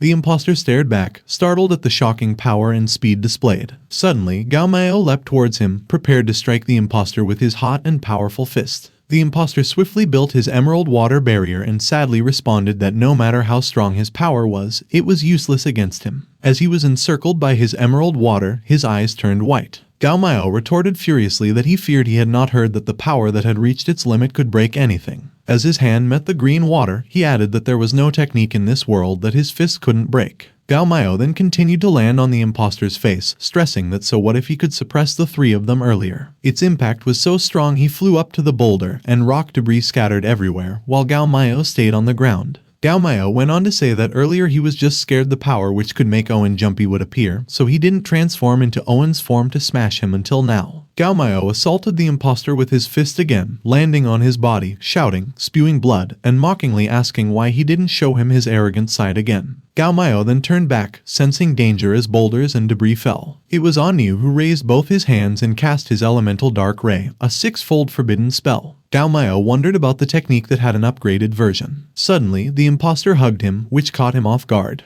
He was told he couldn't run as pages fluttered around him by the imposter, who had a wicked smile on his face. Eventually, the imposter encased his entire body in a cocoon-like structure. When asked angrily who the fuck was going to run, Gao Miao burst into a blaze of flames, yelled, tore the pages to pieces, and responded. The imposter was in disbelief as to how this was possible given that he was not of this world. But even with the power of the Book of Life and Death, he could not pin him down, and also he was actually crazy. Gao Miao prepared his fist to get closer to On Yu as he continued casting his magic. He screamed for the barrier to break as his fists hit it. Gao Miao was shocked when he realized it was a little hard. When his eyes glistened, he continuously struck the spell's barrier in an attempt to break it. He persisted in continuously punching the barrier until it cracked so severely that pieces of it came off. Then his punch successfully broke the barrier. This made On Yu's jaws drop that he actually broke the 6-fold forbidden spell with his bare hands and wondered if he was a human-formed dragon. Gao Miao stamped On Yu's face using his feet and berated him for wanting to take Nizai Okian away with his weak power. As a result, On Yu crashed into a boulder and left a crater because of it. On the other hand, the imposter gazed at Gao Miao and was amazed that this person was simply invincible. It seemed like he had a little bit of the real Emperor Fengdu's shadow. Gao Miao quickly retaliated against the imposter, jumping on him and saying that he became arrogant since he could rely on the sacrifice of 1,000 heavenly souls. As he continued, he punched the imposter with his fist, asking if he wanted him to be killed 1,001 times. Due to the impact, his surge passed through the boulders. Then Gao Miao landed down on the ground. On Yu and the imposter were both lying on the ground, bruised and severely beaten. Gao Miao pondered whether they were all dead at the same time. Gao Miao felt great. The imposter with a severely beaten face lay on the ground. Gao Miao was ecstatic, saying it felt so great since it had been so long since he had used Owen's full power to fight. Niziokian's eyes widened when she was called the old monster, and Gao Miao surprised her as he looked back. She then smiled, realizing that he was so strong. Gao Miao boasted that the Black Mountain Demon King would have been beaten to dust if she hadn't needed the body the last time. Nana congratulated her master on his victory, commenting that he had been invincible. Gao Miao asked Nizai Okian if she had found her heaven soul. While she was looking up, Nizai Okian pointed at the sky, stating she had found it and it was there. Gao Miao cast his golden light in order to obtain her heaven soul. He asked if this one was it as he extended his hand, hoping to find it. Suddenly, the heaven soul slowly vanished, as did Nizai Okian. Gao Miao pinched Nana's cheek and angrily questioned him about what had happened and where Nizai Okian was. Nana sobbed and begged her master not to worry while pleading with him not to pinch so hard. Nana, with a bruised cheek, explained that Nizai Okian had vanished because she had completed her destined mission and had been automatically sent out of this world. The pink pop-out screen emerged, congratulating him for finishing the Three Souls fusion mission, getting back Nizai Okian's Heaven Soul, and successfully changing her destiny. As a reward, he could bring Nizai Okian out of the Demon of Kayan world. They assumed she was at the Crystal Palace at that very moment. Gao Miao urged Nana to hurry home quickly, which Nana was excited to do so when Anu unexpectedly moved. While still lying on the ground, Anu's body trembled. Gao Miao looked back and realized that Anu was not dead yet. Then, as he approached him, he confessed that he had purposefully beaten the scholar to death because he had been afraid that he would try to substitute him with Nizai Okian's Heaven Soul. Yet he showed no mercy and said that Anu had a strong body. In response, Anu said that he was the first person who had surpassed him in both strength and resourcefulness and that he wished to know his name. Anu demanded to know his name. Meanwhile, Nana firmly cautioned her master not to tell him since he might have been able to report to the Temple of Gods. Anu was told by Gao Miao that although he really did like him as a person, he had to kill him since he knew too much about him. Gao Miao whispered in Anu's ear he could have told him his name before he died and remembered his name was Zhuge Wolong. Anu grinned despite the blood dripping from his face. He laughed that Zhuge Wolong had fallen into his trap. Anu cast a spell from which a golden treasure with writing on it emerged. However, he was puzzled as to why it was still there and how the Great Moving Order had failed. Nana cheekily spent a virtual source to cover up this world's signal. Whatever order he used wouldn't be passed on to the guide, so it was used to prevent Anu from sending information. But he didn't expect him to have a treasure like the Great Moving Order. Gao Miao retaliated by holding Anu's head while blaming his older brother for tricking him first. Anu's face, which was still bleeding, was pushed to the ground. A few moments later, Nana spent a virtual source to create an illusion in which the Warrior Battle Evil Dragon mission team was eliminated by the Emperor Fengdu and sent them to the guy. Then their mission in this world would be completed while Gao Miao looked at the golden treasure that was one-time use only and such a pity they couldn't use it anymore. Gao Miao inquired as to why it hadn't done this in the previous world, which startled Nana. He then gave it some thought carefully. If it had done so last time,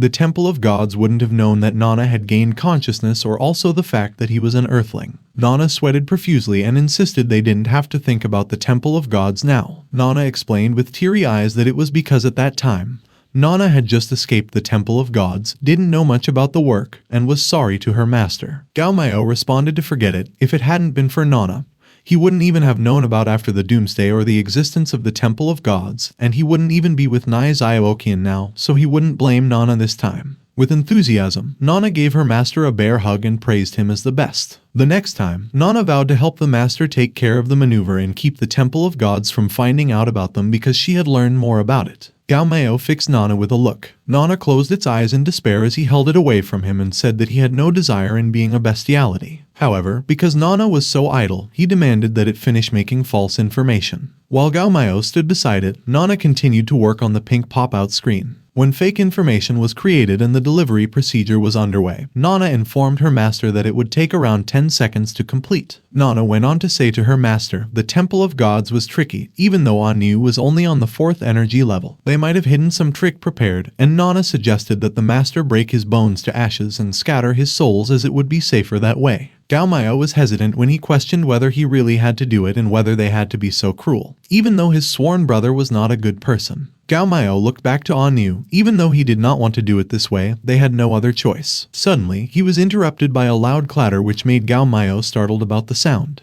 Gao Miao was surprised and in disbelief as the translucent crystal broke, anxiously urging Nana to use his traverse ability right away. Nana stipulated to her master to wait 3 seconds and said that the fake information had not yet been successfully delivered, and that if it were delivered now, they would be exposed. Out of the sky came a massive dark purple eye. They began to count 3. Nana kept working as Gao Miao furiously commanded her to go quickly. Gao Miao began to sweat heavily because he believed that this was the real Emperor Fengdu. His ability was too terrifying. He was unable to move because of his glands, and if they were even a second late, they would definitely die. 2. A dark force was released from the massive dark purple eye. 1. Nana successfully delivered and activated the existence substitution ability, which Gao Miao heard while frighteningly looking up. The real Emperor Fengdu informed them that their bodies did not belong in this world as the dark energy impacted the ground. His eyes oozed smoke as he realized that even he couldn't touch it. Gao Miao smiled as he waved goodbye to Fengdu and said sayonara, and thought in his mind that it was a good thing they were on time while Nana stuck its tongue out and grinned that her master's existence substitution ability could instantly traverse them. It was different from the trash that the Temple of Gods used, which needed time to activate. He wouldn't have been able to hold them back. Gao Miao said it was frightening to think what would have happened if they had been a little late. While Nana raved of her master's existence substitution, it really was the beast, faster than the guide's teleport skill, to which Gao Miao responded that they had gained a lot this time, even though Owen's absolute power had been stronger than Dryad's. But the Dryad's functionality had been much better than Owen's. Nana replied that it had been too bad that it had been damaged. There had been only one seed and no power left, to which Gao Miao responded that what he had wanted had been the characteristic of the green Mongolian tree seed. They could always find another extraordinary ancient tree in the other worlds. Nana agreed that it made sense and told her master they would arrive at the new world soon. Nana would open the virtual space now, which Gao Miao insisted on calling the Crystal Palace, and wondered how Nizai Okian had been and if he had gotten used to living there. They had been surprised to find themselves in an enchanting and glittering woodland. Gao Miao, in his human form, questioned why the Crystal Palace's interior had changed to this state. Nana replied that the Crystal Palace had been a virtual space that could change its appearance based on the desires of its inhabitants, but Nana had not anticipated that a native like Nizai Okian would discover the palace's secret. Nizai Okian had been charming as she had hummed while swinging on a wooden vine fastened to a tree branch. When Gao Miao had looked up, she had left him speechless with her beauty. He had been observed by Nizai Okian. When the old monster had arrived, she had been delighted. Nizai Okian had still been unable to see Nana, but he had been perplexed by Gao Miao's appearance when he had waved at her. Fast forward, she had continued humming and explained that although she had been a bit scared when she had just arrived, once she had come to her senses, Nizai Okian had smiled as she had realized that this place had been really interesting. Nizai Okian had really liked the place. Gao Miao, swinging on a vine next to her, had smiled because he had been glad that she had liked it. Meanwhile, Nana had been leaning on the tree, waiting, and had gotten the information about the new world, wondering if her master had played enough and whether he had still been planning to go there. A few hours later, Nizai Okian dozed off while perched on the vine when Gao Miao inquired to Nana if they went to the new world, what would happen if they left Nizai Okian alone. Gao Miao said that if he couldn't stay with her, she would have felt extremely alone.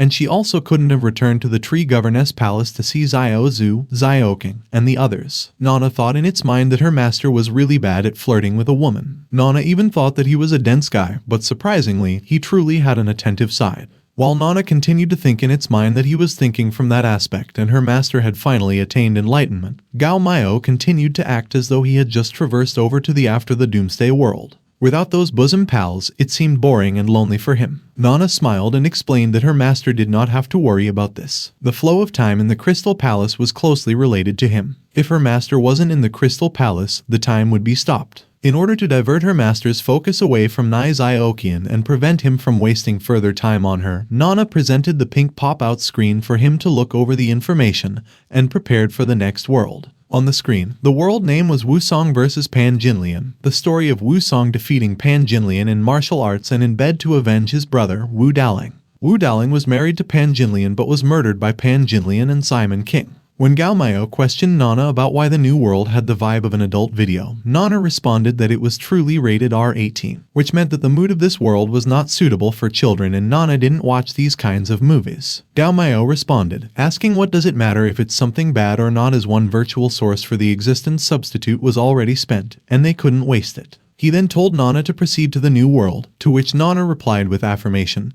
but mentioned that Nana remembered having something to tell. Last time, Nana only had one virtual source left, so Nana didn't tell the master that they could actually use one virtual source to get 3 existence stamps, and Gao Miao inquired about the purpose of that. Nana explained that the master's existence substitution works by occupying a native's existence stamp, but this kind of existence substitution was totally random. He could become a great demon like a dryad, substitute an anonymous cannon fodder, and also substitute into a pig was not impossible. Nana was sad when it thought in its mind, even though a virtual source was super valuable, if they could be reborn to a good family and get more resources, earning virtual sources by completing missions would be much easier. Nana continued to respond to her master. If Nana spent a virtual source and got 3 existence stamps, even though it was random, the master could pick one of the 3 to do the existence substitution. They could have the best possible start. Gao Miao inquired how many virtual sources they currently had, to which Nana gladly checked. On the pop-out screen, they only had 4 virtual sources left, which left Nana shocked as to why there were only 4 left when Nana had clearly used virtual sources cautiously. Nana flew around hysterically looking for virtual sources and then sobbed that there were so few left. While his palm was close to the pink screen, Gao Miao replied that virtual resources were similar to money. He added that it was never enough, let's not waste it on this, and trusted in his own luck before activating it by pressing.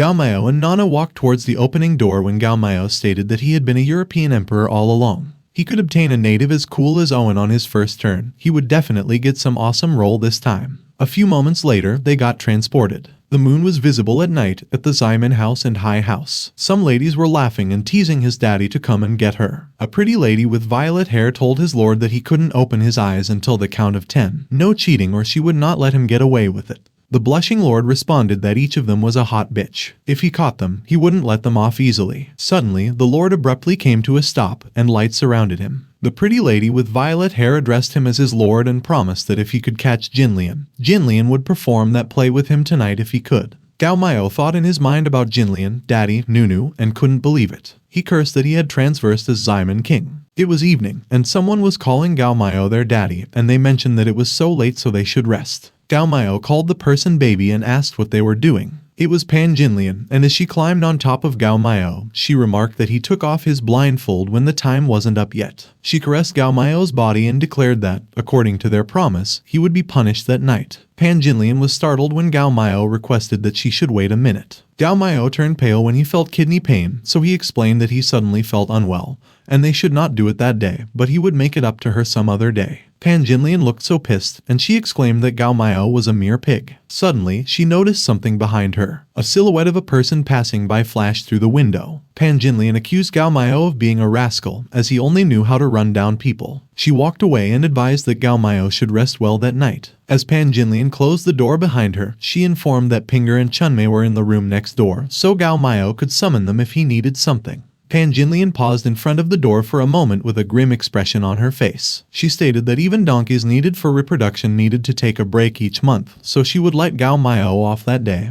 And coincidentally, there were quite a few dogs spying on his donkey, and she hadn't had the time to deal with them, so it was actually a good chance. Meanwhile, inside the room, Gao Miao let out a sigh, and he called Nana to come out. When Nana came out of him, Gao Miao instructed that she should show him the movie Wusong vs. Pan Jinlian, and he complained about his kidney again. Nana looked so happy while Gao Miao mentioned that since he learned that he substituted Ximen King, he needed to pay attention to the details about him, and he asked what happened to his kidney. A few moments later, as they watched the movie, Gao Miao commented that it was the first time he was watching an 18R movie with someone, and that someone was a little fat dragon, which feels a little weird. After some time, the candle in Gao Miao's room was about to melt completely. As they finished watching the movie, Nana remarked that it was so lewd, while Gao Miao noted that it was no wonder his kidney hurt so much because the brat Ximen King did it 9 times a day, so it was not surprising that he died on the bed. Nana mentioned that they can't completely blame Ximen King because he is the Sirius star's reincarnate after all, and Sirius was a natural peach blossom star, so it's normal to not be able to control himself. Gao Miao was intrigued when he heard about Sirius. He recalled how the training system in that world was quite special, as one communicates with the stars and constellations of the sky, swallows the star's brightness, and forms a star power in one's body. Gao Miao remembered that there even exists some group of humans who are reincarnations of constellations. Their bodies have contained star power since their birth, and that group of people does not train in a regular way because once they start their training, the training speed will be faster than a normal person's by 100,000 times, and their success rate is also higher. He indicated that Ximen King was a reincarnation of the Sirius star. Therefore, the demand for that aspect is very intense. Gao Miao also thought about Pan Jinlian, who was a saintess in training who's good at extracting and supplying in a mysterious religious sect called the Holy Lotus sect. And after she found out that Ximen King is a reincarnation of the Sirius star who hasn't started his training yet, she took the chance to get closer to him. Recalling a scene in the movie, Gao Miao thought about how Ximen King likes to steal other people's wives. Gao Miao recalled how Pan Jinlian thought of a scheme. She married Wu Daling first, and she used her married woman's identity to have an affair with Ximen King, as she wanted to extract all the Sirius star power inside him. Gao Miao thought of the poor Wu Daling, who did nothing and could only wear his green hat and die from the poison Pan Jinlian put inside his soup. Back in the present, Gao Miao's kidney was hurting again, so he remarked that it was ominous because somehow Ximen King was a reincarnation of the Sirius star, so he didn't understand how he could have kidney pain. Gao Miao looked pissed, and he exclaimed that it was absurd because if Pan Jinlian extracts more, that account will be useless. He stood up and declared that according to the story, after around half a year more, Wusong will learn about Wu Daling's death and attack Ximen King. But his body won't even hold on until then, so it looks like he will have to quickly deal with Pan Jinlian with Owen's power. Nana nervously responded that Gao Miao shouldn't and asked him if he forgot that, Other than Pan Jinlian, there were also a lot of beautiful women who were attracted by the Sirius star aura outside the high house. On the other hand, masked women were running on the roofs called Pan Jinlian and shouted that the Sirius star's reincarnation was found by their Heavenly Moon sect, Space Blossom sect, and Red Powder clan first. And they let it pass when Pan Jinlian relied on the Big Dipper's area, but she even dared to attack them at the moment. A golden lotus was summoned while Pan Jinlian asked the women if they knew why their sects were still not qualified sects after operating for all those years. The lotus petals attacked the women in an instant, and they were unable to react. It was Pan Jinlian who summoned and scattered those petals, and she looked so majestic as she floated in the air with the beautiful moon behind her. As the women collapsed on the roofs, she declared that it was because all of them were too naive because, between the strong ones, there is no first come, first served for the reincarnation of the Sirius star. Back in Gao Miao's quarters, he remembered something and mentioned that he thought there were 3 women from other sects who were greedy for his body. And in the original plot, those women briefly appeared at the scene when Ximon King was squeezed dry by Pan Jinlian. Gao Miao stated that one virtual source could only maintain Owen's form for 3 minutes, and those 3 sects' locations were far from each other, and they also had more people with them, so they wouldn't be able to clean them up in such a short time. So for the meantime, Pan Jinlian is his umbrella, and he has to keep her alive. Nana looked and amused by what Gao Miao remarked when she suddenly noticed something. She noticed something under the pillow, and as she called Gao Miao, she asked him to look at what it was. It was a book, and when they opened it, Gao Miao looked so astonished, while Nana's eyes twinkled in amazement. Gao Miao and Nana blushed when they opened the book, and Gao Miao stated that it was the legendary lewd pictorial he had heard about. His expression suddenly turned dark as he corrected himself and remarked that it was one of the strongest cultivation methods in that world, and, to be exact, it was the world's best flirting method. Gao Miao mentioned that in the original story, there's a book titled The Classic Peach Blossom Star that contains a cultivation method that only the reincarnation of a very greedy person, a very honest chaste, a person with extreme love luck, a very good-looking person, and so on, could learn, and those people are known as Peach Blossom Stars. He explained that once someone learned the skill from the book, they wouldn't gain a great amount of combat power. However, it would increase their attractiveness towards the opposite gender, and all they needed was to make eye contact once, and they would be head over heels for them. In the original story, the mysterious lewd pictorial was from the first half of the classic Peach Blossom Star that Ximon King received by chance. The young Ximon King stood in front of a homeless old man who indicated that he had a very special bone marrow, and his eyes were as wonderful as peach blossoms, so he could tell right away that he was a 1 in a million genius. And the old man showed him books and noted that there were a few lewd pictorial books there, and he would pass the job of saving all the beautiful ladies in the world to him. Gao Miao commented that, however, it was unfortunate that Ximon King only remarked that the book was a normal lewd pictorial, and even after getting killed by Pan Jinlian, he still never found out about the hidden secret of that book. He recounted that in the end, their main protagonist, Wu Song, found the book when he was seeking revenge for his brother, and the book fell into his hands when he pulled Ximon King out of his grave. Gao Miao indicated that Wu Song wasn't the reincarnation of a peach blossom star. However, he managed to touch the heart of Lai Shishi, the reincarnation of a person with extreme luck and love, so they cultivated together, and Wu Song managed to gain some of Lai Shishi's luck and love energy and successfully learned the classic peach blossom star method. He narrated that lastly, as the reincarnation of a person with very strong killing intent, Wu Song was able to borrow powers from them and also use the powers he gained from the classic Peach Blossom Star to successfully defeat Pan Jinlian in terms of strength as well as in bed, resulting in a happy ending. Gao Miao moved the book close to the candle, and he declared that it was a terrible story. The book was consumed by the flames coming from the candle, and Gao Miao asserted that the fact that there was a setting in which the classic Peach Blossom Star would appear only by burning the lewd pictorials with fire was seriously so dumb in his opinion. Both Gao Miao and Nana were in awe when a golden aura filled the room after he burned the book. Golden words suddenly appeared in front of them, and Gao Miao inquired if it was the world's best flirting method, the classic Peach Blossom Star. Gao Miao smiled and remarked that with the classic Peach Blossom Star, even if those witches wanted to suck his greedy energy, he wouldn't have to worry about throwing the helve after the hatchet. The morning came, and Gao Miao was still meditating on his bed. When Gao Miao opened his eyes, they were glowing, and Nana exclaimed that the Peach Blossom Eyes was a success as they were the mark to prove that he had successfully learned the classic Peach Blossom Star, and she congratulated him. Nana enthusiastically cheered on Gao Miao with her pom-poms and confetti. Looking at his palm, Gao Miao remarked that there was only one petal mark, so he was only done with the first section of the classic Peach Blossom Star, and there's a total of 3 sections in the first half of the book, so it was still too early to congratulate him. And he noted that, as expected of Ximon King, king, the reincarnation of the star of a greedy wolf. His body was naturally rich in the energy of greed, resulting in his cultivation process being a lot faster than the average human being.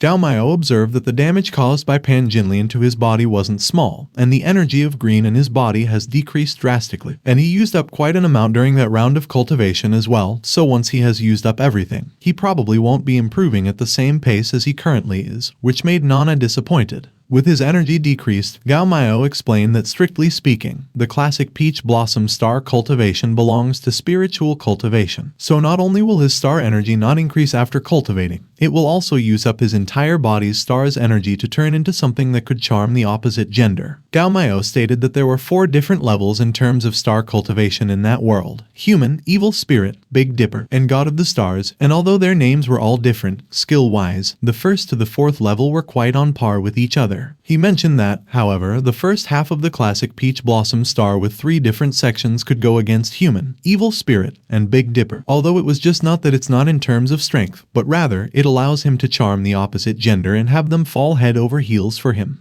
Gao Miao remarked that he was only done cultivating the first section, so he could only completely win over the girls at the human level, but still, at least that was more than enough to protect himself for the time being. Suddenly, Gao Miao and Nana were startled when they heard a loud thump. 2 ladies stood in front of Gao Miao's door, asked him if he was awake yet, and indicated that his servants were there to attend to him. The green-haired lady whispered as she asked the pink-haired one if she was sure that she sensed a rush of spiritual energy earlier, and the pink-haired lady whispered back as she indicated that it was only for a moment when she felt that rush of spiritual energy, so she can't say for sure. However, it would be best to take precautions rather than being careless. The pink-haired lady pointed out that Pan Jinlian clearly gave them the order to not let Gao Miao get a hold of the star and spiritual energy cultivation methods, or else everything she was preparing for would be ruined, and it was not something the 2 of them could take responsibility for if things went wrong. So the green-haired lady opened the door and announced that Gao Miao's servants would be entering. Inside, Nana whispered to Gao Miao and informed that it was Pan Jinlian's maids, Lai Pinger and Pang Chunmei. Gao Miao noted that when he was done cultivating the peach blossom eyes earlier, he wasn't used to the spiritual energy yet, so he accidentally leaked it a little for a very short while, and those 2 were resting in the room next door, so he wondered if it could be that they sensed something.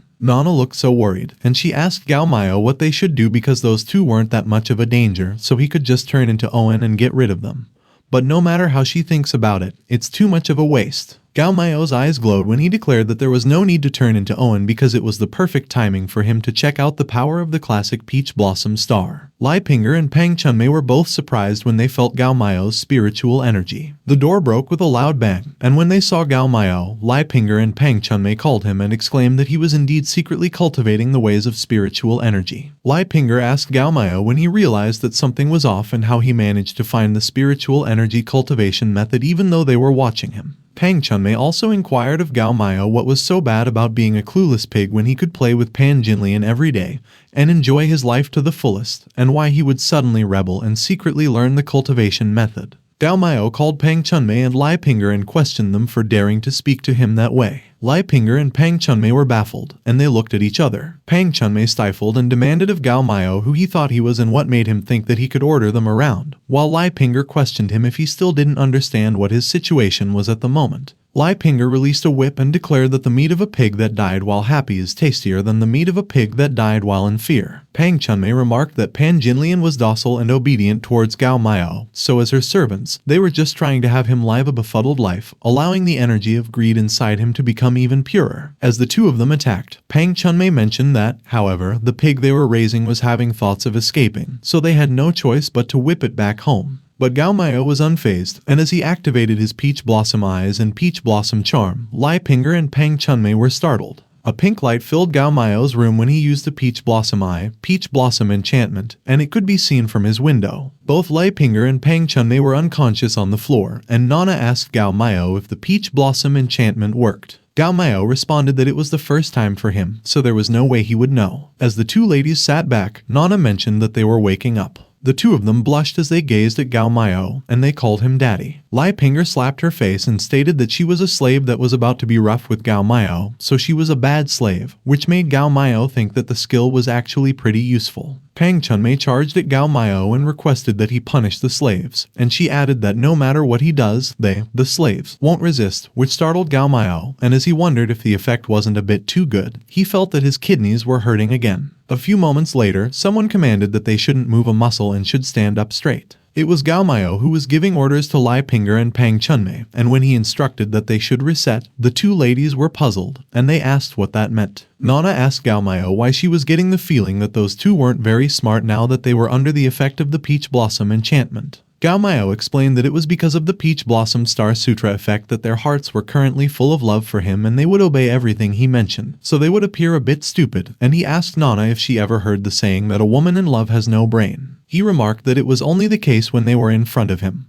but when in front of others, they would return to their normal intelligence. Lai Ping'er and Pang Chunmei were expectant when Gao Miao noted that he would think about what he should do with the witches of the Hall Lotus clan. A few moments later, someone was moaning, and they exclaimed that it was so nice. It was Gao Miao, and as he continued to express his satisfaction, he mentioned that with what he was feeling, their technique wasn't bad. The two ladies were massaging Gao Miao's food, and as Lai Ping'er noted that she would do anything as long as Gao Miao was happy, Pang Chunmei laughed and commented that she's Gao Miao's little footmaid. Gao Miao whispered and remarked that, as expected of witches in the human world, their hands are so soft, and massaging like that makes him feel so much better. Nana was grinning as she whispered that earlier, the two ladies were so aggressive, but currently, they can't help but massage Gao Miao's feet. But she is different as she could hug Gao Miao's thigh, and she will be their older sister from that point onward. The two ladies had no reaction, which pissed Nana, and she cursed and exclaimed that they were not listening to her. But she smiled as she called Gao Miao and stated that she just thought of a really fun idea. Nana whispered into Gao Miao's ears to share what they would do first, and Gao Miao asked her if the ladies could not hear her and if that would work. Nana threw a tantrum and remarked that it was mainly because the ladies called Gao Miao a pig earlier, which is why she's so mad, which made Gao Miao shake his head as he agreed with her and mentioned that if she says so. Gao Miao's eyes shone when he used the Peach Blossom enchantment again. The two ladies were frozen when Gao Miao released them from the enchantment. As the two of them regained their consciousness, Pang Chunmei asked what happened. Lai Ping'er was startled, and she immediately dropped Gao Miao's feet when she saw that she was holding them, and Pang Chunmei remarked that she remembered that they got hit by Gao Miao's strange effect and couldn't control their bodies or minds, and they actually stated that Gao Miao was cute and lovable. Suddenly, there was a loud, booming sound when the two ladies released their powerful aura in a fit of rage. They glared at Gao Miao, and as Lai Ping'er called him a bastard, she asked him what he had done to them, while Pang Chunmei cursed and remarked that he was not just any regular pig. They charged forward to attack Gao Miao, and as Pang Chunmei declared that they wouldn't forgive him, Lai Ping'er threatened that she would kill him. Meanwhile, Gao Miao asked Nana if it was the drama that she wanted to see, and Nana looked so happy as she exclaimed that they really hate Gao Miao that much. Gao Miao used the Peach Blossom enchantment again. Lai Ping'er and Pang Chunmei were frozen in place again as the wave of Gao Miao's aura went past them. The two of them immediately knelt, and as Lai Ping'er pleaded for forgiveness, Pang Chunmei slapped herself and admitted that she was losing her mind and requested that he don't think that's what she's like. Nana looked so astonished, and she commented that the ladies were furious earlier, but they were suddenly acting like that towards Gao Miao, so the Peach Blossom Star Sutra was terrifying.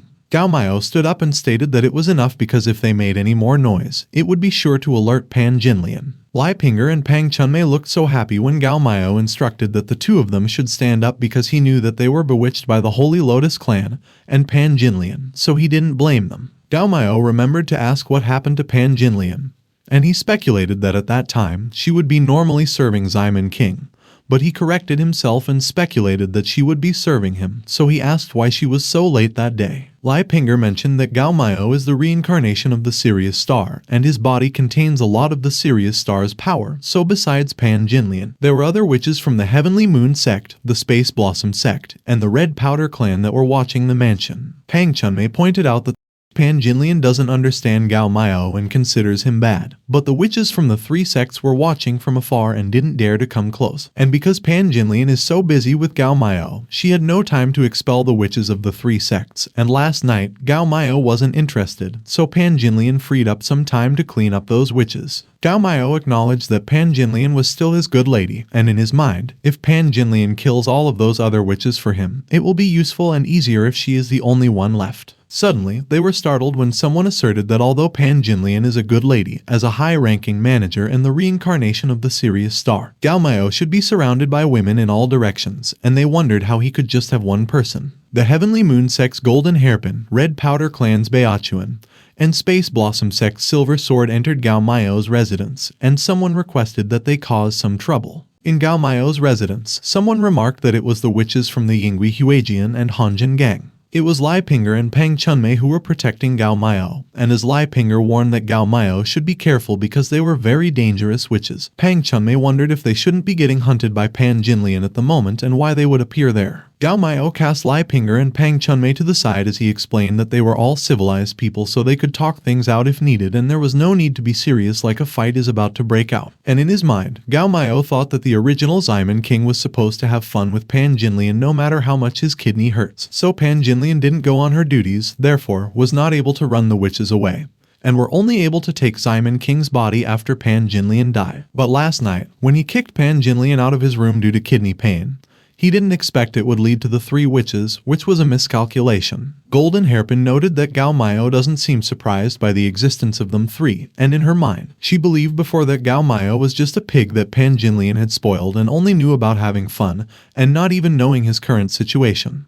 But it seems like it might not be that way. Gao Miao held Lai Pinger and Pang Chunmei's hands, and he mentioned that the three witches could see that they had already told him everything. Lai Pinger and Pang Chunmei looked so proud, and they were blushing. Golden Hairpin was surprised when she saw that, and she observed that with Lai Pinger and Pang Chunmei looking like that, it seemed like they both had feelings for Gao Miao, so she wondered how he did that. Gao Miao suggested that they don't try to be rough with him or else he can't promise not to hurt anyone. But Beiachuan called him a high and powerful judge and noted that the way he spoke was quite amusing and him if he wanted to talk jokes with them so they don't do anything to him just yet and wait for his girls to come and save him. As Beiachuan pointed out that they might have to let Gao Miao down because Pan Jinlian has been trapped by her colleagues with land and air 3-star god trap, so he was not getting help. Silver Sword pulled out her sword and questioned why they were talking so much and insisted that they should do it. Lai Pinger was alarmed, and she explained that land and air 3-star god trap was one of the best known traps for the weak defeating the strong since ancient times, and the performers take spots on the air, ground, and man, and up to hundreds of people could use it and could kill people as powerful as kings. Pang Chunmei noted that the spell could change a lot of details as they need hundreds of men to show its full extent, and at the end of the day, there were only 3 people, so the spell could only keep Pan Jinlian trapped for a bit, and if they run at the moment, they could still live, but if Pan Jinlian gets out and calls the gods, they are all doomed. Silver Sword glared at Pang Chunmei and remarked that the current moment was enough to kill her. Suddenly, someone clapped and noted that it was no wonder Pang Chunmei was a student of Shenlian because only people with that amount of training could have those guts. It was Golden Hairpin, and as she pulled out her hairpin, she observed that the spell could only keep Pan Jinlian trapped for half an hour at most, but half an hour is enough to borrow some water from the Mr. Judge, Gao Miao. She blushed as she noted that she was also going to want Gao Miao there to relax, as the process isn't going to hurt. Instead, he's going to feel a great sense of pleasure because the more pleasure he feels, the more pure power is in the water. Beiachuan smiled with a dark expression on her face as she pulled out a small bottle and declared that Gao Miao shouldn't worry because they were not going to take a lot. She insisted that a small bottle was enough, but when she dropped the bottle on the ground, it suddenly grew large. Gao Miao, Pang Chunmei, and Lai Pinger were all astonished when they saw the huge bottle. Stretching his neck, Gao Miao exclaimed that it was such a big bottle, so they really think he's a pig, and when Nana saw that, she was worried, and she remarked that Gao Miao was preparing to fight. Surrounding them, Golden Hairpin asked Gao Miao if he wanted to fight back. Golden Hairpin asserted that they don't have much time, so if Gao Miao doesn't cooperate with them, they will have to extract it in a riskier but faster way. Gao Miao instructed that Lai Pinger and Pang Chunmei should get back, and the two of them were surprised. Meanwhile, Nana was already grieving for her source as Gao Miao called her with an ominous grin on his face. Nana rushed in to stop Gao Miao, and she pleaded that he should wait because she had an idea that piqued Gao Miao's interest. Nana was sweating so much as she explained that even if Gao Miao turns into Owen and kills the 3 witches, with Pan Jinlian and the others out there, there won't be much of the source left. She proposed that she had an idea to gather Pan Jinlian and the others together so he could kill them in one go, and Gao Miao was intrigued.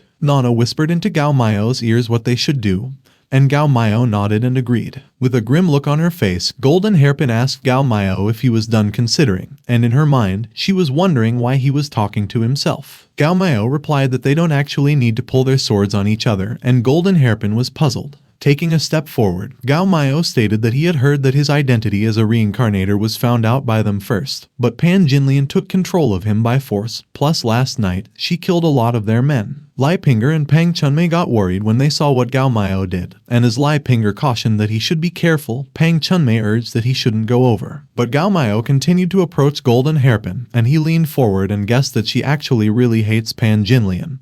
But other than hate, she was scared of her. She's deeply scared of Pan Jinlian. Golden Hairpin glared at Gao Miao, and she questioned him what he was saying. Gao Miao walked away as he asked Golden Hairpin if it wasn't the truth, and he pointed out that the amazing spell of hers could only trap Pan Jinlian for an hour at most, which was enough time to take him and run, but they decided to get a full bottle of water. He suggested that it was just that Golden Hairpin wanted the power but was too scared to go over, scared of Pan Jinlian risking everything for revenge, so she was doing such a thing because she was scared. Golden Hairpin threw her hairpin at Gao Miao and threatened that he was looking to die. But Gao Miao was unfazed, as he seemed confident that they wouldn't hurt him, and as the hairpin stopped behind him, he advised that Golden Hairpin shouldn't be aggravated because she seemed mad that he just uncovered her weak spot. Some strands of his hair got cut, but Gao Miao paid it no mind, and he reiterated that Golden Hairpin shouldn't overthink it as there was no other meaning. And he just wanted to say that since she hates Pan Jinlian so much and he wanted to escape her claws, they have a common interest and they could totally cooperate. Silver Sword mocked Gao Miao and taunted that he was just a pig.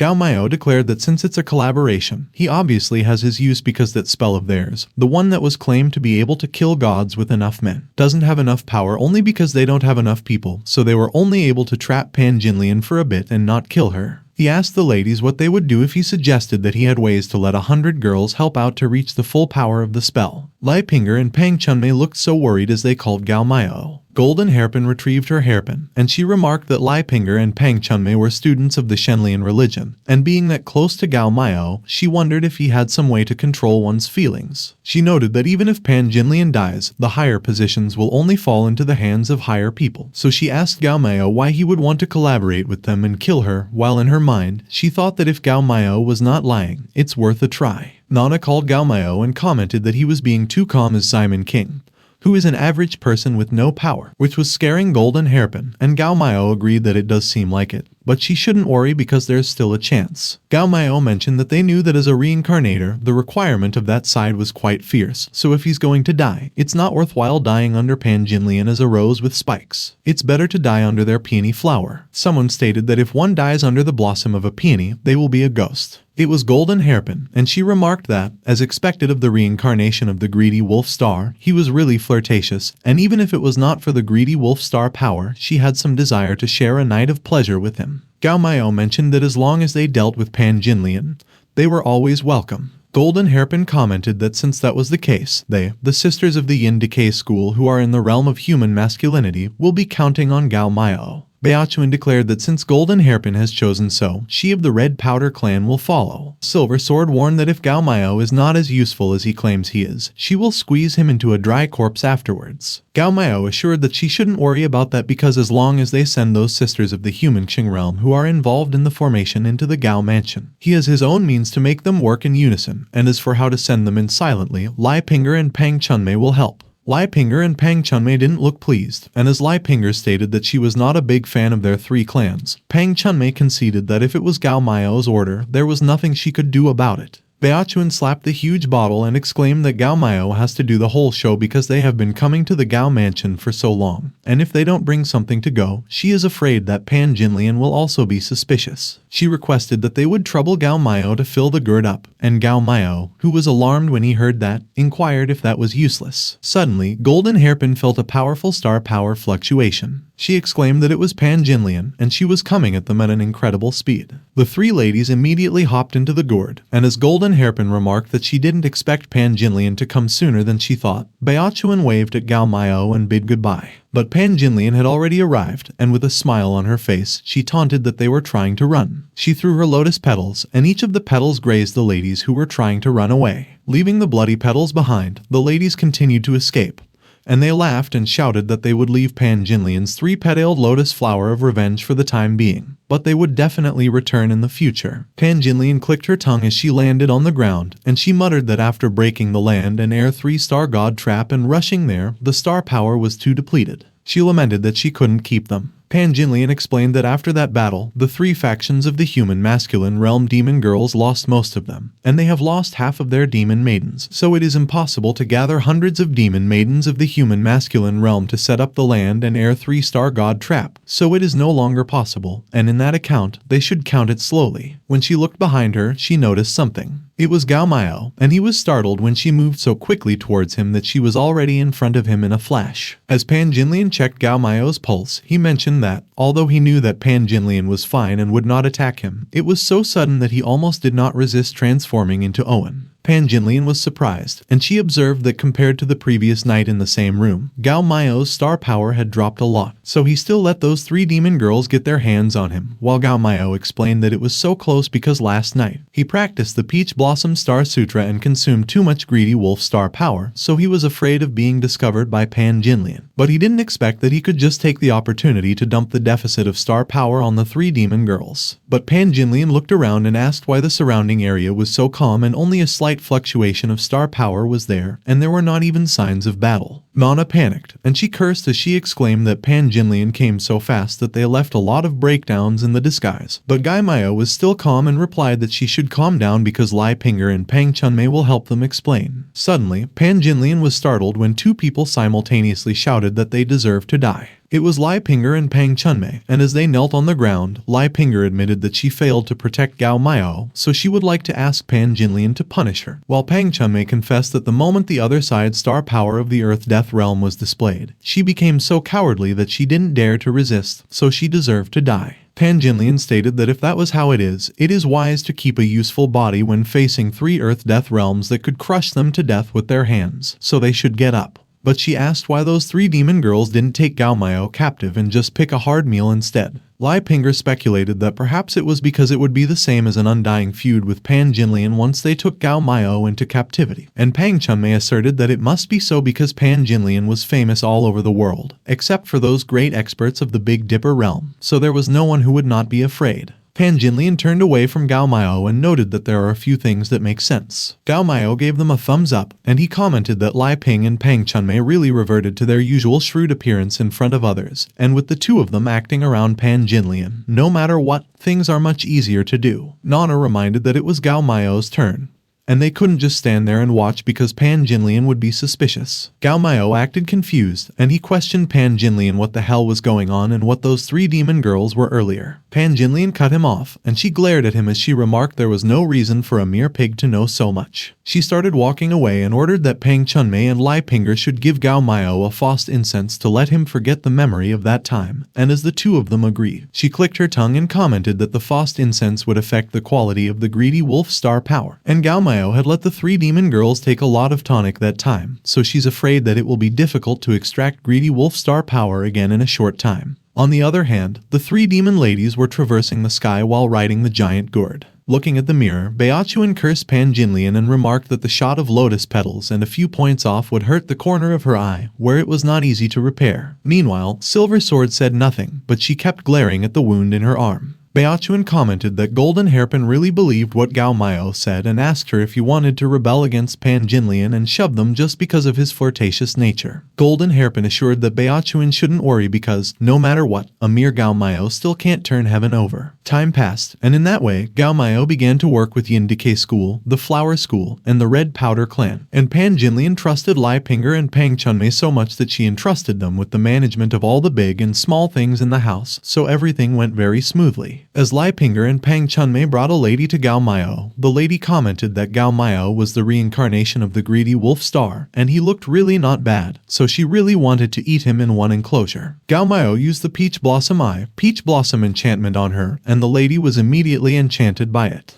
The lady immediately smiled at Gao Miao and called him Dada. Wrapping his arm around the lady, Gao Miao asked her how their 3 clans were preparing for the siege of Pan Jinlian, and the lady assured Gao Miao that he should rest assured that in order to kill Pan Jinlian and save him, the sisters were united in their efforts, and they have been able to lay out a perfect land and air 3-star god trap that is powerful enough to kill Heavenly Dipper realm experts. The lady explained that the sisters were even based on Gao Miao's instruction in order to strive to be foolproof, and persuaded all the Earth Death realm experts in the clan to come out together, and the clan's ancestors have also been convinced, and Gao Miao remarked that it was very good because the more experts that come, the better, and that way, he could solve it once and for all. At Qiwei Basin, in the late spring, the sky was clear and the breeze was good for a family spring trip. A family was lying on a grassy plain, and as someone was sucking their life out of them. The person remarked that when a family like them goes to the afterlife springs together, it's considered a good thing in life, but they can't blame them when they get to hell. It was Baochuan who was sucking their lives away, and with an evil look on her face, she commented that it was their bad luck that they came to that Qiwei Basin at that time of the year. Golden Hairpin and Silver Sword were with Baochuan, and Golden Hairpin stated that Gao Miao mentioned that he would lure Pan Jinlian, so she should clean up her mess and not let Pan Jinlian notice the difference. Baochuan closed the small gourd she was holding. She replied that Golden Hairpin shouldn't worry because, as long as Pan Jinlian has arrived at that Qiwei Basin, life and death will not be in her hands, so even if she finds out something was wrong, there is no escape.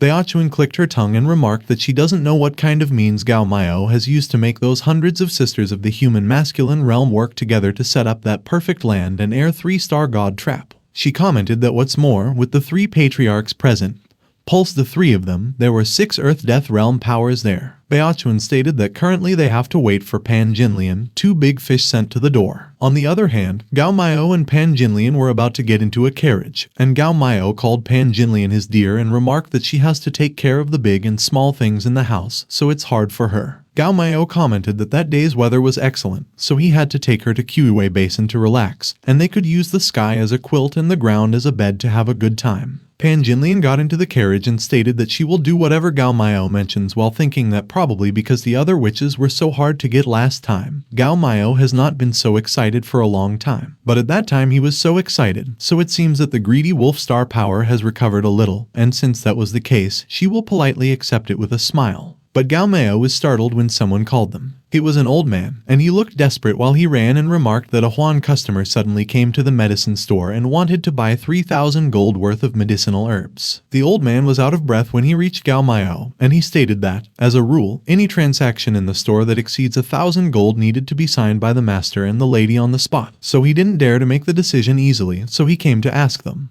But Gao Miao replied that with that kind of thing, he could just talk to his relatives later. Gao Miao cursed as he wondered if Simon King's family was even opening a pharmacy, and not even note taboo, while Pan Jinlian commented that the Gao family has a lot of money, but with several officials in the dynasty having inextricably entangled interests, they all must be well managed, and 3,000 gold Huan guests could not be neglected. Pan Jinlian got off the carriage, and she remarked that Gao Miao should go first, and when she finished the store business, she would arrive. Gao Miao asked what that coincidence was, and he whispered as he asked if their plan had not been exposed. Pang Chunmei whispered back and commented that Gao Miao shouldn't worry because they acted very carefully so Pan Jinlian would not discover it. And Lai Pinger stated that with Pan Jinlian's nature, if she found a difference, they should have been 2 corpses long ago. Looking up at the sky, Gao Miao declared that only God knows how long Pan Jinlian will have to delay, and although he can wait, the 3 sects of the demon girls cannot wait. Pang Chunmei remarked that Gao Miao has not had sex with Pan Jinlian for a long time, so that witch must be itching for more and should not be delayed for long. While Lai Pinger stated that Gao Miao should first get on the carriage and head to Qiwei Basin because if the 3 clans of demon girls waited for a long time for him not to arrive, they would have a different mind. Gao Miao agreed that makes sense, so they should go. Pang Chunmei and Lai Pinger concurred that they should go, and the other carriages followed them as well. Meanwhile, at Qiwei Basin, someone was monitoring the road. When they saw something approaching, she called her golden hairpin and silver sword and exclaimed that she saw the carriage of the Gao. It was Baochuan, and as she noted that they had arrived, Golden Hairpin praised that her clairvoyance was amazing and asked where she got that from. Silver Sword raised her arm and announced that since Pan Jinlian and Gao Miao were already in position, the disciples of the Yin Kui sect, the Flower School, and the Red Powder clan should listen to the order to all concentrate and prepare to set up. But Silver Sword was suddenly cut off as someone interjected that she should wait a minute. It was Baochuan, and she pointed out that they should look because there was a kite in the sky. Baochuan mentioned that it was not just any kite, it was a white flag. And according to their agreement with Gao Miao, if a white flag kite appears in the sky, it means that there was a change in the plan, so they must not move. On the other hand, at the pharmacy, Pan Jinlian asked the Huan guest if he was the one who wanted to buy 3,000 gold herbs, and the Huan guest confirmed that he did bring 3,000 gold to ask for a medicinal herb, but he didn't know if he could get it there or not. Pan Jinlian joked that he was joking because everyone knows that her hall is the largest pharmacy in 1,000 miles and has treated countless diseases and saved countless people, so she was afraid that there are not many herbs that they can't get in the world. The Huan guest requested a medicine that could solve the 8 sufferings of life: birth, old age, sickness, death, love, hate, parting, and separation. Pan Jinlian immediately recognized it and identified it as the medicine of lifelessness. She quickly turned to the pharmacy's attendants and instructed that the 2 of them should go down first, and they agreed. A few moments later, the pharmacy counter was already empty. Pan Jinlian stated that it was just the 2 of them and asked the Huan guest if the sect sent him there for something. The Huan guest immediately knelt on the floor and revealed that he's Liu Jiang, master of the Blue Lotus Barner of the Holy Lotus sect, who greets the Holy Maiden. Meanwhile, at Kuwei Basin, the sun was about to set. Golden Hairpin called Gao Miao and reported that it was already sunset. Gao Miao was leisurely lying on the grassy plains, and Golden Hairpin asked him if Pan Jinlian hadn't arrived yet. He asked Golden Hairpin what the hurry was when the sun hadn't set yet. But in his mind, he was clicking his tongue, wondering what the hell Pan Jinlian was dealing with and what was taking her so long to come. Lai Pinger looked pissed as she inquired why the rush, and Pang Chunmei also had the same expression as she agreed with Lai Pinger. Suddenly, an item glowed in Pang Chunmei's hand, and she called Gao Miao and informed him that it was a letter from the witch Pan Jinlian. As the sun continued to set, someone stated that it was the black and white parallel, and the same shadow communion lotus of the Holy Lotus sect, where the person holding the black lotus could transmit the image in real time to the person holding the white lotus. Baochuan remarked that it should be Pan Jinlian, and she asked Golden Hairpin if they should hide for a while. But Golden Hairpin replied that the range of sound and image that could be transmitted by the black and white parallel co-shadow co-sound lotus is extremely small, and they are so far away from Pang Chunmei that Pan Jinlian can't detect them yet. As Pang Chunmei pulled out a small orb, Golden Hairpin commented that she was wondering what was important for Pan Jinlian to move that thing at that time. Pang Chunmei released the orb into the air. When the orb started to open up into a lotus and produce Pan Jinlian's image, Pang Chunmei noted that the Holy Virgin was there and she wondered what she wanted. Pan Jinlian looked like she was in a rush when she called Pang Chunmei, and she informed that she just got some news. Pan Jinlian reported that their master had met with a sudden change a few days ago, but unfortunately, he was not able to make it. And when one of the ancestors heard that, she opened her eyes and wondered if the Holy Lotus sect leader was actually dead. Rushing with Liu Jiuyan on a horse, Pan Jinlian revealed that the sect was currently in chaos and even vaguely in danger of falling apart, so she must immediately go back to preside over the situation. Pan Jinlian instructed that Pang Chunmei should quickly take the reincarnation or the greedy wolf away, but they shouldn't bring him back to the sect first, and she will send someone to contact her after the situation has stabilized. Golden Hairpin smirked when she heard that Pan Jinlian insisted that the process must be fast and stealthy so as not to let the Yin and Decay School, the Flower School, and the Red Powder Clan notice the difference. Pan Jinlian's transmission ended. The lotus turned back into an orb and landed back on Pang Chunmei's hand. Pang Chunmei looked so stunned, and Lai Pinger and Gao Miao behind her had the same expression.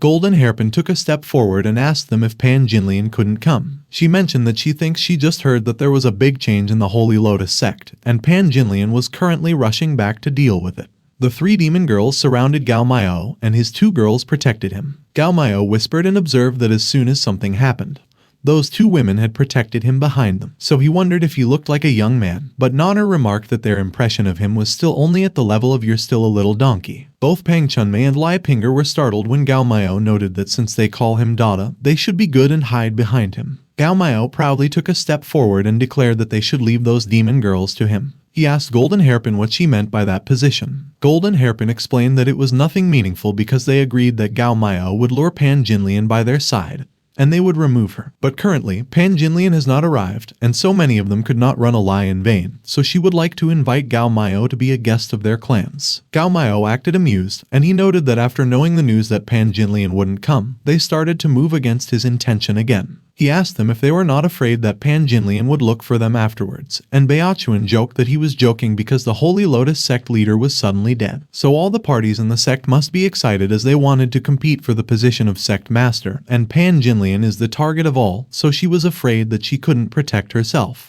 Gao Miao stated that without Pan Jinlian, they treat him like a fish on the chopping board and asked them if they were so confident that they could catch him and if they weren't afraid of eating the thorns. Suddenly, 3 figures stood behind Gao Miao from a distance and asked what the point of talking to him was while calling him a kid. It was the ancestors, and as one of them noted that Gao Miao has no star fluctuations, so he was just a mortal, another suggested that they should take him down quickly, while the other remarked that the old body has not thought about that aspect for many years, but if it was the reincarnation of the greedy wolf star, the old body would be interesting again. Baochuan prepared to fight, and she announced that it was getting light, so it was time for Gao Miao to hit the road. She waved her hand and called Gao Miao. As Baochuan urged that Gao Miao should come with her, Gao Miao got surrounded by a dark aura, and as he lamented that he had a headache and disoriented consciousness, Nana explained that it should be some kind of spiritual type of secret art. Pang Chunmei called Gao Miao, and she was about to run towards him.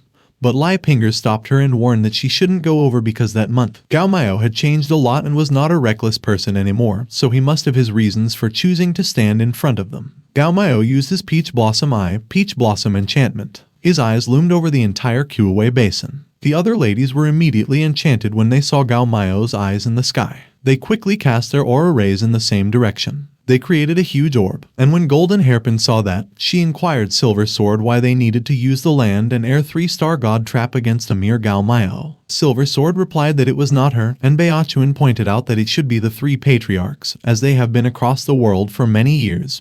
So they were still as prudent as ever. Multiple chains were summoned from the huge orb, and Baochuan looked so excited when she declared that since the formation had been set up, they couldn't waste it, so they should use the polar star chain to tie up Gao Miao for her. But to Baochuan's surprise, the polar star chain was wrapped around her instead. The 3 demon girls got restrained and pulled by the polar star chains, and as Baochuan asked what was happening, Golden Hairpin stated that the land and air 3-star god trap was not ordered by the patriarch to unfold, and Silver Sword speculated that it could be Gao Miao. Baochuan tried to wriggle her way out, but someone advised that she shouldn't struggle because she should know better than them about the fear of the land and air 3-star god trap. Gao Miao explained that the polar star chain not only locks the body but also the star palace, so once their star power practitioners were locked in the star palace, there was no way to use star power, so they were not much stronger than ordinary weak women, and Nana asserted that since they dared to mess with Gao Miao, a little native of the Void Realm, they really don't know how high the sky is. Baochuan tried to attack Gao Miao, called him a bastard, and as she asked him how he did that, she demanded that he should let go of her. But Baochuan and the other demon girls were out of breath, and as Baochuan cursed in her mind, she muttered that the Star Palace was locked, so she was exhausted after only hanging for a while, when usually she doesn't feel tired even if she's hanging for a day.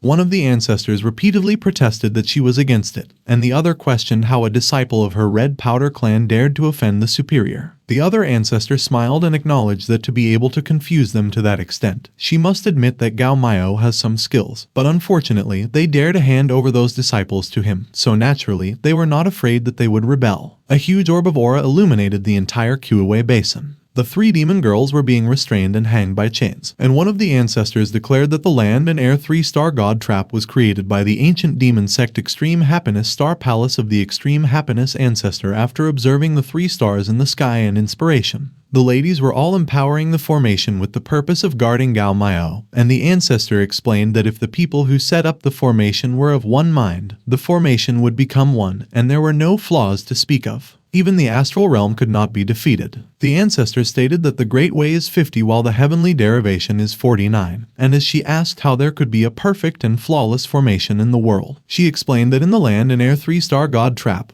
there were 3 special formers, occupying the positions of heaven, earth, and human, respectively, and breaking one of them will break that formation. The ancestor mentioned that it occupies the position of the 3 talents hidden in hundreds of arrays, and even the astral realm could not detect their special features, while one of the ladies creating the array mentioned that she was occupying the heavenly position, which is the most important thing, so for the sake of Gao Miao, she can't lose. An aura started swirling on the ground, and the ancestor commented that she, the three clans, was the inheritors of the Palace of Ultimate Happiness. There was no way she could not see it. The ancestor dug her cane on the ground to release a string of powerful auras, and as she remarked that she has been in the world for more than 60 years, she asked Gao Miao how she could not have a backup. Gao Miao praised that it was a job well done and the sisters of the three clans should cast something.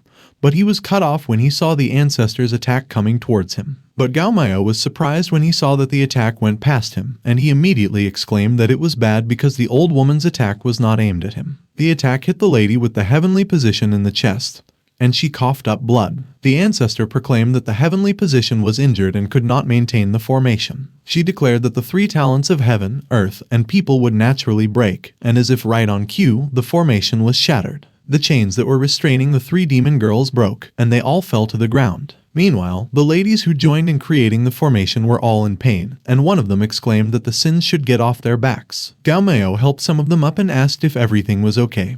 And while a lady let out a sigh of relief as she remarked that they were still alive, another cried that it hurts so bad. Some of the ladies that still managed to get up stood in front of Gao Miao and urged that the enemies shouldn't dare to hurt him, and one of them urged that Gao Miao should run. The ancestor commented that even after being seriously injured like that, they still defended Gao Miao, so his mesmerization was really amazing beyond her expectations, which is why Golden Hairpin should take him down and interrogate that bewitching method before he drains it. Golden Hairpin acknowledged, and the three demon ladies all had a dark expression on their faces as they prepared for battle. Beachuan remarked that she does not hate being suspended in the air, but not the powerless taste of being locked in the Star Palace and unable to use star power. She broke the chains that remained in her body and declared that she was very, very angry. Beachuan suggested that after capturing Gao Miao, they should put his ears, nose, mouth, as well as legs and back with holes with chains, and as she asked the others about their opinion on that, Silver Sword just remarked whatever. The three demon ladies charged towards Gao Miao, and while Beachuan suggested that they should take them down, Gao Miao instructed that Lai Pinger and Pang Chunmei should stay there. Lai Pinger and Pang Chunmei were both confused and concerned by what Gao Miao declared.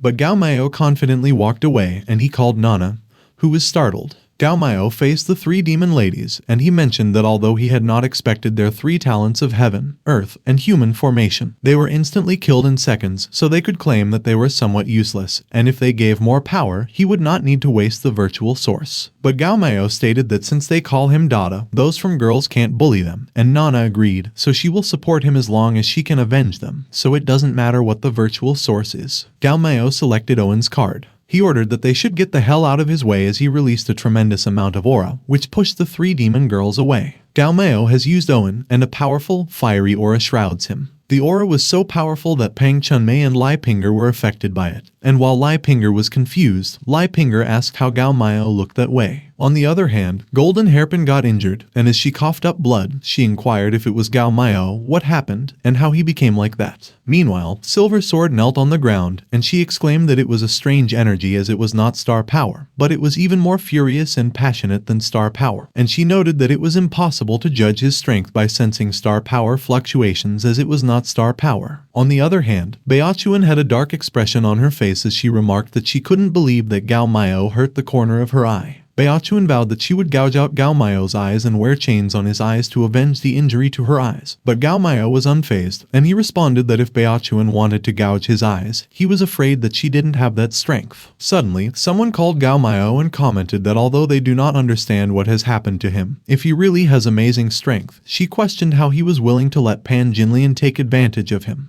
It was Silver Sword, and she wielded her sword and attacked Gao Miao with all her might from above. Gao Miao blocked Silver Sword's attack using the tips of his 2 fingers, and her sword immediately started to crack. Silver Sword asked how it was possible and cried that it was the original divine sword that she had painstakingly practiced. As Silver Sword got blown away and her sword got shattered into the air, Gao Miao observed that the special effect was good so she could make ice cream for him in the summer. Suddenly, Golden Hairpin appeared behind Gao Miao, and while releasing a tremendous amount of aura, she attacked with her hairpin and urged that he shouldn't get carried away. But Gao Miao easily blocked Golden Hairpin's attack with his thumb, and he challenged that she should come and reveal her skill. Releasing a dark entity, Golden Hairpin remarked that she knew that Gao Miao was physically strong, but the yin ghost inside her was a direct hit to the soul. The yin ghost immediately wrapped itself around Gao Miao, and when Golden Hairpin saw that, she laughed and boasted that it was craving the power in him like crazy. But Gao Miao simply screamed, and it dispersed the yin ghost. Golden Hairpin was also blown away by Gao Miao's scream, and as she coughed up blood and screamed in pain, she lamented that the yin ghosts were destroyed and devastated her body. Gao Miao looked disappointed, and he questioned how come it felt like the people who play with ghosts always get backfired on. When Gao Miao saw Beachuan posing in front of him, he asked her if it was her turn and instructed that she should start her show. Beachuan started hugging Gao Miao, called his name lovingly, and suggested that they should have fun, and while Gao Miao just froze there, she insisted that no matter how powerful he was, as long as he was still a man, she would sink him forever in the tender land of the red-pink illusion.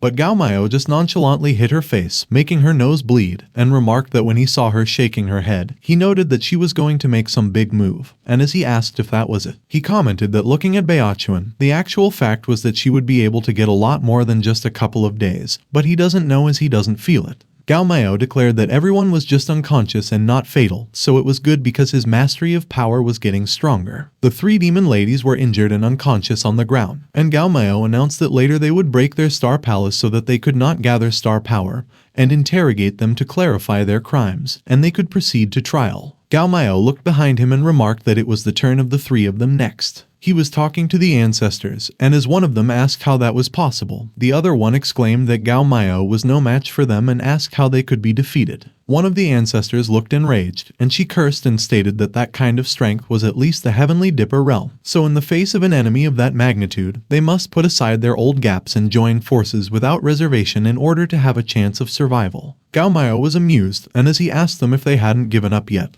he challenged that they should use any other tricks they had, as he would take it all. The three ancestors jumped in the air, and as one of them admitted that Gao Miao was very strong but he should not be arrogant, another declared that she, Yin Dek, and Hong Fan were the three clans that are the rightful inheritors of the ancient Extreme Bliss Star Palace. Accumulating and firing a powerful beam of aura, the three ancestors proclaimed that they would show him that day the top astrological techniques of the ancient Astral Palace of Ultimate Bliss. One of the ancestors confidently asserted that it was over, and the other confidently declared that Gao Miao would die for sure, but the other ancestor looked worried, and she asked if, with the strength of the three of them, even if they were caught off guard at the Big Dipper realm, there would be no bones left. But as the smoke and debris started to dissipate, it revealed that Gao Miao was still standing in the middle of the destroyed ground. Gao Miao remarked that it was powerful astrology because he couldn't believe that his clothes were ruined, and he wondered if those clothes would be repaired the next time he turned into Owen. The two ancestors were horrified, and as one of them asked how it was possible, the other revealed that it was the Aurora Divine Tite. But it only ruined Gao Miao's clothes. The third ancestor started releasing her powerful fiery aura and declared that since they can't defeat Gao Miao with their full strength, they should go beyond their full strength, so they should perform the extreme disintegration technique and burn their lifespan to enhance their star power one more time. She asserted that if they don't burn now, they will burn the unburning later, and the other ancestor agreed, while the other affirmed that they would be fighting to the death. The three ancestors each gathered their aura and released it as a powerful beam simultaneously. When Gao Miao saw that, he acknowledged that it was right, and that was the only way he could get a little bit interested. Gao Miao punched those powerful aura beams to block them, and he instructed that they should look at his left and right hooks. He pulled his head back and took a deep breath. Gao Miao's headbutt deflected the powerful beam of aura. His headbutt was so powerful that the beams of aura reflected back to the ancestors, and the two of them screamed in pain. Meanwhile, the third ancestor who was hit by the beam started to disappear, as it was just an afterimage. The real ancestor safely landed on the ground. She looked so sinister as she mocked that they were idiots because Gao Miao's strength was even more terrifying than a Heavenly Dipper realm powerhouse, and there was no way they could defeat him, so she burned her life for power to escape. The ancestor quickly ran away and thanked them for making such a big noise, so she could take advantage of the opportunity to escape. Suddenly, a rock that was wrapped in a small amount of aura was thrown and was traveling at an incredible speed. The rock hit the ancestor on the back, and she screamed in pain. The ancestor coughed up blood, and as she fell to the ground, she asked why. Gao Miao appeared behind the ancestor, and as he mentioned that he had seen that kind of little trick many times before, he asked her if she really thought she could slip out from under his nose. Owen's character started to dissipate, and as Gao Miao turned back to Ximon King, he declared that it was over, and it took 45 seconds that time. Gao Miao let out a sigh and remarked that unfortunately, Pan Jinlian was allowed to escape, and as he asked how it could be so coincidental that the Holy Lotus sect master happened to hang up at that time, he noted that he remembered that in the original story, he had to practice 2 years later before he went off the rails and died a violent death. He was surprised when Nana suddenly suggested that perhaps it was because Pan Jinlian has not yet run out of energy, and the will of heaven in the underworld to protect her and change some plot. Nana was flying towards Gao Miao as she just slipped away during the battle, and she explained that generally speaking, the big boss of a virtual world is prepared by the world's will to give experience to the sons of the realm. She added that before being killed by the sons of the realm, it would be protected by the will of the world in the underworlds, so it was not so easy to die.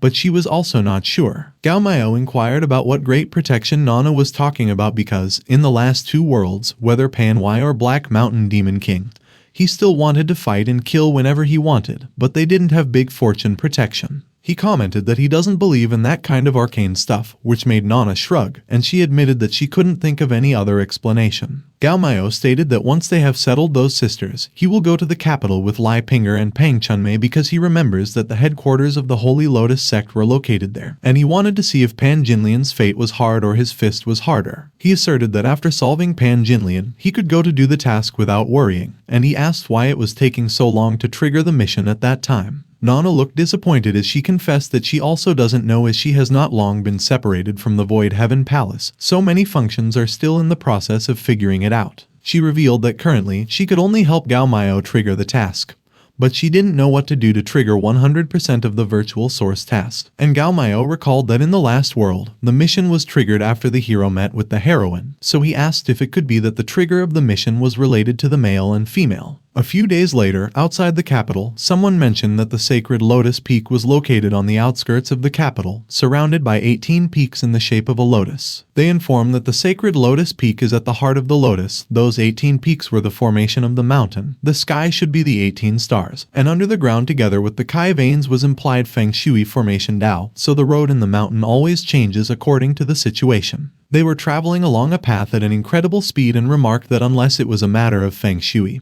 who has learned from heaven, even the strongest of the Big Dipper realm would lose their way in it, and they couldn't enter the door. It was Lai Pinger, and she was saying all those things to Gao Miao, whom she was carrying in her arms while they traveled. She explained that the disciples of the Holy Lotus sect have been practicing a kind of ghost shadow misty step since they were young, and they could only enter the sacred Lotus Peak by walking in that step. But if they make one wrong step, they will be trapped in the mountains and cannot leave. While Lai Pinger mentioned that she had to bring Gao Miao into the peak that way and requested that he forgive her, Nana snickered, and Gao Miao, who was embarrassed, responded that Nana drilled back into his body. When Lai Pinger indicated that the peak was there, Gao Miao was surprised. They saw a huge hole on the ground, and Lai Pinger, who was also surprised, inquired how it happened. Pang Chunmei looked troubled, and she asked if the whole thing, the sacred Lotus Peak, was gone. Lai Pinger looked so astonished as she exclaimed something about the sacred Lotus Peak. She stood at the edge of a cliff, and she inquired if the whole thing was gone. On the other hand, Gao Miao was standing in front of a pillar that has writings on it, and he stated that one is high, wide, and unlimited and is a place to fight with no darkness, so the living lotus ancestor lives in it, and it is the place where the supreme spirit of Tight resides. Looking closely at the pillar, the sharp lotus petals were stuck in it. Gao Miao took one of Pan Jinlian's weapon fragments and remarked that it seems that Pan Jinlian did come back and experienced a bloody battle. Crushing the weapon fragment in his hand and with a dark expression on his face, Gao Miao muttered that he hoped that his dear was safe and sound as he was still waiting to personally see her. While Nana looked worried as she mentioned that, from the point that both wanted to kill each other, Gao Miao and Pan Jinlian have a really inexplicable sense of couple. Pang Chunmei suddenly called Gao Miao and recalled that she remembered something. She recollected that some of the old immortals in the religion, when teaching scriptures, taught that the Holy Lotus sect is outside the 18 formation peaks. The upper should be with the stars, and the lower should be combined with the earth pulse. Pang Chunmei noted that not only could the mountain path be changed according to the situation to defend against foreign enemies, but in the event of civil unrest, the star power of the 18 stars in the sky could be communicated to move the entire sacred Lotus Peak to a lifeless land. Gao Miao looked astonished, and he questioned Pang Chunmei if she had ever heard how to get to that lifeless land. Pang Chunmei bashfully admitted that she listened to the lesson when she was focused on discussing the art of dual cultivation with other demon girls, so she did not listen carefully. Suddenly, someone revealed that the land of the lifeless was the ancestral land of the Holy Lotus sect and was the foundation of the sect for thousands of years and hundreds of calamities, isolated from the world. It was Lai Pinger, and she explained that the sacred lotus peak on which the Holy Lotus sect was located was not a mountain in that realm, but a mountain intercepted from the land of the lifeless by the original Holy Lotus sect master, and it was also the only ship that could leave the world and reach the land of the lifeless. She shook her head and lamented that since the ship has left, even if the star god realm comes here, it can only look at the ocean and sigh, because only when the internal turmoil of the Holy Lotus sect is over and a new Holy Lotus master is chosen to successfully receive the inheritance of the lifeless land will the sacred Lotus Peak set sail again and return to the world. Gao Miao observed that it was not mentioned in the original story because the Lord of the Holy Lotus sect died late, and he wondered if the Holy Lotus sect did not fall into the cause of civil unrest. He speculated that in the Holy Lotus sect, besides Pan Jinlian, there are not many famous characters, so he believes that his good mother will successfully end the civil unrest and come back. Gao Miao predicted that the time, moreover, will not be long. He suggested that they should go to a nearby inn and wait, as he doesn't believe that Pan Jinlian won't come back, and he considered her lucky to live a little longer. A few moments later, they arrived in a lovely town filled with people. Gao Miao and the two girls were looking around, and he remarked that, as expected of the capital of the Song dynasty, it was more prosperous than he thought. Suddenly, people started rushing in the same direction, and one of them announced that Miss Shishi went out so they would go and see the beauty. As the men started running, a bystander asked an old man who Shishi was and why so many people flocked to her, and the old man explained that Lai Shishi was the capital's leading flower girl, and was the most beautiful woman in the capital, and questioned the young man for not knowing that. Gao Miao recalled that he remembered that Lai Shishi was the main female character in the original story. He remembered how he mentioned that in the last world, the male protagonist and heroine met only after the mission was triggered. Gao Miao followed the crowd and noted that he would go and check it out, which surprised Lai Pinger and Pang Chunmei. The people could see a figure of a lady sitting inside a covered carriage, and they remarked that the body was slender and fragrant.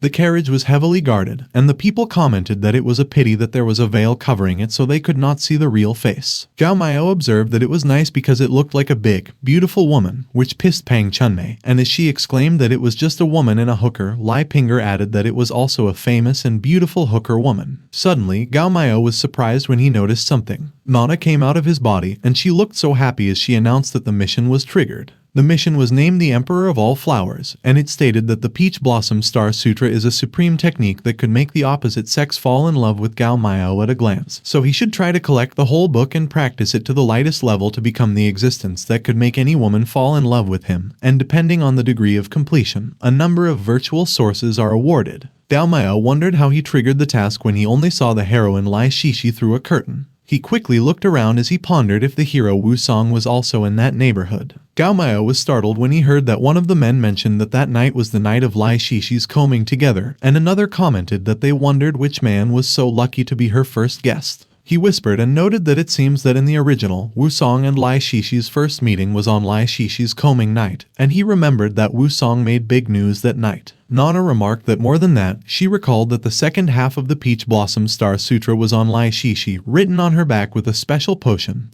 and Gao Miao stated that it looked like he had been lucky lately. Gao Miao looked at the carriage in the distance that was slowly moving away, and he mentioned that as long as he got his hands on that Star Sutra Liang character book, the task was half done. Suddenly, Gao Miao was surprised and terrified as Pang Chunmei and Lai Pinger were in a fiery rage, and as Pang Chunmei expressed that she didn't expect Gao Miao to be like the others because the float was far away. Yet he still refused to withdraw his gaze. Lai Pinger noted that after all, Lai Shishi was the queen of the flower, while Nana snickered and remarked that those two natives mentioned that Gao Miao was charmed by Lai Shishi and were jealous. Gao Miao waved at them, asked them what they were thinking about, and clarified that he was just thinking about something else. Pang Chunmei blushed when Gao Miao leaned toward her. Gao Miao stated that, just in time, he had one thing to explain to them, so they should listen. A few moments later, Lai Pinger and Pang Chunmei looked excited, and as Lai Pinger declared that she would do her best, Pang Chunmei noted that Gao Miao was not charmed by Lai Shishi, so he shouldn't worry because she guarantees to complete the task.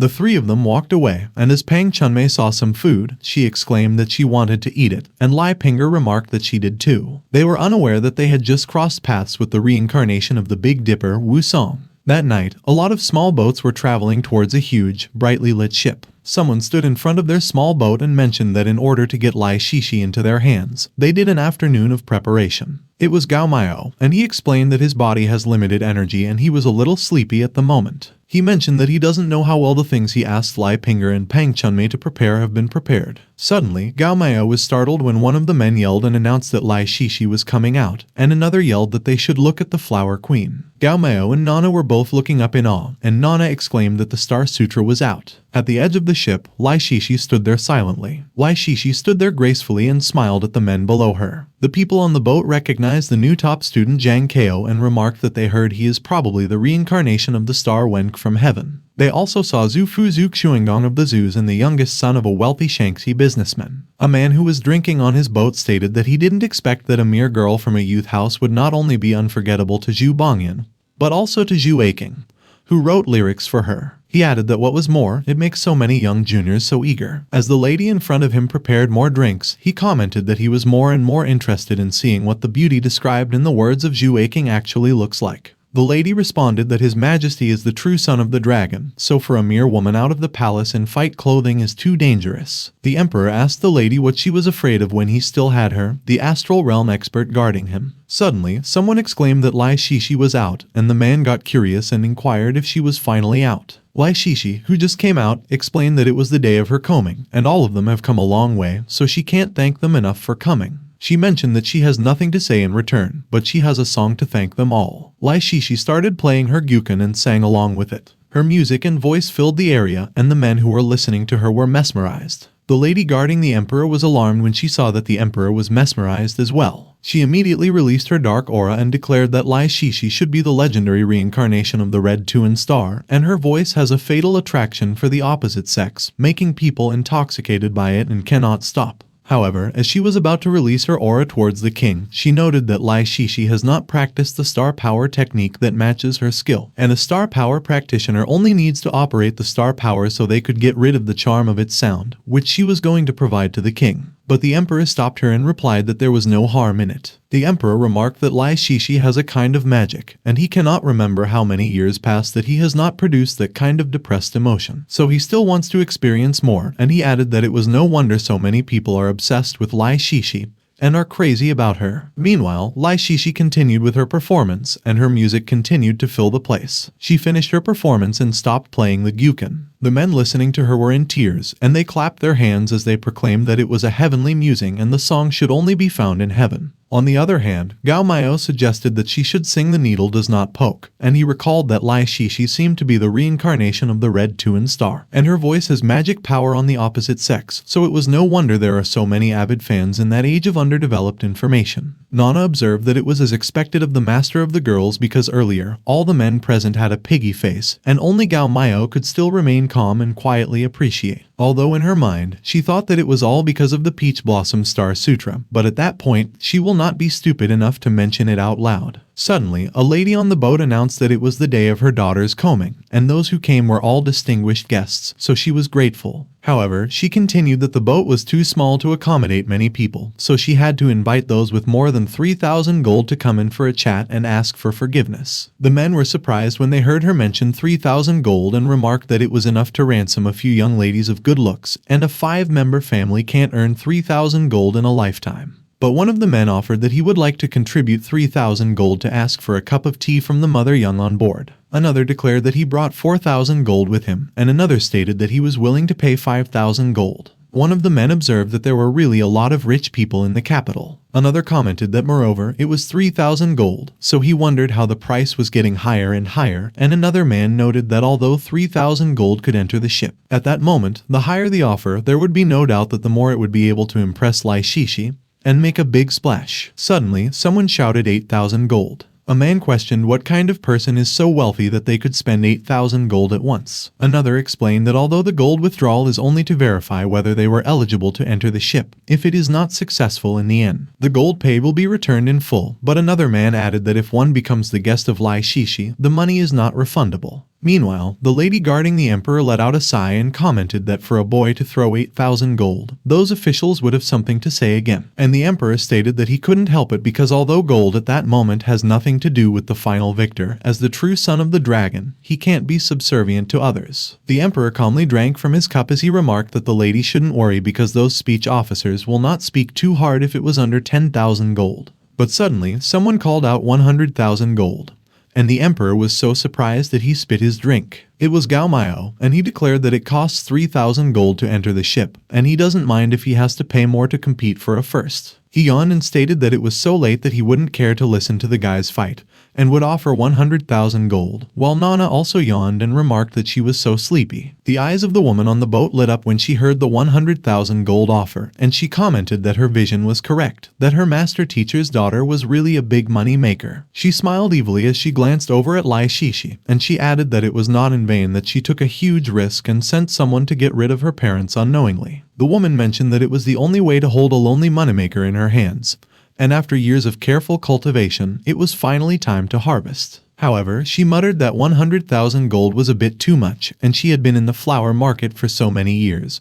But her hard-earned savings were only 100,000 gold. On the other hand, one of the men questioned Gao Miao about who he was bluffing when he claimed 100,000 gold. Another challenged that Gao Miao should take out 100,000 gold that instant if he had the guts. Another questioned him about how he could take out 100,000 gold in such a broken boat. Gao Miao confidently replied that he went out with 100,000 gold, and he has asked his two maids to go get it, so they should be there soon. He noted that falling for his peach blossom confusion, he will notice if Lai Pinger and Pang Chunmei are nearby, and earlier, his peach blossom eyes had sensed them, so it seemed that they were done with the task and were back to resume orders. Meanwhile, a man asked Gao Miao when his maids would arrive, while another man demanded that Gao Miao should let his maids and 100,000 gold come out quickly and let them see, and another man asked Gao Miao if his servant girls didn't run away with the money. One of the men looked so pissed, and he shouted that it was the night of Lai Shishi's combing, yet Gao Miao dared to mess around with the offer, so he suggested that they should slap his mouth 20 times and escort him to the government.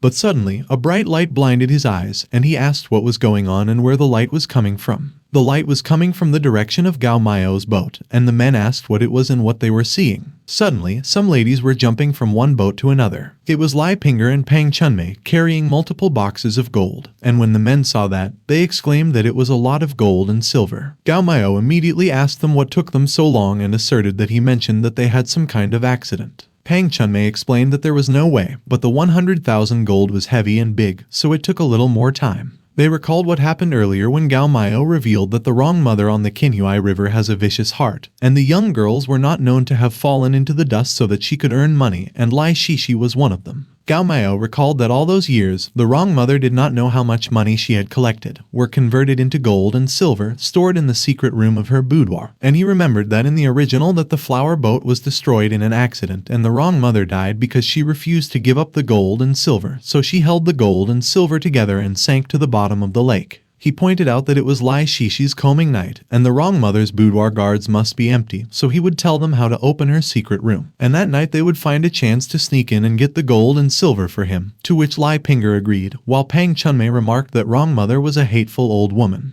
Back into the present, Pang Chunmei handed multiple papers to Gao Miao and noted that in addition to those above, there were also some loose silver tickets, and it should be that the wrong mother did not have time to exchange into gold and silver, while in her mind, she wondered how Gao Miao knew that the wrong mother had hidden gold and silver in the secret room and how he knew how to open it. And she thought that she is curious, but no one likes a girl who talks too much, so she should not ask too many questions. But as Pang Chunmei handed the silver tickets to Gao Miao, he covered his nose and grumbled that it smells so bad that he doesn't want that money. Gao Miao suddenly grabbed the silver tickets out of Pang Chunmei's hands. He threw them in the air as he called the other men and proclaimed that meeting each other was fate and he had some silver tickets there so he should buy them some tea, which made the men exclaim that the silver ticket was falling from the sky so they should pick up the money, and they were amazed that it was 10 gold each. While the men were frantically collecting the silver tickets, Nana was pissed, and she complained that they picked up the money but still forgot to thank Gao Miao, so their kid has a bad future, and as if one of the men heard Nana,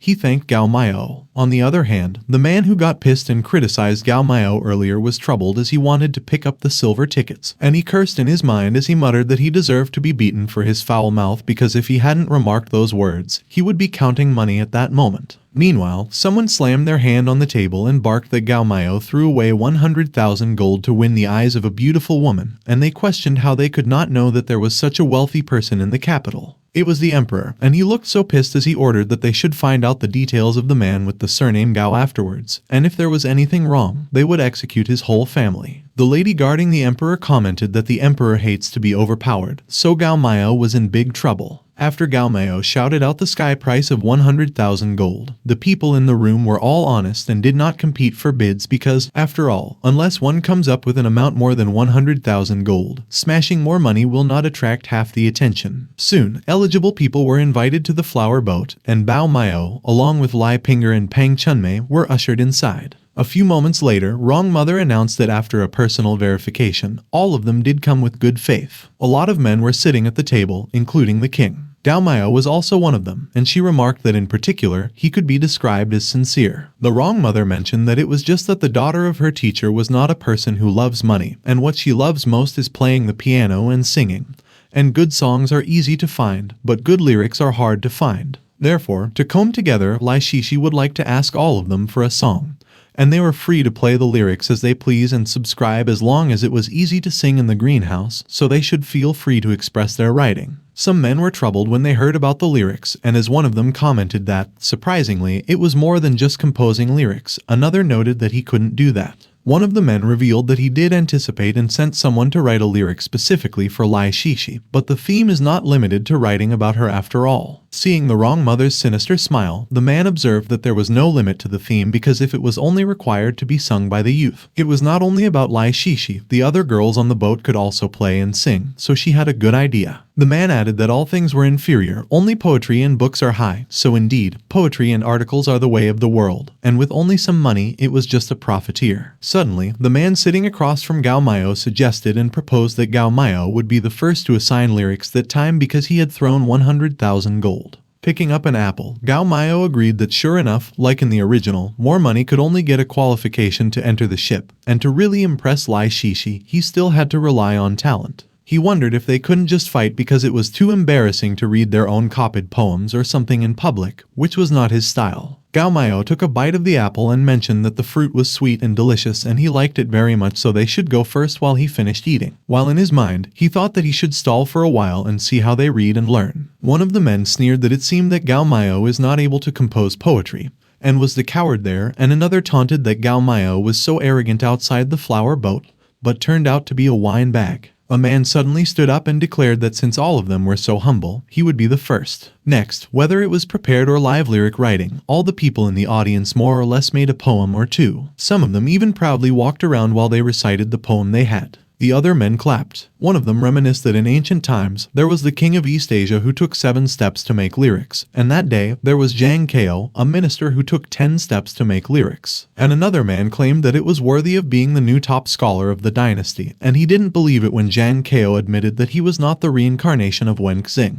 Zhang Kao responded that Lord Zhu should not laugh at him because he knew that only in terms of composition he was far inferior to the current Zhu Bongyan. Suddenly, someone recited that the lead slight stand's new makeup bundle, good style, natural, different, vulgar, and each other were well known, although the first meeting was love at first acquaintance, and Zhang Kao was startled when he heard it. It was the emperor, and he remarked that the smoke of the stove was light, the clouds were screened half awake, and the fragrance was through the jade that even if they met each other, if they were still false, life was not enough. He called Zhang Kao and inquired if he had heard that he was a new scholar and had studied a lot of poetry, so he asked him what he thought of his song. Zhang Kao acknowledged that the lyrics seemed to be written for Lai Shishi. The words were elegant, clear, and gentle, and indeed, they have the charm of Lai Shishi, super but not as good as his, while in his mind, he thought that the style of lyrics was so similar to him and was simply as one. The other men asked if it was that good that even Zhang Kao admitted that it was inferior, and they exclaimed that it seemed that they were hopeless. Meanwhile, Nana yelled and accused that it was plagiarism.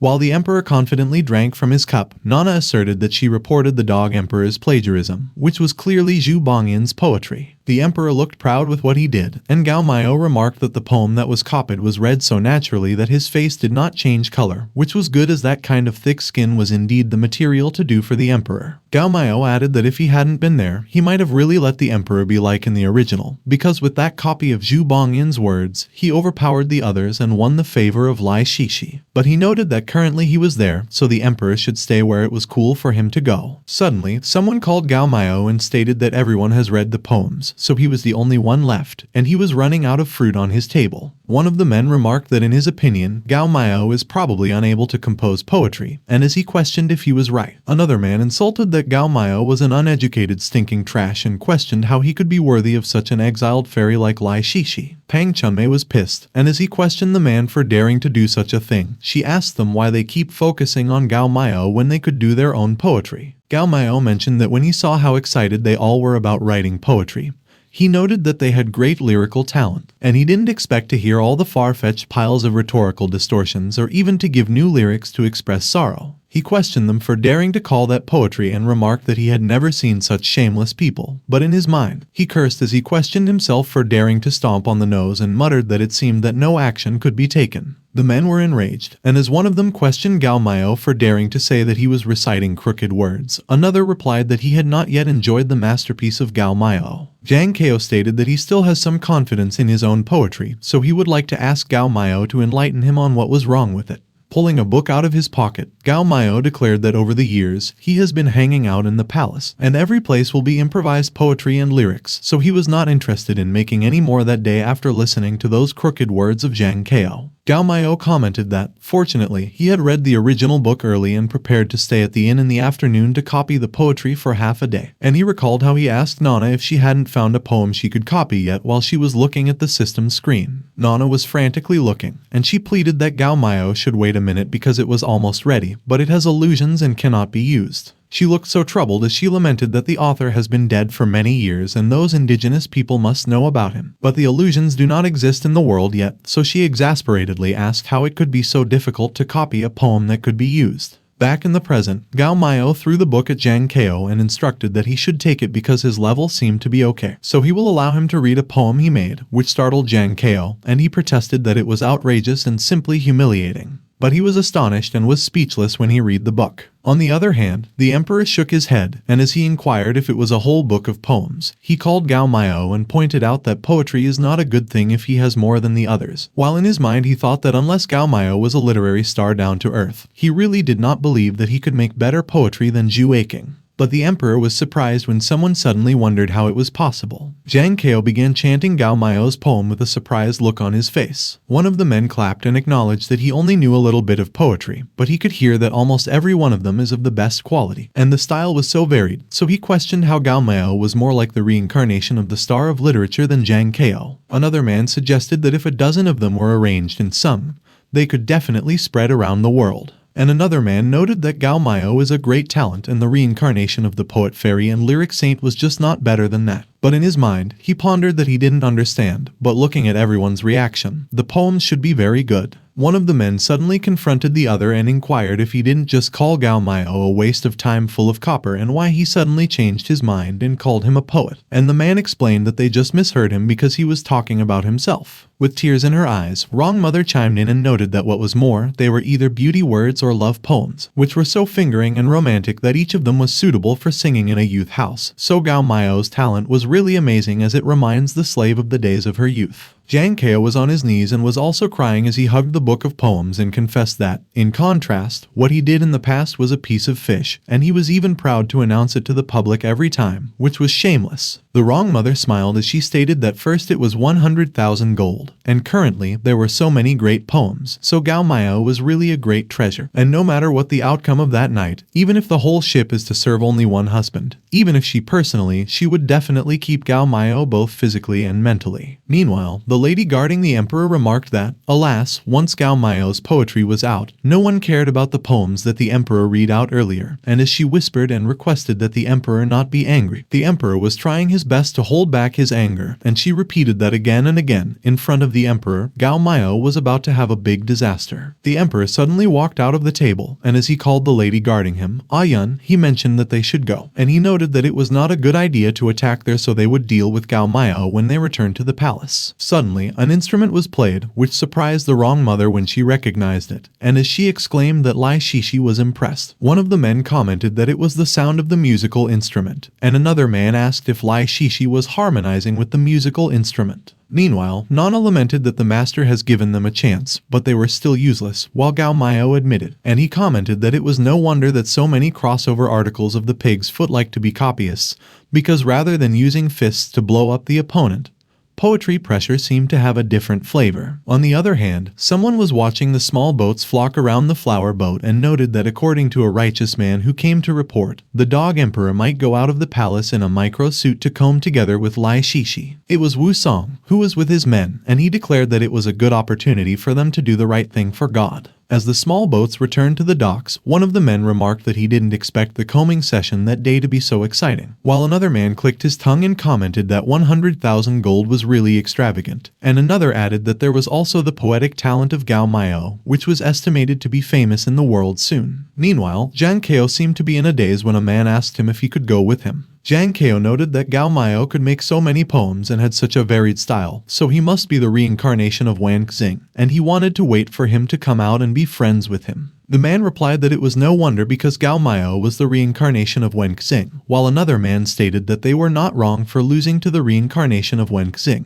On the other hand, the emperor scoffed and declared that it was the first time someone had snatched a woman from him and succeeded, and he lamented that unfortunately, he could not reveal his identity. The emperor mentioned that he was a man who cherishes talent and loves talent, so after Ayun escorted him back to the palace, they should invite Gao Miao into the palace to write for him. But of course, at the inner courtyard of the harem, men should not enter lightly, so she should remember to geld first before entering the palace, to which Ayun agreed. But suddenly Ayun was alarmed, and she called the emperor. She saw that Wu Song and his men were attacking and warned that the emperor should watch out. While attacking, Wu Song yelled and shouted that it would be death to the dog emperor. Meanwhile, Wrong Mother was ushering Pang Chunmei and Lai Pinger, and as Pang Chunmei exclaimed that she didn't expect Gao Miao to be able to compose poetry and, moreover, to be so good at it, Wrong Mother informed them that Gao Miao is staying in Lai Shishi's room that night, so she requested that they come with her and she will arrange a place for them. Wrong Mother smiled and mentioned that she would also check the 100,000 gold and silver. On the other hand, another lady was ushering Gao Miao, and he whispered to Nana and explained that when he sees Lai Shishi, if there is no accident, the second half of the Peach Blossom Star Sutra would be in his hands, to which Nana agreed and acknowledged that it was half the job done. Gao Miao commented that it was time to consider how to practice the sutra to the highest level. He noted that the naturally greedy wolf star power in his body is so deficient that since the Peach Blossom Star Sutra broke into the first level, the cultivation progress was ridiculously slow. And he remembered that the original mentioned that the 108 good men of Mount Tiang are the 108 stars in the sky down to the mortal world, fighting for luck. Gao Miao mentioned that as long as he could join Mount Tiang and be listed in the Mount Tiang star record, he would be able to obtain the Kai blessing, and his star power would greatly increase even if he didn't cultivate it. But having other divine special cultivators, he could also get a corresponding boost. Nana asked Gao Miao if he wanted to join Mount Tiang and remarked that it was not easy to enter Mount Tiang because of the need for a highly respected Mount Tiang good man as a guarantee recommendation.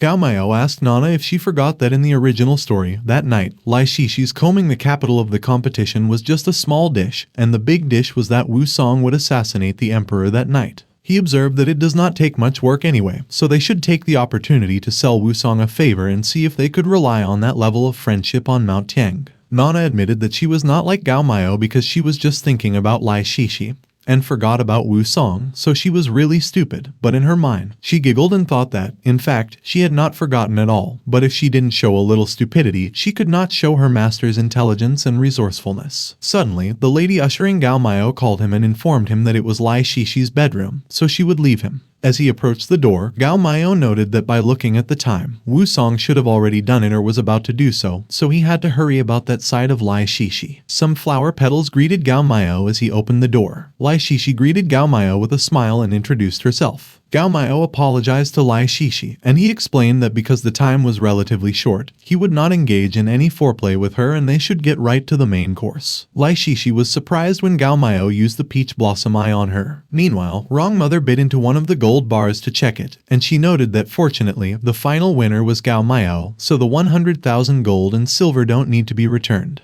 Multiple boxes of gold were stacked in the room filled with treasures, and Wrong Mother remarked that it was real gold. Grabbing a crystal on the shelf, Wrong Mother commented that it was too dangerous to leave them in the room, so she had to hide them in the secret room quickly. She twisted the crystal that she grabbed. The door to the secret room immediately opened, and Wrong Mother stood by the door. But Wrong Mother was horrified by what she saw. She saw that the boxes inside the room were empty. Wrong Mother was troubled, and she asked where her money was. On the other hand, Gao Miao was staring at Lai Shishi. Lai Shishi felt uncomfortable and was confused, so she called Gao Miao's name with a questioning tone. Nana and Gao Miao were taken aback, and Nana couldn't help but ask if the Peach Blossom Confusion Heart was actually useless to Lai Shishi. Gao Miao remarked that it was impossible because it was not like Lai Shishi was a cultivator above the earthbending realm. But he wondered if it was because she was the reincarnation of the Red Tuan Star. So he clicked his tongue on his mind and muttered that it was trouble because in the original, the second half of the Peach Blossom Star Sutra was written on Lai Shishi's back with a special potion that required special circumstances to be revealed.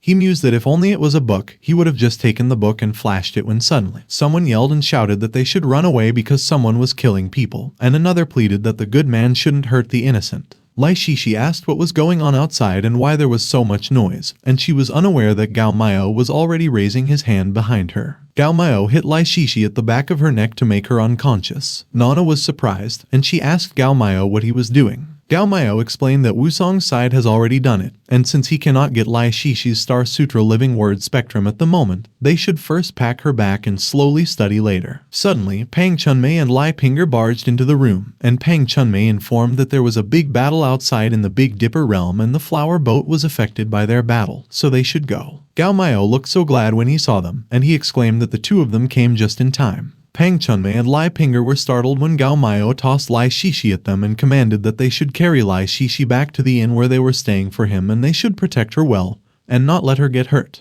But Gao Miao changed his mind, and he added that it was so chaotic there while his body does not have half the power, and he just recently pulled so much hate. So in case he was targeted by any unopposed man, he would be in trouble, and he couldn't change into Owen to solve a mongrel. He instructed that Lai Pinger should follow him while Pang Chunmei took Lai Shishi back first, and they separated ways. Gao Miao was running in the direction the people were running away from, and he pondered that taking away Lai Shishi was not all about Peach Blossom Star Sutra. He recalled that Wusong chased the fleeing emperor, but before leaving, he explained that the people left behind were to protect Lai Shishi, otherwise, Lai Shishi's appearance must have been spoiled by people taking advantage of the chaos. Gao Miao murmured that he let Pang Chunmei protect Lai Shishi because it was safer than her running around by herself. Watching the boats get destroyed in front of them, Nana urged that Gao Miao should hurry up because Wusong and Yun were more and more far away from the fight. Lai Pinger was surprised when someone suddenly grabbed her waist from behind. She was flustered when she saw that it was Gao Miao, and he told her that she should lead him to catch up.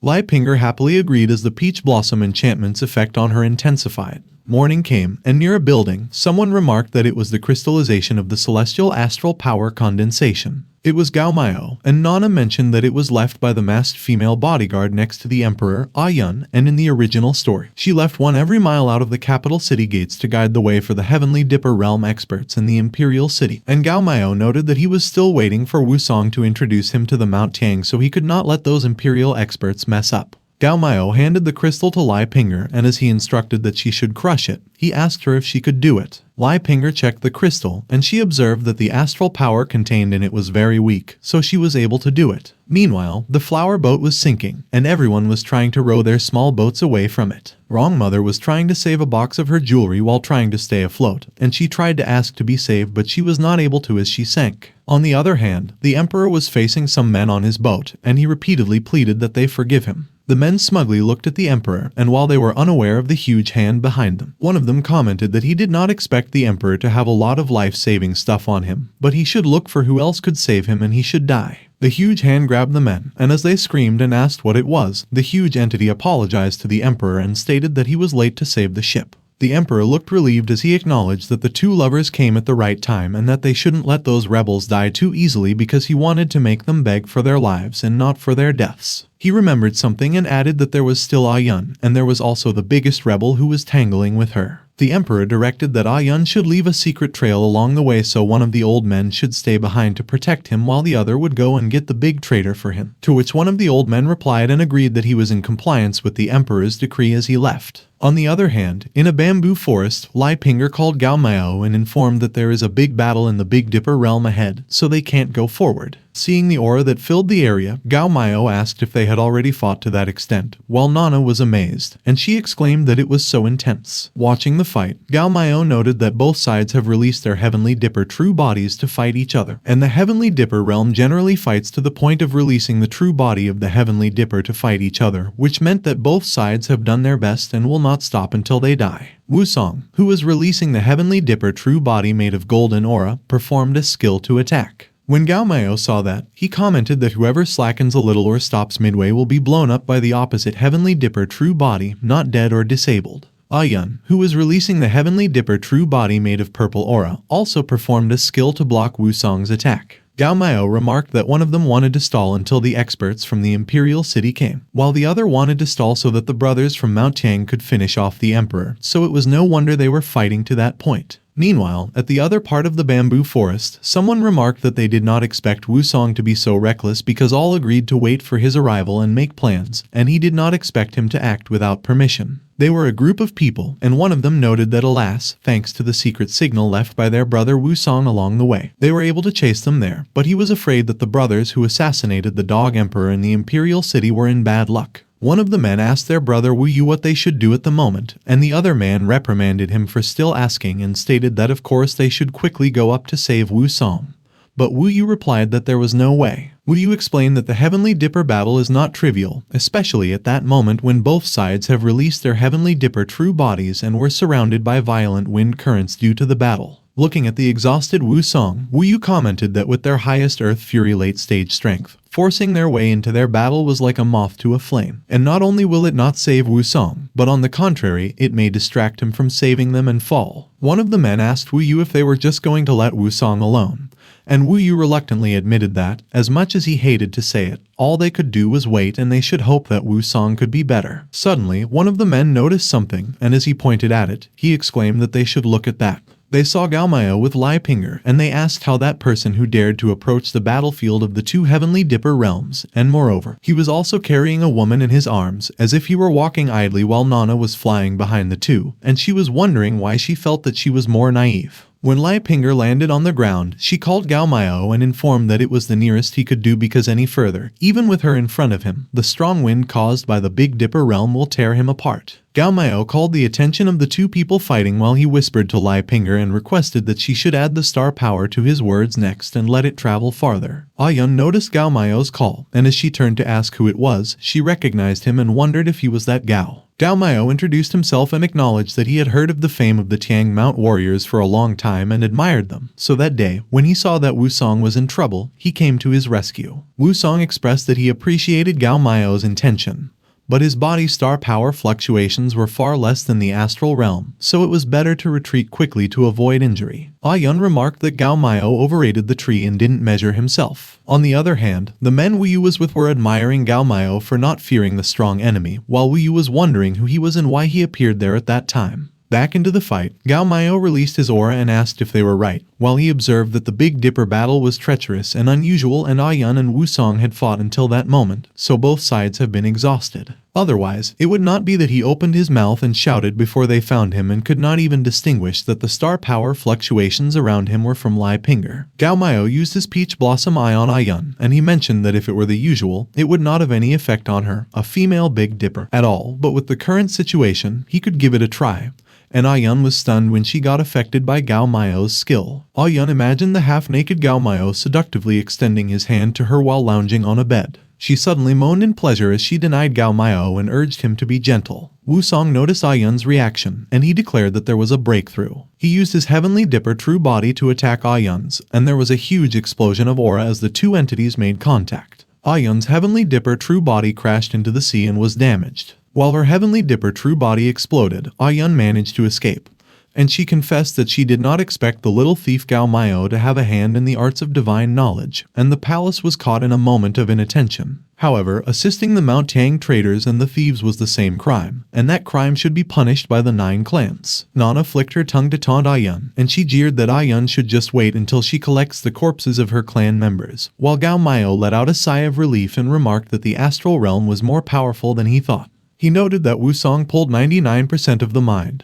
but his peach blossom enchantment was only a momentary trance, and Nana mentioned that he was currently in the body of Ximon King, and Ximon King's family has done a lot of evil. Suddenly, someone thanked Gao Miao for his help and acknowledged that otherwise, Wusong and the demon girl's victory was not yet known. It was Wusong, and he lamented that it was a pity that Yun got away in the end and that a strong person of the Big Dipper realm was not as easy to kill as a big bug. However, she was greatly injured that time, and even with the palace's natural treasures to recuperate, there was no way to recover in a year and a half. Someone suddenly called Wusong, and when he turned to the direction where the voice was coming from, he was surprised and exclaimed that it was the warlord. The other men flocked around Gao Miao. One of them thanked Gao Miao for saving Wusong, while another noted that Gao Miao faced the two big dippers with no fear while his legs were frozen in fear. And as Wusong asked Wu Yu when he came and admitted that he was so preoccupied with Ayun that he didn't even notice him, Wu Yu responded that he would catch up with him later. Wu Yu looked towards Gao Miao while one of their men commented that he didn't expect that Gao Miao could make Ayun reveal her weakness, which was so awesome. And another man observed that although Gao Miao looked like a little white boy, he admitted that he was a good man. Wu Yu thanked Gao Miao for saving Wusong. However, he questioned him who he was and why he happened to appear there at that point in time to give a helping hand to Wusong. Wu Yu stated that they were able to get there because of the secret code left by Wusong. But Gao Miao can't know the secret code of Mount Tiang. He inquired Gao Miao why he was there at that time, and Pang Chunmei chimed in, and as she mentioned that Gao Miao saved their people, she asked them if they wanted to return the favor that way. Gao Miao explained that in the original story, Wu Yu and those people met the emperor's people halfway and fought, but he destroyed Ayun's secret code, resulting in them arriving early, so he was careless. He questioned Nana through telepathy if she hadn't made it up yet, and she responded that he shouldn't worry because she was trying to figure out how to make it up. Nana advised that Gao Miao should follow what she says. Gao Miao mentioned that it was what his master told him. Gao Miao revealed that his master's name is Shi and he has the ability to calculate. So he knew 500 years ago and 500 years later and calculated that they would have that calamity that day. So he ordered him to come to the rescue, but Wu Yu claimed that Gao Miao has a big mouth and questioned how he didn't know that there was such a strange person in the world. Gong Wang asked how anyone in the world could foresee the future, and Zhu Yuan responded that it was not that they don't believe Gao Miao, but just that the matter was too unbelievable. Gao Miao stated that one of the men's names was Zhu Yuan, and Jianghu people called him out of the forest dragon as he was in the Dangyun mountain grass, and he was requested by Sun Xin to rescue Zai Zhen and Sai Bao, and later he entered Mount Tiang. He explained that the Jianghu people call Yongchun white flower snake, but others do not know that he is not afraid of tigers or bears but afraid of poisonous snakes, and that Gongwang was nicknamed flower item Jiger with 7 black moles on his back. Gao Miao added that his master also predicted that they would come to rescue Wusong, and in order to gain their trust, he informed him of their information. Gong Wang asserted that Gao Miao's master, Mr. Shi, was really a god, and he was convinced, and another man inquired Gao Miao if Mr. Shi told him when he could have a wife. As one of the men asked Gao Miao if he could calculate for him where his wife was at the moment, another man commented that Gao Miao must be very powerful as he was Mr. Shi's disciple, and Gao Miao replied that they shouldn't worry because his master said that he was too young and greedy, so he only taught him a secret technique of the divine soul. Gao Miao stated that his master also mentioned that Mount Tiang good men are the stars of heaven to come down to earth to experience the calamity. The fate of heaven will overthrow the corrupt dynasty for the people to establish a new order. He explained that he was ordered to come there to rescue Wusong and to go up the mountain to help Mount Tiang, and only after the success will his master teach him all the skills. Nana chuckled discreetly and said that with the database of the Void Heaven Temple in place, she even knows exactly their height and weight, and currently she has told them all their biographies, so it was up to them silly big guys not to believe, and Wu Yu mentioned that they were wondering where Mr. Shi is at the moment. Wu Yu stated that if there was really such a strange person in the world, he would like to make friends. Nana observed that the native Wu Yu seemed to be very shrewd, unlike the other big fools who were easy to fool, and Gao Miao explained that his master said that he could bless him for a while, and could not bless him for a lifetime, so he pointed him to join Mount Tiang and drifted away. Gao Miao added that his master did not leave any clues to stop him from looking for his thoughts, so he does not know where his whereabouts were. Wu Yu was surprised when Gao Miao continued. Gao Miao recounted that before his master left, he told him that there was a rebellious party in Mount Tiang and he wanted to accept the emperor's invitation. So he was told to be more careful, and in his mind, he thought that Wu Yu was nicknamed the Wise Man, and he could not be easily fooled, so he could no longer let him pursue the question. He explained that in the original, Mount Tiang was divided into 2 factions. One was the rebel faction led by Wusong, who had a deep blood feud with the imperial court, and was bent on overthrowing it. And the second was the recruiting faction led by Wu Yu, and he was thinking of being big after accepting the imperial court's recruitment, sealing the title of Shade. Gao Miao stated that the current time node of the Mount Tiang recruiting faction was weak. Therefore, they do not dare to easily show their heads, so Mount Tiang does not know who the recruiting faction was. And as one of the men asked if there were people who wanted to be recruited in Mount Tiang, another mentioned that they shouldn't let him catch them or he will have to cut their heads off to make a urinal. Gao Miao explained that unfortunately, his master did not indicate for him which people are recruiters, and he said that although he knew that Wu Yu is a recruiting faction, he cannot get the evidence, so even if he pointed it out, others were expected to believe Wu Yu more, but he disclosed that news so to distract Wu Yu as there was no way to pursue that enough. On the other hand, Wu Yu asserted that there was no way anyone in the world could foretell the past and figure, but Gao Miao really has a good understanding of many situations in Mount Tiang, so he was wondering how much Gao Miao really knows about the recruiting faction. Gao Miao assured that they shouldn't worry because although his master did not teach him the way of foretelling, he has learned some of his own way of foretelling, so he will definitely uncover those traitors of the recruiting faction one by one.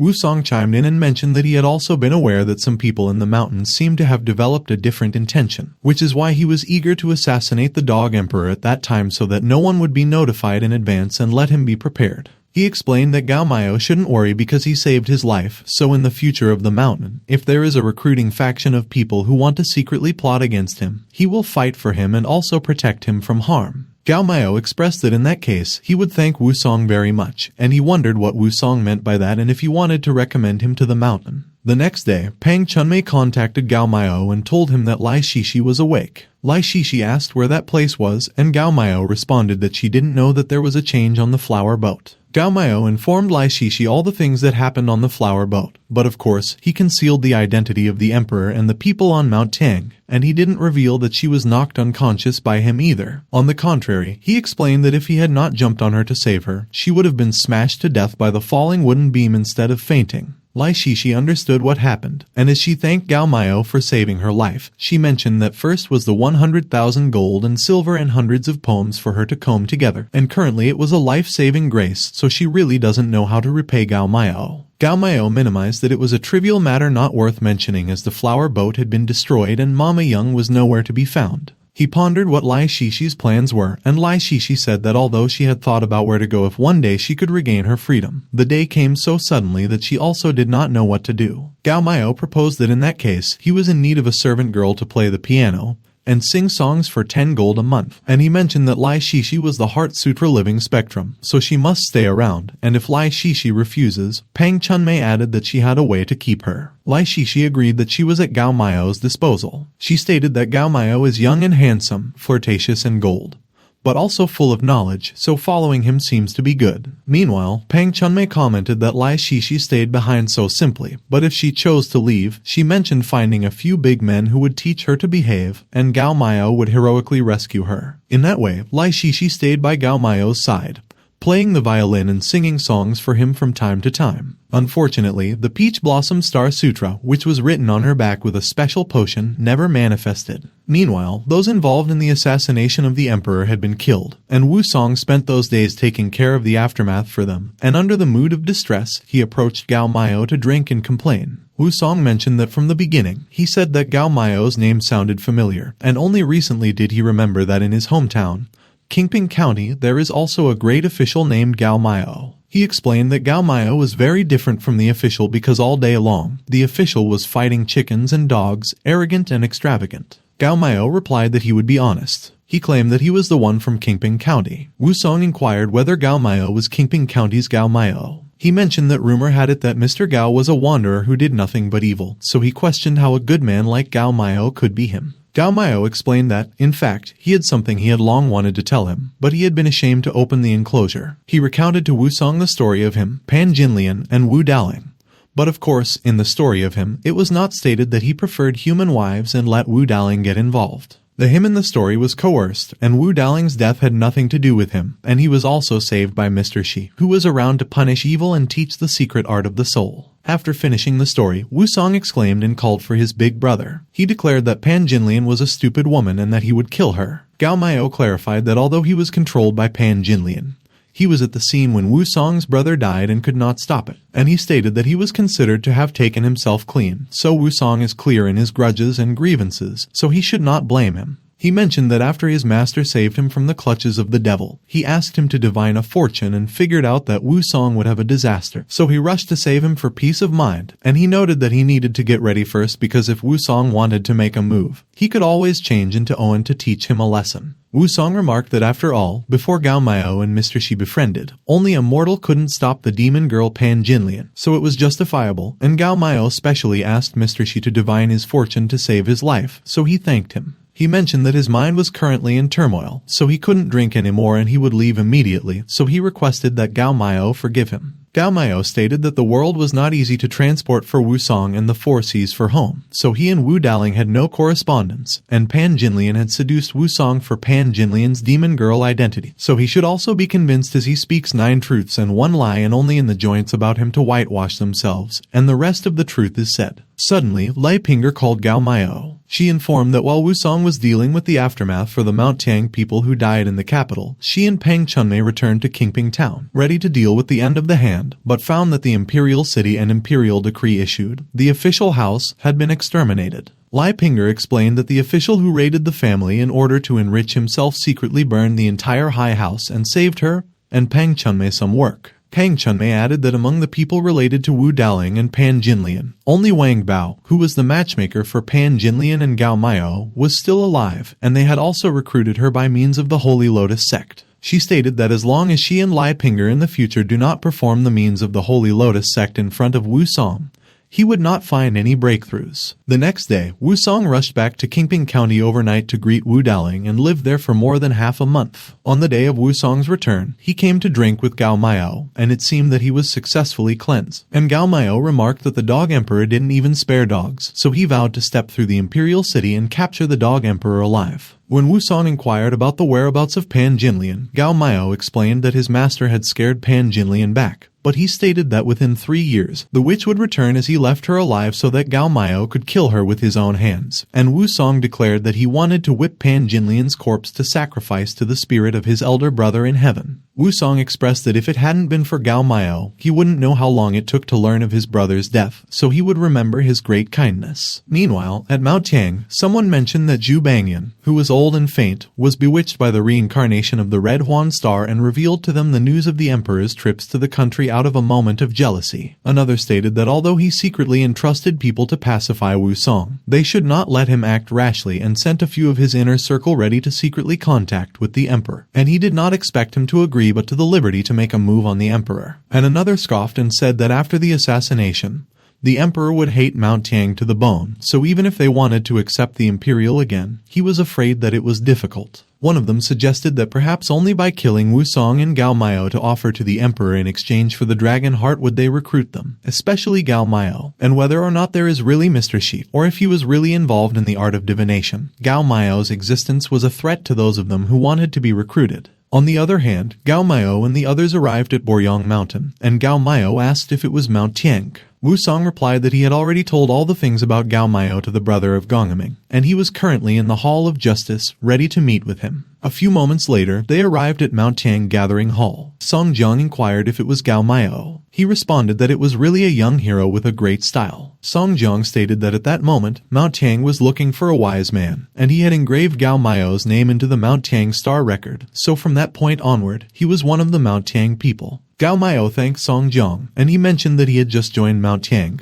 and Song Jiang called him a righteous man to a virtuous brother. Suddenly, Gao Miao was surprised when his palm suddenly lit up. He explained that he had been stuck at the top of the first level for a long time, and the Peach Blossom Star Sutra had suddenly broken through. Sun Erning and Jiang Qing, who were outside the gathering hall, were surprised when they saw Gao Miao's aura leak out. Gao Miao quickly moderated his aura. One of the ladies inside the gathering hall remarked that earlier she had said that Gao Miao was handsome, but he seemed even more handsome at the moment. Song Jiang commented that Gao Miao's cultivation had become more refined and congratulated him. Gao Miao stated that once he entered the Mount Tiang star record, He could share the Kai of Mount Tiang, and although he did not immediately increase strength, the performance of stronger comprehension increased greatly. He mentioned that he had been stuck at the top of the first level of the Peach Blossom Star Sutra for too long, and earlier he had suddenly felt a clear mind and instantly figured out a certain joint, so he was able to break through immediately. Gao Miao explained that one change brought by sharing the Kai of Mount Tiang was subtle, so Mount Tiang's own people didn't know that there were such benefits to the name written on the Mount Tiang star record. Suddenly, Sun Ernying asked if he was the legendary Gao Miao who defeated the Big Dipper with a single glance. She stated that with that kind of appearance and grace, it was no wonder that Yun's Big Dipper's heart was shaking and tugging, because if she were not already a woman, she would have wanted to knock Gao Miao out and carry him back to the camp.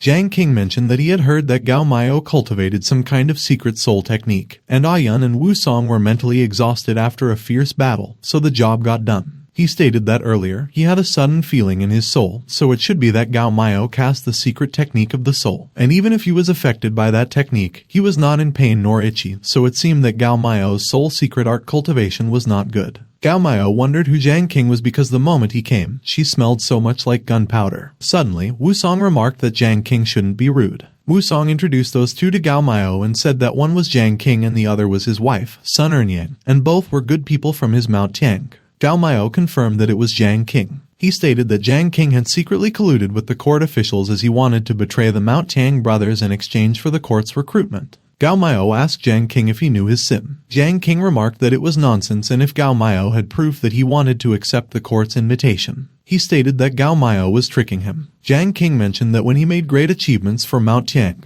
Gao Miao was still playing in the mud, and as he questioned him for daring to frame him there, he explained that if Gao Miao did not get the evidence in front of the hall, he had to walk with him to the stage of life and death. Wu Song inquired whether Gao Miao had proof. Gao Miao responded that if they were talking about physical evidence, he didn't have any, but his master stated that he did not go out of the cottage and know the world, so he did as his disciple. He explained that the security faction was weak, so he wanted to get rid of him quickly, and when he first arrived at Mount Tiang, he and Jiang King had no hatred, but he gave bad words, making it difficult not to suspect because of the weakness of heart. Song Jiang commented that with Mr. Shi's deeds, he really admired him, and the military division reported to him a few days ago, and it was a pity that Mr. Shi was hard to find so he could not follow the 3 Gao Miao cottage move. He noted that Jiang King had heard what Gao Miao said, and he questioned why he behaved so badly when he first met with Gao Miao when he was not usually so insensitive. Jiang King was stunned when he heard Song Jiang's question. He explained that he saw Gao Miao was handsome, and Sun Ernying couldn't take her eyes off him when she saw his face, and that was why he was looking for Gao Miao's displeasure. Sun Ernying asked Jiang King if it was her fault in that case. Meanwhile, Gao Miao stated that the main task in the original was the feud between Wu Song and Pan Jinlian, and Mount Tang only had a few strokes. So aside from Wu Yu, he really did not know who the recruiting faction was. However, Jiang King just reacted wrong. Wu Song laughed and remarked that it was the case, as Gao Miao was indeed born with a mark, and women couldn't help but look at him a few more times. While Gao Miao wondered why he felt a little bit weak, Wu Song explained that just like how they usually wanted to say 2 words when they saw a beautiful woman, Sun Ernying was just joking around, so Jiang King should not take it to heart. Song Jiang observed that he could see it was just a misunderstanding, and he asked Gao Miao if he could accompany Jiang King to the banquet some other day to apologize to him with 2 glasses and said that the matter would be over. As Song Jiang asked how they could really fight to the death with their own brothers, Gao Miao responded that he had no problem with that. Jiang King agreed that he would listen to Gao Miao. A few moments later, Wu Song mentioned that Jiang King had a small temperament and Gao Miao had let him get greatly embarrassed once, so Jiang King must have resentment in his heart. Wu Song stated that, however, Jiang King's strength was not high. It was only the Earth-Death realm, and he was timid and mute. He noted that Yun, who confronted him previously, was exhausted, but she still could not be underestimated. But Gao Miao's soul secret art could work on her, so he must be something extraordinary and should not be afraid of her. However, Gao Miao claimed that it was just a fluke. Suddenly, a building caught Wu Song's attention. Wu Song identified it as the Hall of Merits and Demerits, where the merits and demerits of all the brothers were evaluated.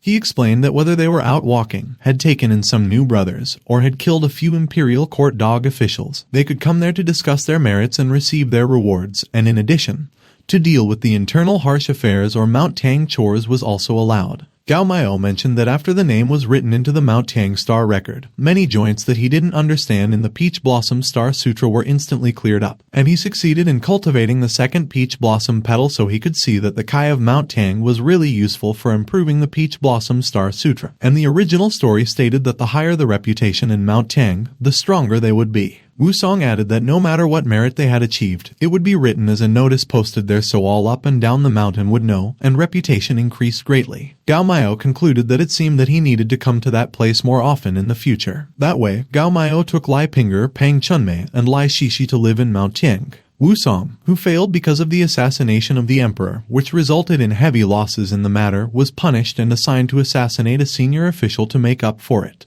At the beginning, there were many people in Mount Tiang who came door to door to make friends with Gao Miao because of Wusong's relationship with him. But when they heard that Gao Miao had no star power cultivation and saw that his Peach Blossom Confusion heart only worked on women after the sparring session, they politely said goodbye one by one and left. Although Gao Miao wanted to go down to do something big to enhance his reputation in Mount Tiang, there were only males, so after reaching the second weight of the Peach Blossom Confusion heart, he did not find a suitable target, and he stated that he really couldn't think of any suitable opportunity to make a big contribution at the moment as he couldn't spend the virtual source to transform into Owen every time. Meanwhile, because of her knowledge of books and manners, Lai Shishi was hired by the wives of Mount Tiang to teach their children. Because of the need to transport children, the ladies of Mount Tiang often ran to Gao Miao and would say a few words and even molesting comments, and inevitably, over time, with the jealousy of the men of Mount Tiang, they were at Gao Miao's door and they stated that they must teach him a lesson that day. But for some reason, Gao Miao became their teacher, and he explained that the way to treat their own wife was to be gentle and considerate. And as an example, when she was distraught, low IQ people would say, "Women are trouble," but high intelligence would reply, "Drink more hot water." Gao Miao mentioned that he also had some universal golden words for their reference, and he would reply at a later time. As he began reciting them, one of the men remarked that it was a strange sentence. Another stated that it was a statement he had never heard of before, and the other asked if Gao Miao could have so many beautiful women fall in love with him if that was not the case. On the other hand, Gao Miao inquired if Nana's love words really worked and why he felt weird, and Nana responded that he shouldn't worry because those quotes were found after she searched the database, where the other party was a flirtatious rich nobleman, and such people were very good at flirting with girls. Gao Miao concluded that he should forget it because no matter what, those people believed in him, and he stated that after that period of picking up girls' course, he was also considered to have made some reputation in Mount Tiang.